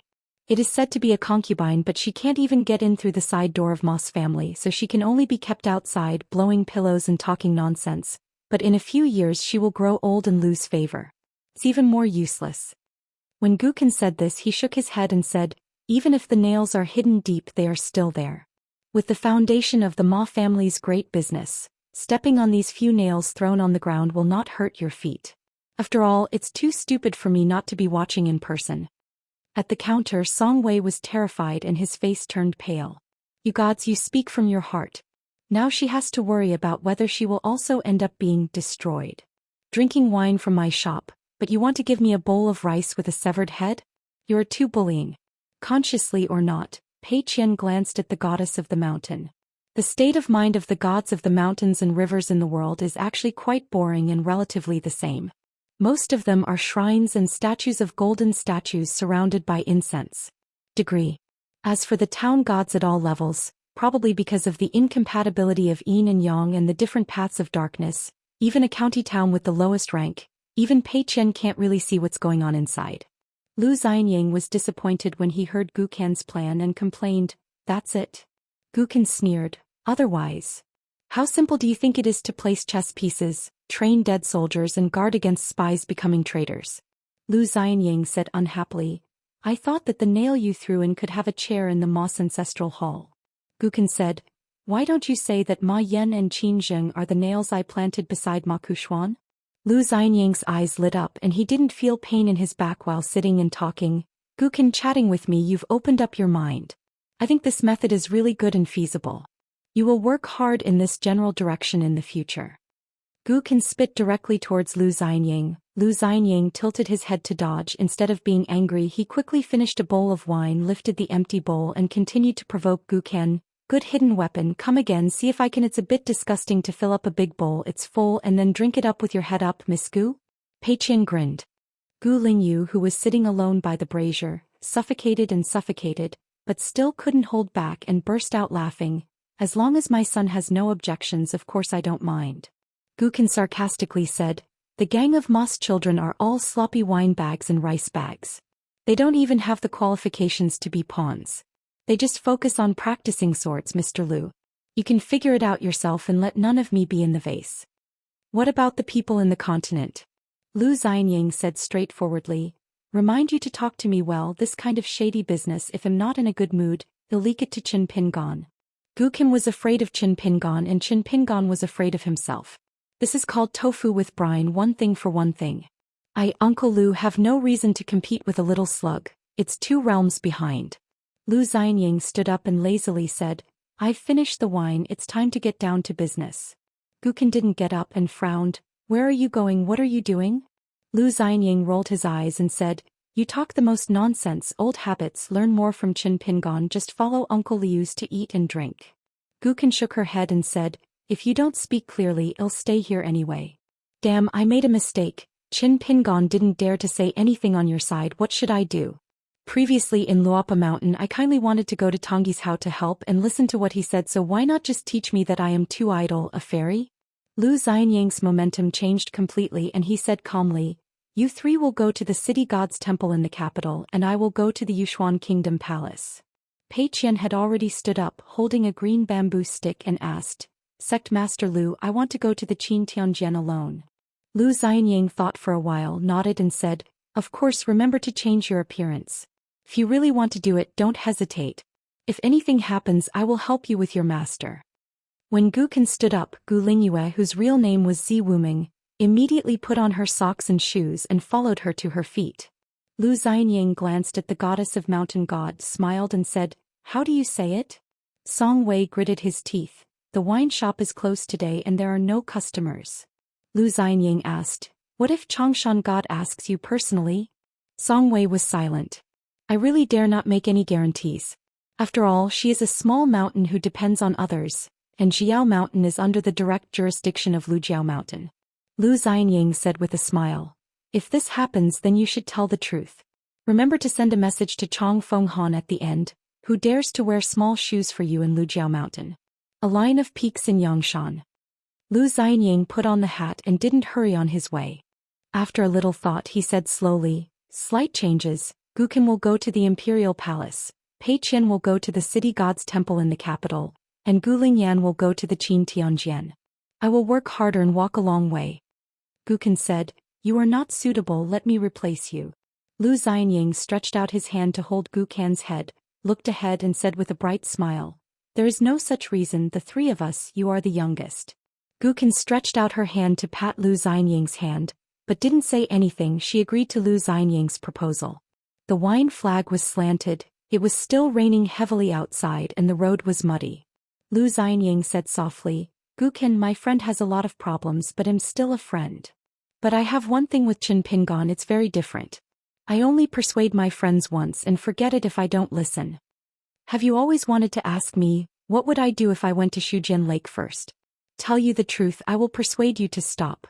If you don't listen, I will leave Shujian Lake far away and wait the news that you were beaten to death and then help you kill the person who beat you, that's all." Gukin smiled and said, "It's already much better than a certain answer I imagined." Lu Xianying helped the bamboo hat and said with a smile, "Little slug, there is still a long way to go. No matter how high or low the three of us will be in the future, you will be the youngest after all. Whether you will win or lose, it is hard to say now. I just ask you to promise one thing. Don't provoke me, it's not how I will embarrass, I will not feel embarrassing at all, embarrassing, it can only be Qin Pingon. Besides, if you don't deal with Qin Pingon, I will definitely help him. I have a conflict with Qin Pingon, you must help him, but the matter is simpler, can you understand?" Gukin nodded and said, "Understand and accept." Lu Xianying put on his coir raincoat again, broke through the rain curtain and left in the form of a rainbow. Gu Lingyu asked curiously, "Where is he going?" Gukin put on the bamboo hat, fastened the coir raincoat and remained silent. Pei Qian helped to give the answer, Xinwu Mountain Patriarch Hall. Gu Lingzhen sighed faintly, feeling complicated. In fact, she still couldn't understand Gukin, Qin Pingon and Lu Xianying. How could they become friends with such huge differences in personalities, and they could still be friends forever? No wonder Gukin said it was inappropriate. Lu Xianying is the current suzerain of Longquan Sword Sect no matter what, and Fengxue Temple, which is half of Longquan Sword Sect's natal family, and Jinwu Mountain are also the ancestral family of Beiping's military family. Gukin said, "Pei Qian, you don't actually know the real Qin Pingon. I have been close to him and afraid of him since I was a child. So with Lu Xianying, it seems that I listened to him in everything." For some reason, Gu Lingyue just heard such a plain, commonplace sentence and she instantly shuddered.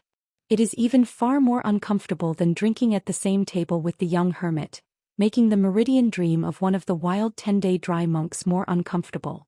Pei Qian hesitated to speak, but she still didn't ask in the end. No matter what kind of person Gu Kan and Lu Xianying saw as master, master is master. Will there be a reflection on Luoba Mountain? Gukin said this strange sentence first and then said with a bright smile, "Actually, it's nothing, Qin Pingon is Qin Pingon. In a certain place in Ma Mansion, there is an old man who is old and late, sitting under the eaves of a shabby house. He is a good-for-nothing in his hometown." The old man leaned on crutches with both hands, and told the story of his hometown to a young man beside him. The old man said that he was a good hand at firing porcelain at the mouth of the Golden Goose Kiln where our family made a fortune. Chen's young master has learned a lot of real skills. The young man smiled and said that this is called masters as teachers. The old man nodded and said that was the reason. If he knew that he would not skip classes when he was a child, he should read more books in school. The old man turned his head slowly and looked at a young man who seemed to be hiding from the rain under the eaves of his house. Looking at the side face of the man, the old man opened his eyes as much as possible and murmured, "Young man, are you Qin Quan's son?" The young man wearing a golden crown and a green gauze robe turned his head and asked with a smile, "How did the old man tell?" The old man said with a smile, "They don't look like each other, but they look very similar. My grandson often tells me the words in the book. Yes, it's called demeanor." Qin Ping glanced at the young man, nodded and said, "Although the family of Jishan is poor, the descendants of the family must be late." The old man asked, "Why did you come to such a place?" Some things in those days, the more you think about it, the more sinister and penetrating it seems. At that time the old man was still young and his surname was Ma, so he didn't dare to say anything. These years, holding back in my heart, I can't say how uncomfortable it is, but it's just a little bit uncomfortable. Since there are gods flying in the clouds and fog in the capital of Yushuan Kingdom, and there are several town gods' temples that are said to be in charge of people's death. A little worried, Qin Ping said with a smile, "The younger generation speaks directly. Old man, don't be angry. After walking around, it seems that there are more than 100 mouths in the Ma family. There are 3 connected mansions. This is a clean place where you can stay without dirty shoes." The old man sighed. This kind of conversation is not easy to pick up. The boy asked, "Are you a cultivator?" Qin Ping said, "You can say that." The boy wondered, "What are you doing here?" Qin Ping said with a smile, "The story is brought up again. Come here to settle an old score." The boy wanted to ask more questions, but the old man coughed a few times, and the boy quickly patted his grandfather on the back lightly. Qin Ping asked with a smile, "Do you like watching movies or listening to books?" The boy in clean clothes nodded. "I like them all, but not often. The stories of other people are like life. All the joys and sorrows are just paper articles. You don't have to take it too seriously, just read it." Qin Pingon stretched out his hand towards the boy's forehead, and the latter seemed to have opened his eyes, seeing landscape paintings one after another. Qiu Yun, a heroine who was born in the leader of Jianghu sect, left the school and traveled the rivers and lakes for several years with swords. On this night she passed a dilapidated temple. She had experienced too many anecdotes of gods and monsters. On entering the ancestral temple where the incense has been neglected for many years, I saw an old covenant placed on the incense case. The women's oath was full of color, but the text content of the man's mountain oath was withered, which made Qiu Yun feel great hatred. She remembered the surnames and origins of the 2 parties who made oaths in the temple, turned around and left here, and first found the coffin of the poor woman who vomited blood and died. Qiu Yun immediately stood beside the coffin and promised to help her kill the man. "Bring the heartless man's head here, and pay homage to her spirit in the sky." After that, Qiu Yun rode his horse and galloped all the way, day and night, inquiring about the news, went straight to the capital, and found the mansion with a high gate decorated with lights and festoons. It turned out that the man who was named on the gold list had just married the daughter of the current university scholar, and there was a lot of traffic. On the street, the heroine Qiu Yun raised her sword and jumped on her horse. She went through several gates of the mansion and rushed forward. The sword cut off the head and then picked up the red hijab of the wedding dress woman with the tip of the sword to cover the head. Qiu Yun turned over and got off the horse, wrapped it casually, clamped it under the armpit, got on the horse again and galloped away. After going out, she returned to the coffin, uncovered the red hijab and threw the blood-dried head on the ground. The head of the dead bridegroom rolled over on the ground. When Qiu Yun recognized the man's face, she, as if struck by lightning, she slapped the coffin board open with her palm and looked down. The woman's body lying inside turned out to be the worshipping woman who had glimpsed in the capital before. The next moment, when she managed to return to normal, she found herself kneeling in front of the hall. Through the gap of the red hijab, out of the corner of her eye, she could see the man she liked after finally getting married and about to enter the bridal chamber. She caught a son-in-law under the list, and they spent the past and the next month Qingqingmi. He once said that in his hometown, there was a resentful woman who had been entangled with him for many years. It is good. She believed it and comforted her by saying that this kind of crazy girl is not upright and crooked, and has no family education at all. Malang, you don't need to pay attention to it at all. There was a loud exclamation from behind her, and she turned her head quickly, lifting the red hijab. I saw an unstoppable, ancient-looking hero riding his horse straight to this place. Immediately, the heroic man with a halberd beard and fist hair drew his knife and leaned over without saying a word, and cut off the head of the husband beside her. Turning the horse's head, riding one by one, coming and going in a hurry, saying aloud, has killed the thief.